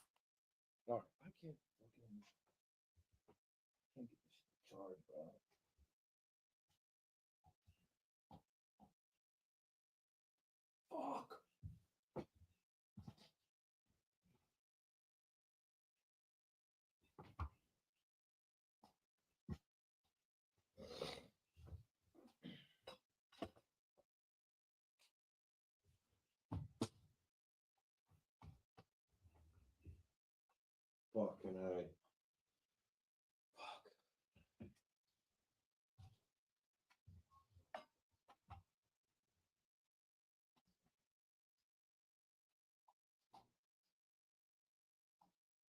Bro, this is fucking stupid.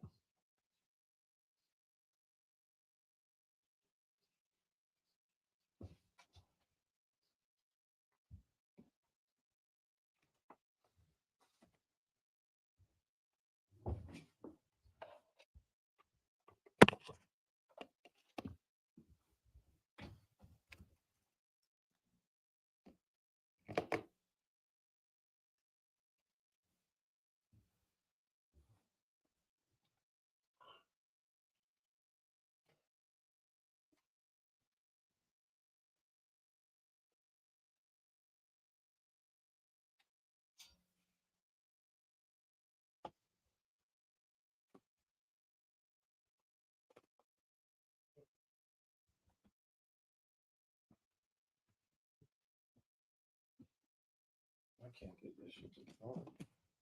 It's like not enough outlets in here.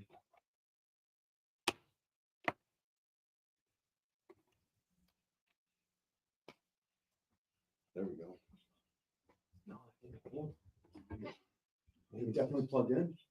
It showed that it was charged and then it went away.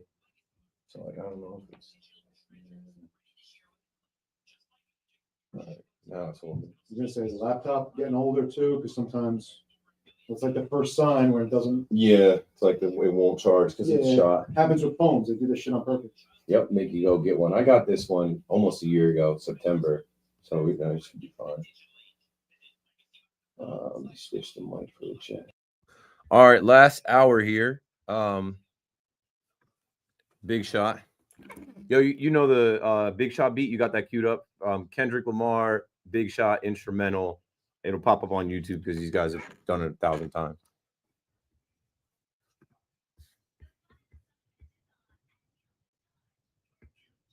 I'm not rooting for the Cowboys. I started that when I was a kid. I've already said multiple times. It sucks though. It's like I've been on the fan 4 years. I can't lie about my fandom from when I was a child. But you guys don't see me in here wearing Jerry Jones gear. It doesn't move me. I don't have it in me. I've honestly not rocked any Dallas Cowboys stuff since they lost first round to the Packers 2 years ago. That's when I was done.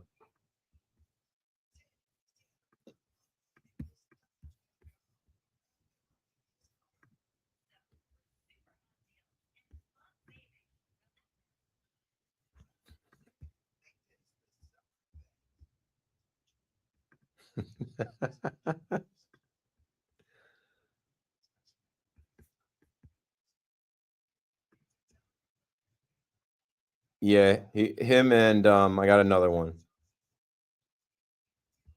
Micah ended up in Philly. He hates Philly because he's from PA and went to Penn State and he doesn't want to go to Philly. And I don't think they're trading for him.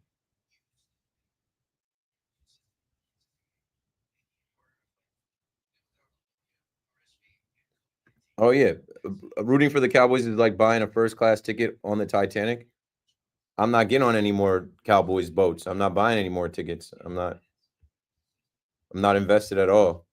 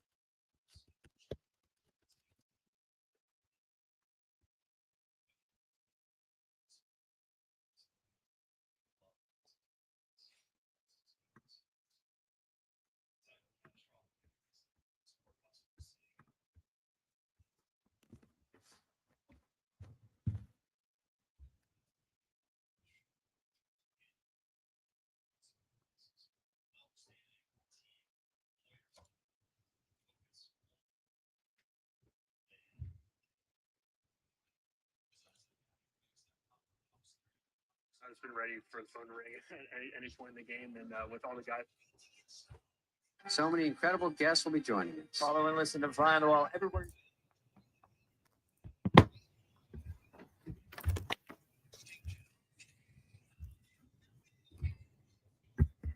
Sponsored by Primo Brands, the official water sponsor of MLB, Major League Baseball trademarks used with permission. Yankees able to avoid a winless road trip, holding off the Rangers 3-2. That was courtesy of a Paul Goldschmidt pinch hit solo shot in the seventh.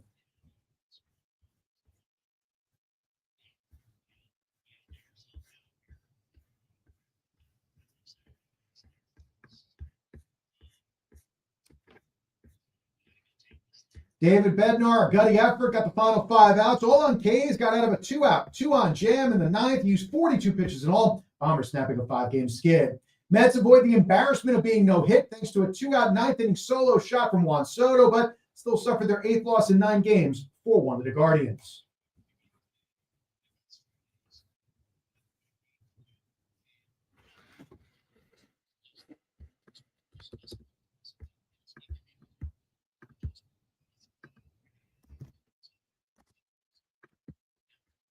David Peterson, the loss, gave up 4 runs over 6. The Phillies lost, so the Mets still 2.5 back. 70 degrees raining in Central Park. That's what's happening. I'm Marco Valletti.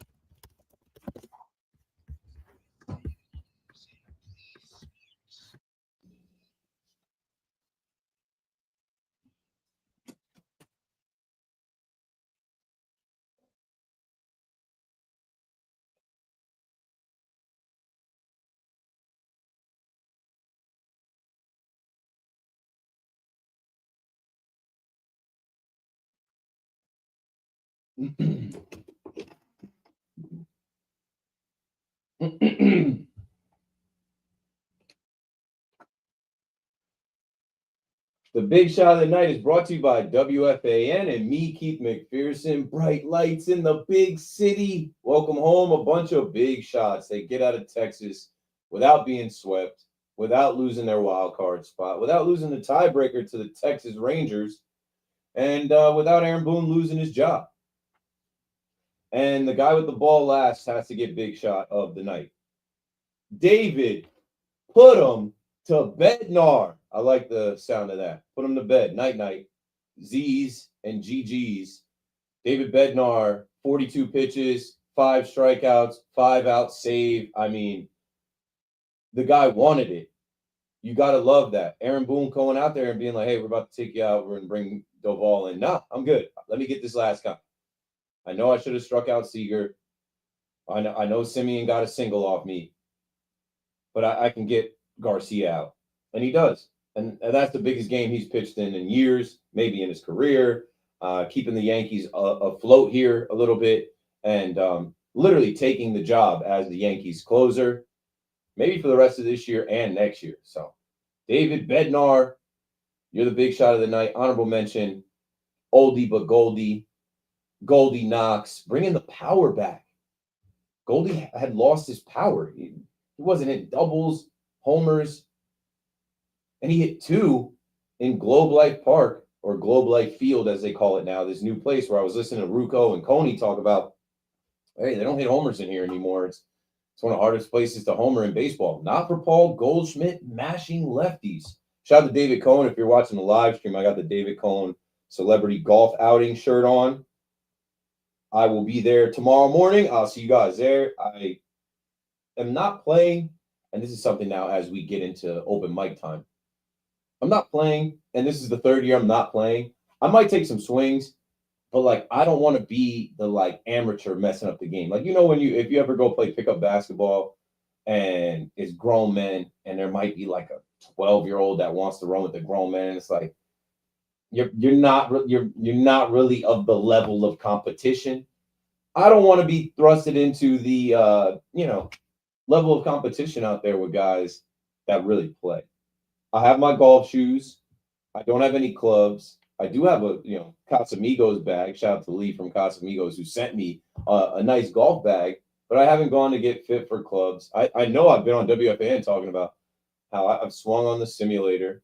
I have a swing. I know how to hold the club. I know how to swing. I have my form down, but I'm not going to play tomorrow for 2 reasons. One, because I don't want to mess up anybody who's like really serious and locked in, playing out there at Brook Lake.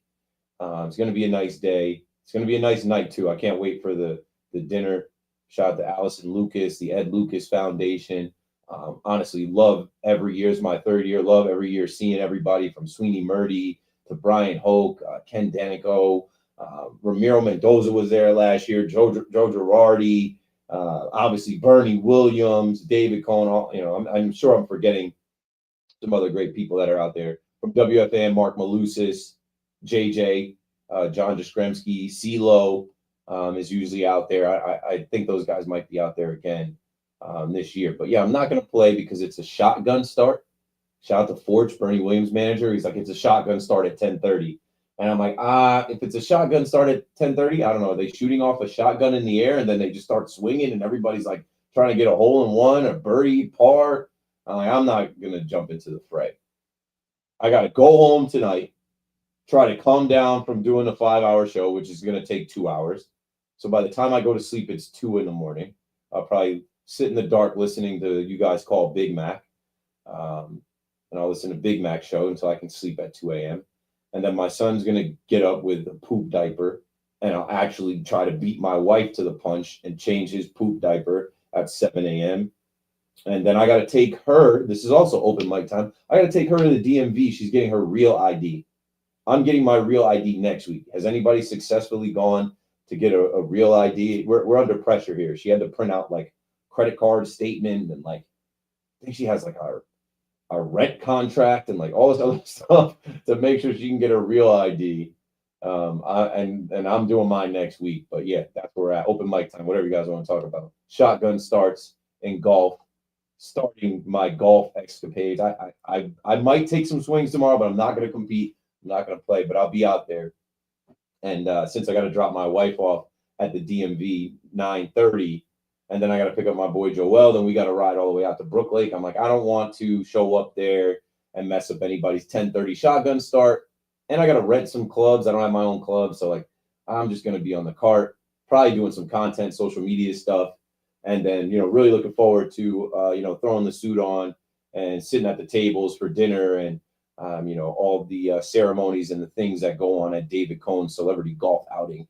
My third year attending, and Big Mac will be filling in for me tomorrow night. 888-808-1019. Let's get back to the phones and the conversation around the Mets, the Yankees, and whatever you want to talk about in the wide world of sports. I think I threw out there before the break that, the NFL has banned smelling salts. And this is something that's been in football forever. Like, I know there's some old school football players. I know George Kittle was talking about how he used them. It came out a couple of days ago that the NFL was going to ban them. And I think a lot of people pushed back on it. And then 3 hours ago, Schefter reported, it turns out smelling salts are not banned. And the NFL Players Association is aware of the memo issued by the league Tuesday regarding the use of smelling salts and ammonia capsules. They were not notified of this, and I think players are like, hey, I need those. I need those for the game. This policy does not prohibit players' use of these substances. So, yeah, they're going to still be able to, hit those smelling salts during the game when they need them to kind of just, snap back into it. 888-808-1019 as we snap back into it. Lou in Astoria back on the fan. Good. How are you?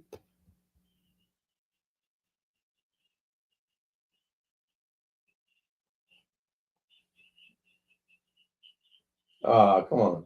Giddy up, and gone. That's Dave Sims. That's his home run call.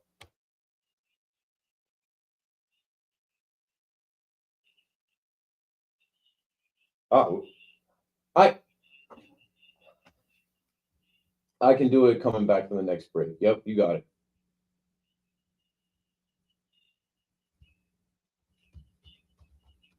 Yeah.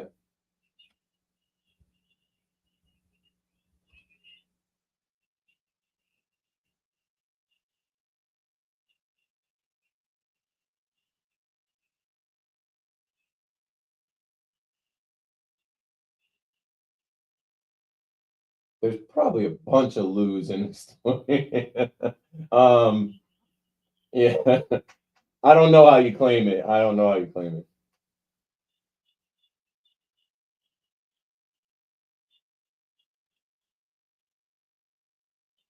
No biggie. You don't need a biggie fry. No biggie. No biggie fry for you. No biggie burger.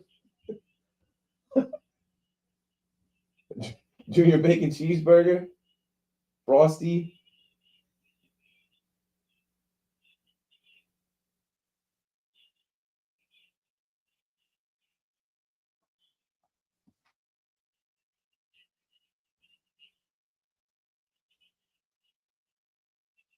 Himself.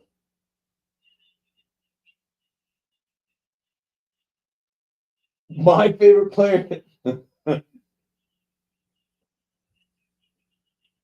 Oh my! I bought the player tee. I have a LeMahieu player tee in my closet. Like I still rock the Tanaka player tee. I have a Curtis Granderson player tee. Like the Scherzies.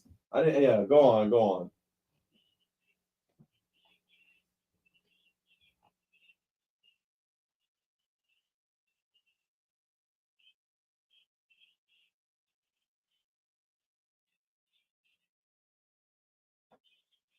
Yeah, because there's that high wall in Atlanta, not the short porch.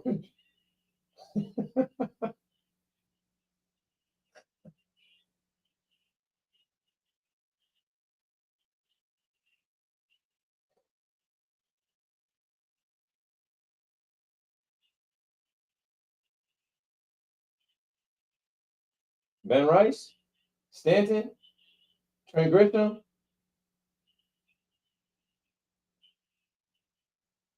I don't care about their average. Hit some home runs, get on base.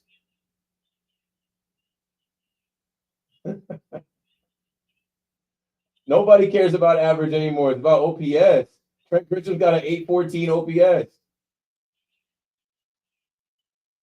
Ben Rice got a 779 OPS.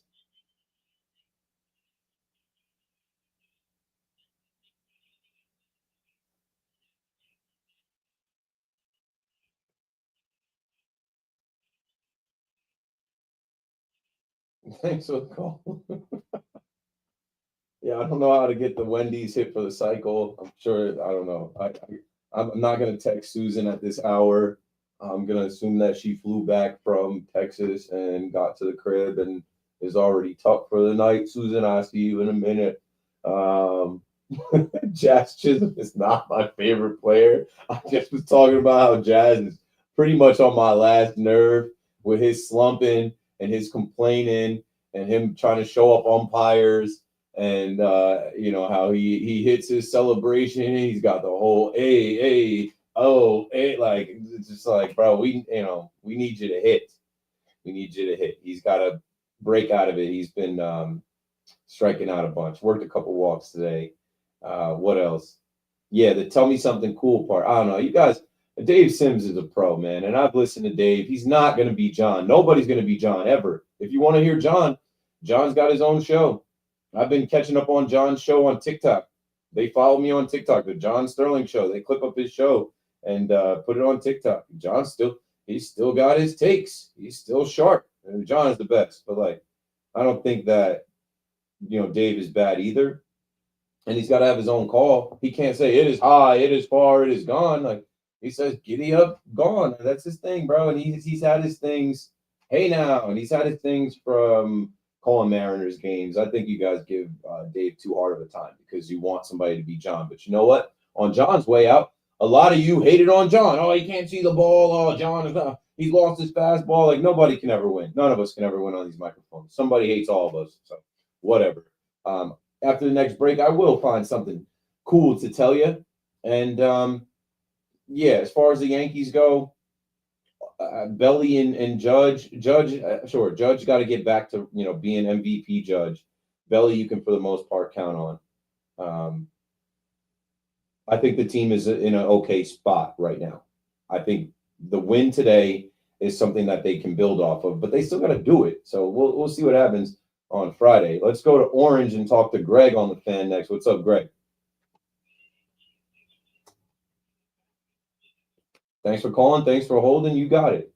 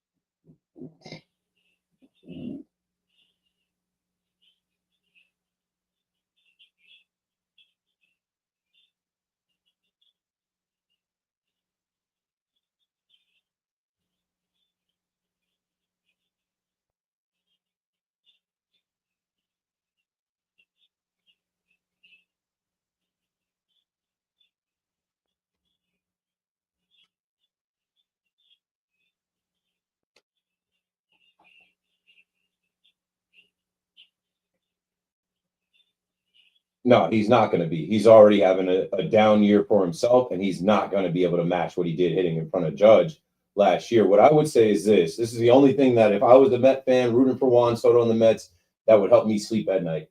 They have to make the postseason, and I think they will. As Lou just called and says, where does Evan get that the Yankees are going to, win the division? From his own brain, from his own thoughts, watching the team and looking at the American League. I do think the Mets are a postseason team. But I think this upcoming stretch is going to have a lot to decide, like a lot to do with whether they're, winning the division or they're fighting for their lives to be the last wild card again. What I would tell you is Juan Soto is a proven postseason performer.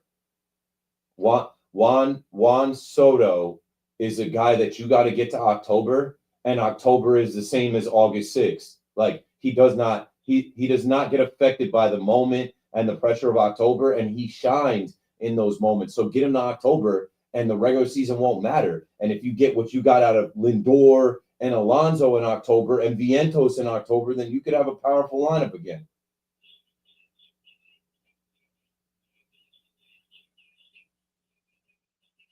Yeah.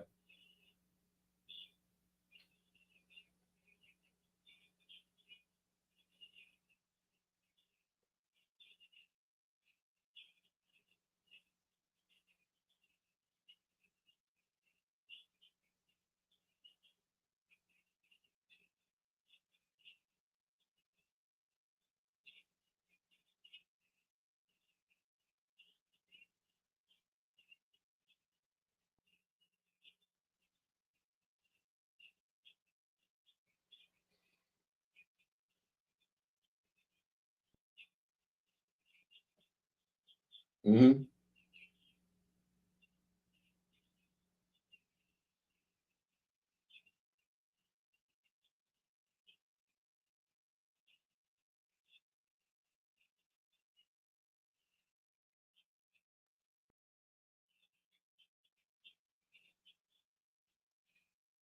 Yeah. And Soto admitted that very early on in the season. Thanks for the call, Greg. I'll say this, he's gonna probably break his career high in walks. You mentioned the jersey, the weight of the jersey. It isn't the weight of the Mets jersey. It's the weight of his wallet now. The money that's attached. Like he's achieved what he was always chasing. This is a guy that turned down $440 million. This is a guy that the Yankees offered $760 million, and he's like, nah, it's not enough to be a Yankee. There's more. I think it's the weight of the wallet. I don't think it's the jersey. I don't think he cares about the jersey. Literally, like today, the Mets got swept. Juan Soto didn't get swept. Juan Soto hit the home run to break up the no-no and had a smile on his face, had a smirk coming to the plate, knowing, hey, I'm about to break up this no-hitter. Get him to the postseason. Get him to the postseason, and all bets are off after that. He could star for you. He could carry you, and I think that's the saving grace. That's what you got to hope, because this is already a down year. He's. I was saying to people online, I'm like, his average, like he hit around 300 this time last year. His OPS was, I mean, I guess his OPS is still up, but like his OPS was around like 1,000. I don't know, man. And Judge is a big part of that, but the clutch is not there. The clutch home runs are not there. The solo shots he was able to hit this year, they're just like empty. I don't know. It's for all that you paid for him, for all of the hype that came with him, it's definitely been underwhelming. Matt is in Belmar on the Fan. Next, hello, Matt. You got it.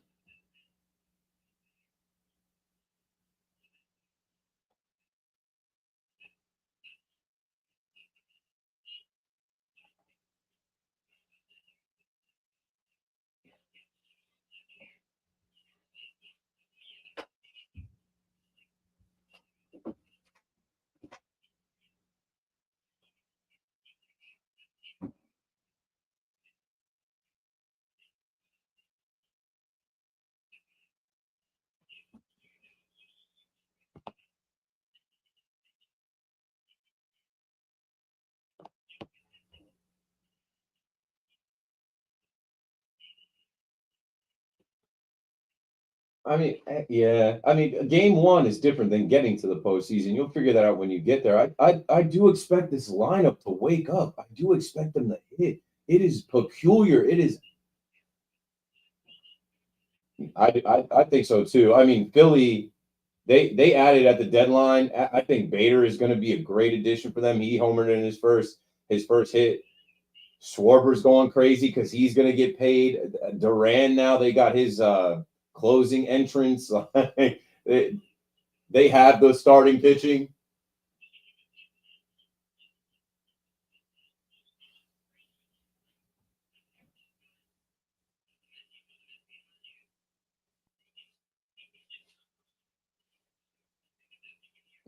Yeah, yeah. You take Taiwan Walker from them right now. You could get Taiwan Walker.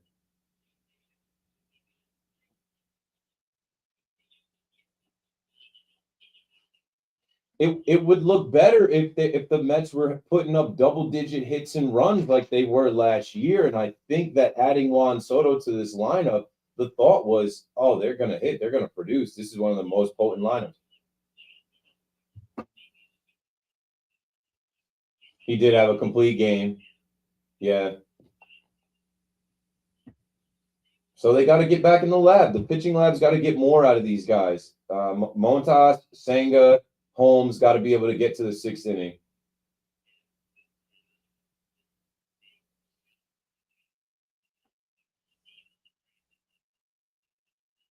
I was going through it. I was like, this month of August, the dog days, no time to feel sorry for yourself. The Brewers, they're rolling. The Braves, they see your uniform, they're ready to beat you. The Mariners just added at the deadline, adding Suarez and Naylor. Their lineup is potent, and they can pitch too. So they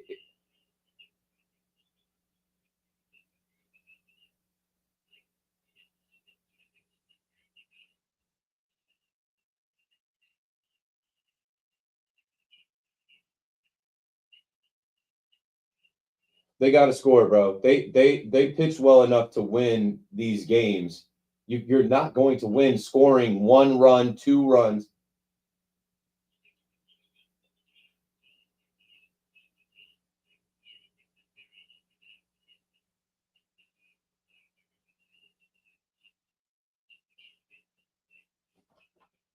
We'll see. Thanks for the call, Matt. The end.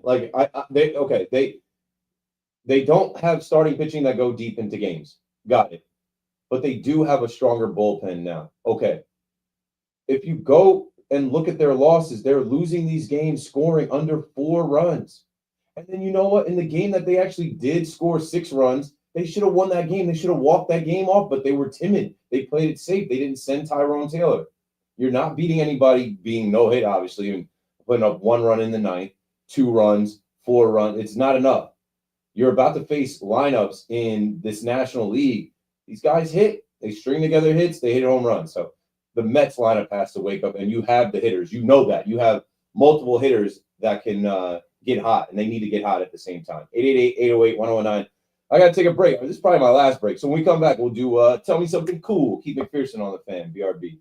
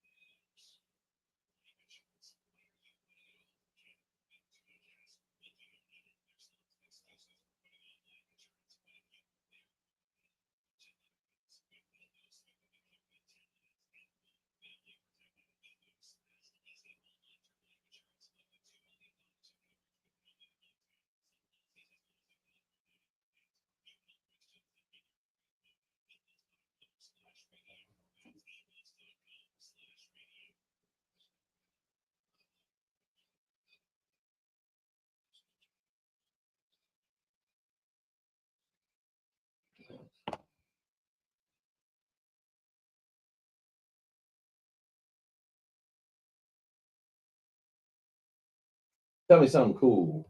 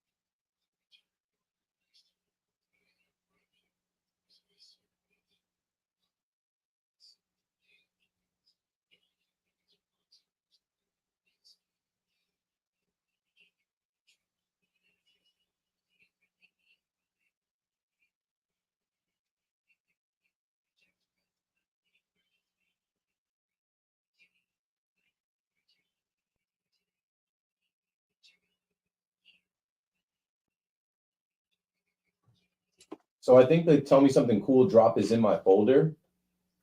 I'll come in there.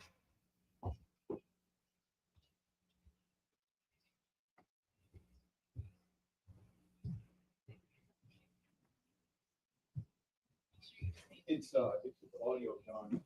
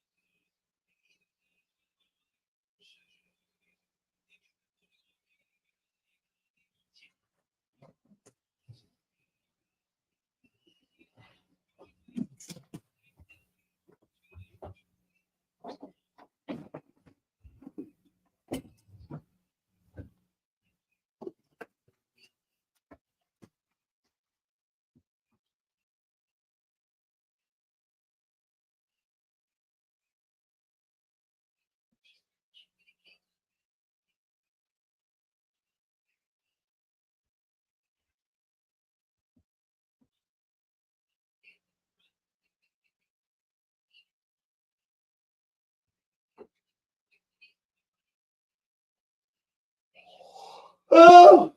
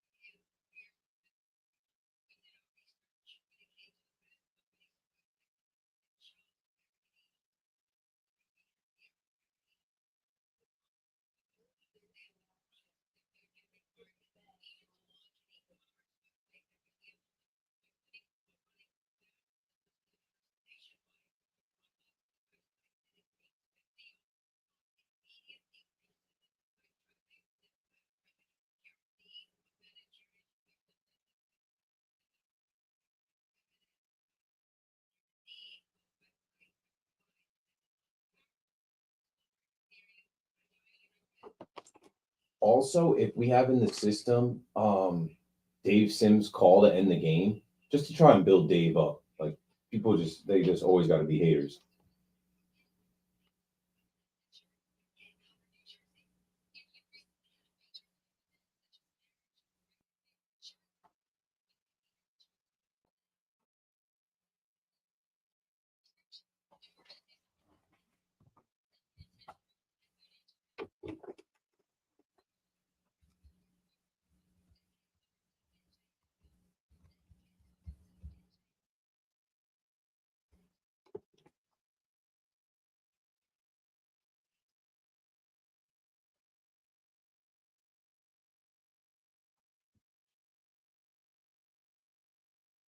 Lincoln.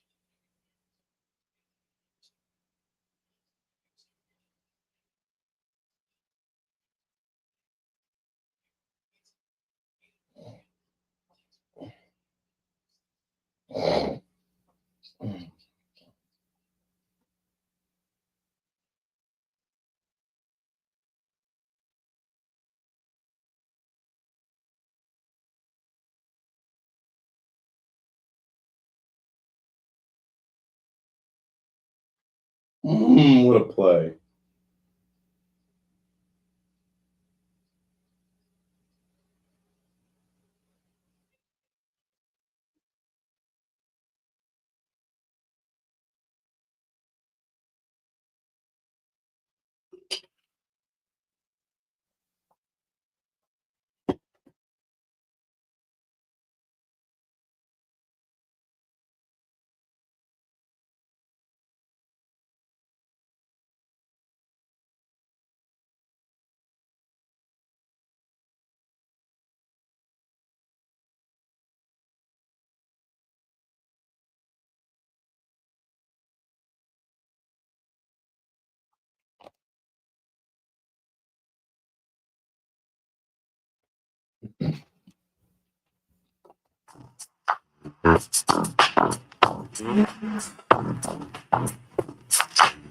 Hey, Keith, tell me something cool.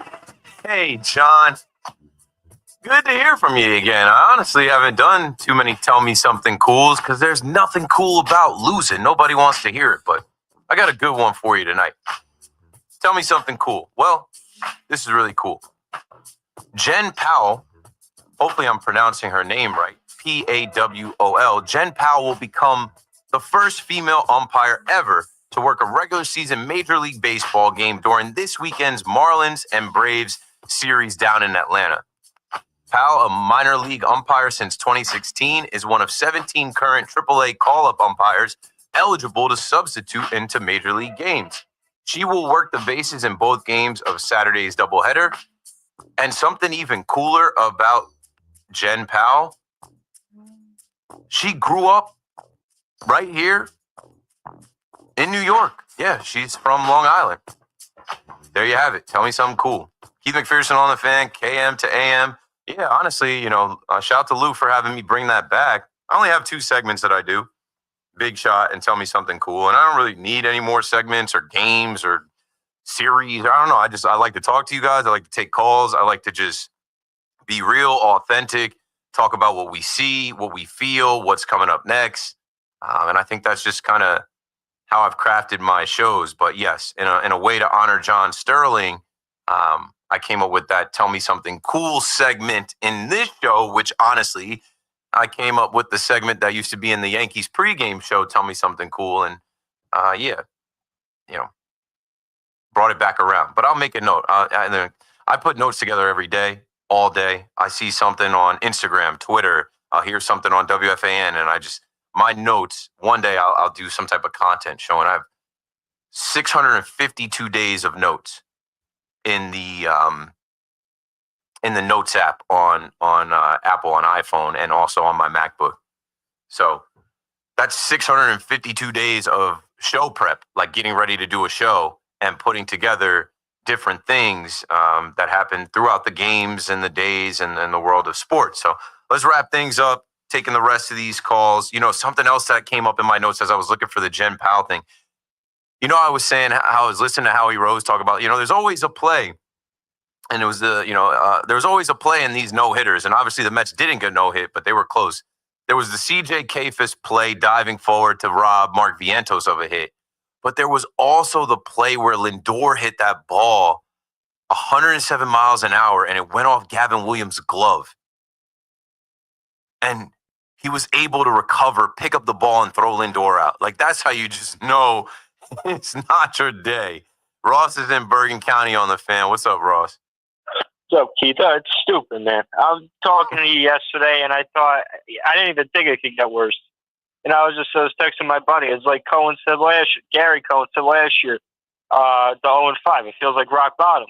This should feel like rock bottom, but God only knows. Watch him get a perfect game thrown on him in a couple days. Or, honestly, with Milwaukee, I wouldn't be surprised if they win that series, bro. You know what I mean? Like the way they play up, to their opponent. They beat Milwaukee and Queens. Yeah, maybe they rise to the occasion. And also, like I said, I've been out there to Miller Park. I don't even know what it's called now, Great American Family Field or something. It is quiet. It's a different vibe. Maybe they block out all of the New York noise and they go out there and hit. You're not facing their best pitchers. Mizorowski's out. Yeah, I think we get Woodruff. That's it. Yeah. Hey, but look, you're just talking about when we got him in Queens. Mizorowski, I think that's his one start to date. Yeah, that wasn't, he got rocked. you know, the money. Nemo Grand Slam. Yep. And that capped off that losing streak at that time. They were coming off. They lost like however many in like 15 games or whatever, and they torched Mizorowski. So who knows, man? That's just the way it works. But, you know, I'm watching today, and Gavin Williams, he's no scrub, but he's no ace either. Like, he's kind of like middle territory, and they're showing some of the names that have no-hit him in the past. And aside from Scherzer, I think was the most recent one. It's a bunch of no names. So he, you know, the fact that we were 2 outs away from Gavin Williams being on that list. And by the way, they're showing like I don't know if you saw this clip. I saw it on my TL. Was making the rounds, but they're showing during the broadcast they're getting no hit, and then they flash the camera to Chavez looking clueless, and then Jeremy Barnes is busy in the dugout picking his boogers. He's eating his boogers while they're getting no hit. It's incredible, bro. It's That's great camera work by SNY. That's what I was, bro. They probably did on purpose. Oh, like the production team, everything. They're getting no hit, and Jeremy Barnes is too busy eating his damn boogers. It's a circus, bro. It's the best team money could buy. The best team money could buy. And I was even thinking to myself, too, you know, if he winds up throwing this no-hitter, Lindor, Soto, and Alonso, had he thrown it, being the final 3 outs, that would probably be the best final 3 outs of a no-hitter ever. So the 1, 2, 3 stats in the lineup to cap off. That would be all time. They would play that on Bally Sports in Cleveland every day for the rest of the time. Thanks for the call, Ross. 888-808-1019. Going back to Tell Me Something Cool, as I kept reading, right? I said, this first woman umpire in Major League Baseball, Jen Powell, I kept reading. She attended West Milford High School in New Jersey, and she played catcher in college. She was on the softball team at Hofstra University. So, wow, like there is complete local ties to this historic event. This is cool. It's cool. My first scholarship offer was from Hofstra, and I played in the Governor's Bowl All-Star game against someone from West Milford High School. There's another segment. Make it about yourself. I toyed around with that segment. I remember for a little while, but then I was like, I don't want to start having those calls every night. I was like, make it about yourself. Like a story comes up, and you call me and make it about yourself. Make it about you playing high school baseball, or tie it in. My greatest make it about yourself story is about Russell Wilson being at the UVA football camp, being in the same quarterback group as Russell Wilson back in 05, 04. Oh, I'm dating myself. Oh, why, Susan, I thank you. Anyway, speaking of Tell Me Something Cool, John Sterling, I'm going to build up Dave Sims, because every time one of you guys want to call and knock Dave Sims for being himself and calling the games, how he knows how to call games, I'm just going to remind you that he's great and that he's a professional and he's done this for many years and he's not John Sterling and he's not trying to be. Let's go back to today's game where the Yankees needed to win, must win, had to get the win, and everybody was listening to this game, watching this game, holding their breath. Let's hear Yankees broadcaster Dave Sims call the final out. 7th pitch from Bednar. A 2-2 offering to Garcia. And the pitch. Swing and a miss. He struck him out. Yankees win. 3-2 final.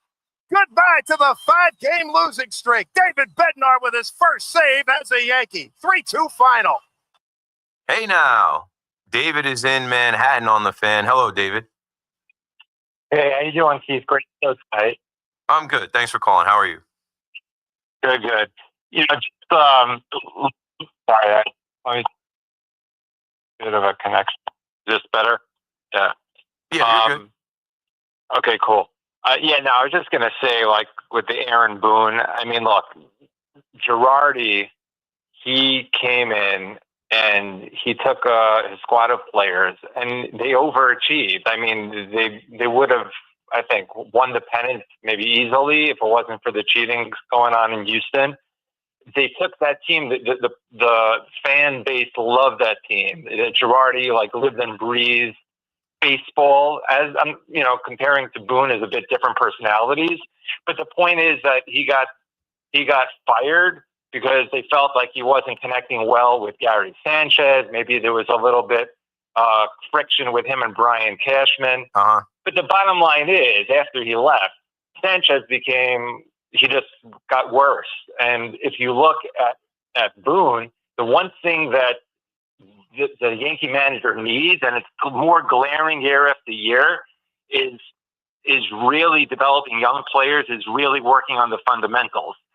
On a Girardi-led team, Volpe would not be this bad in the field. He just won't because he would just work with them and stress that the culture of the team would be that much different. I think Boone would be great, like in a more veteran team where they're leading the pack and he's a good type of manager for. I'm trying to think of other young players that were under Girardi. Like, I don't know if we can just say that. Like, I in theory, but I'm like, who else can you name?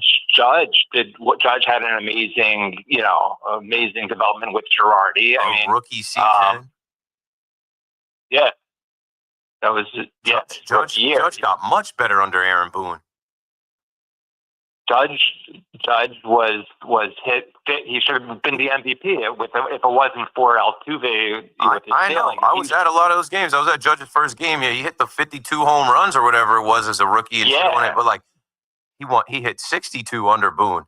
I understand. He was looking like a Triple Crown winner. He won the MVP last year. He became more of a complete hitter and a better defender.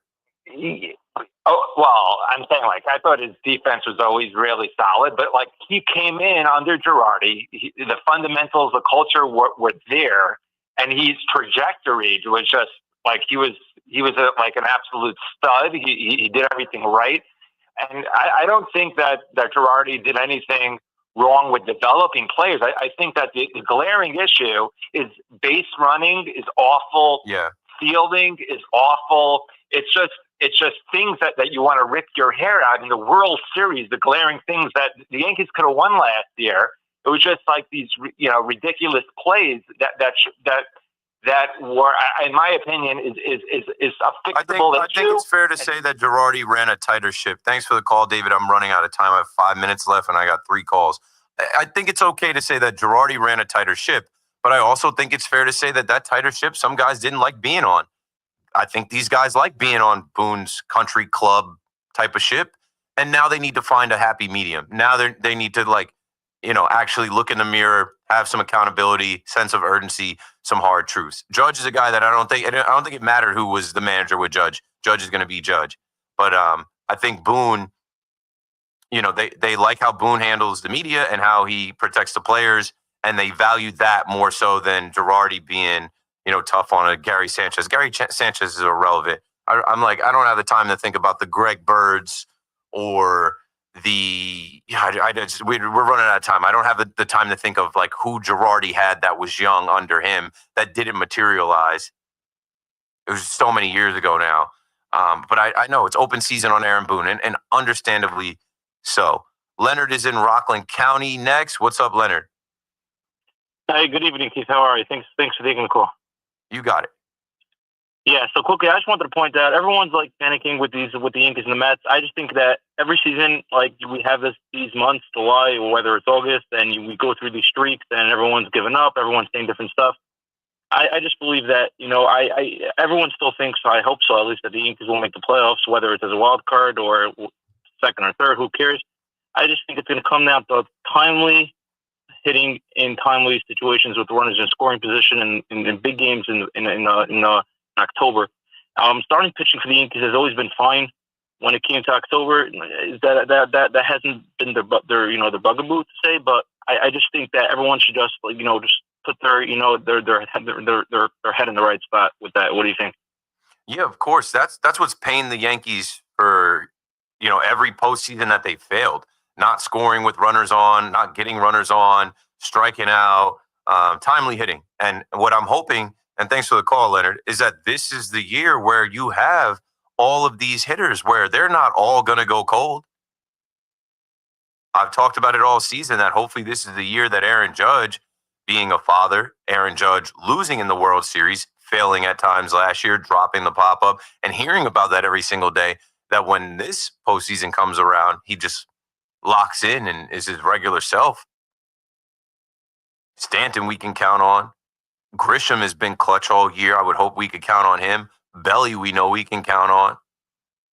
Volpe was good in the postseason last year. You see what I'm saying? You're picking up what I'm putting down. Ben Rice Didn't get an opportunity last year. He's been unlucky. Maybe he gets lucky in October this year.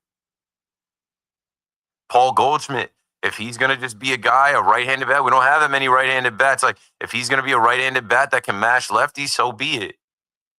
Austin Wells was all right at times. Like, that's what you got to hope for.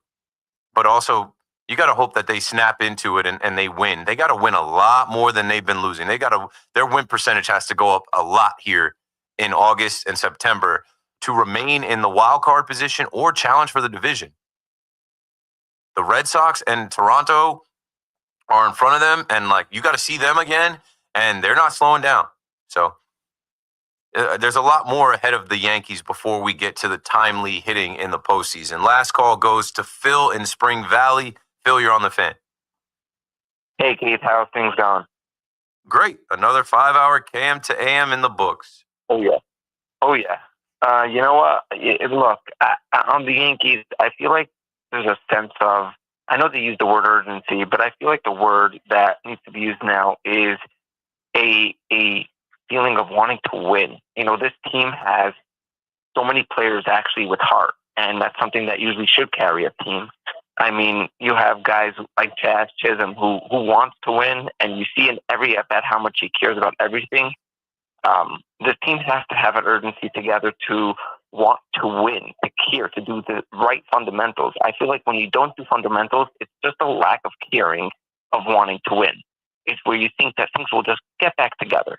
And you can't do that, especially in this division where everyone else sees the Yankees. I think it's a focus thing. And I wouldn't use Jazz as my example. I think Jazz is, as we talk about Soto being a me guy, I think Jazz is very much in his head about himself. I remember Jazz talking about when he got thrown out against the Cincinnati Reds, like, oh, it's my job to show up and impress my fans. And I'm like, what the hell are you talking about? Yeah. It's your job to stay in the game to help the team. We had to bat DJ LeMahieu. We had to put DJ LeMahieu in the game and lose the game because you weren't there.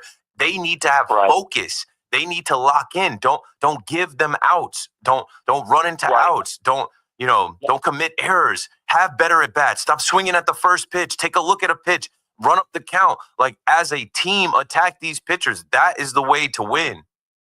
Oh, for sure. And I think that that's something that, has got to be put together. It's fun. On the Mets side, you know what? You got to know that they're using Soto wrong. He's not a 2, 3, 4 hitter. He's a leadoff hitter. And he's a guy that's able to get on base. Juan Soto? For the next guy. He did much better when he knew that I have to get on base for Aaron Judge. That's why the Mets are using him wrong. They think they just put him in. He wasn't leading off last year. Gleyber Torres was leading off. Before that, it was like Volpe leading off. His job was to mash. His job was to get on so that Judge gets good pitches and that he can mash. He's leading the league in walks. Thanks for the call, Phil. But no, he's not a leadoff hitter. He's leading the league in walks. He's having the best year of his life walking. He's got 89 walks. He's on pace to have 150 walks. I don't know. I'm out of here, yo. C-Max coming up next. Everybody enjoy your night. I'll be back Friday after the game. Peace. Sports Radio 101.9 FM. It's Evan and Kiki. Afternoons on the Fan 101.9 FM. So the Yankees were able to not trade top-end prospects, at least ones that aren't ranked very high, because you never know what the next few years are going to look like. And they were able to bring in 6 different players. 5 of the 6 are here next year.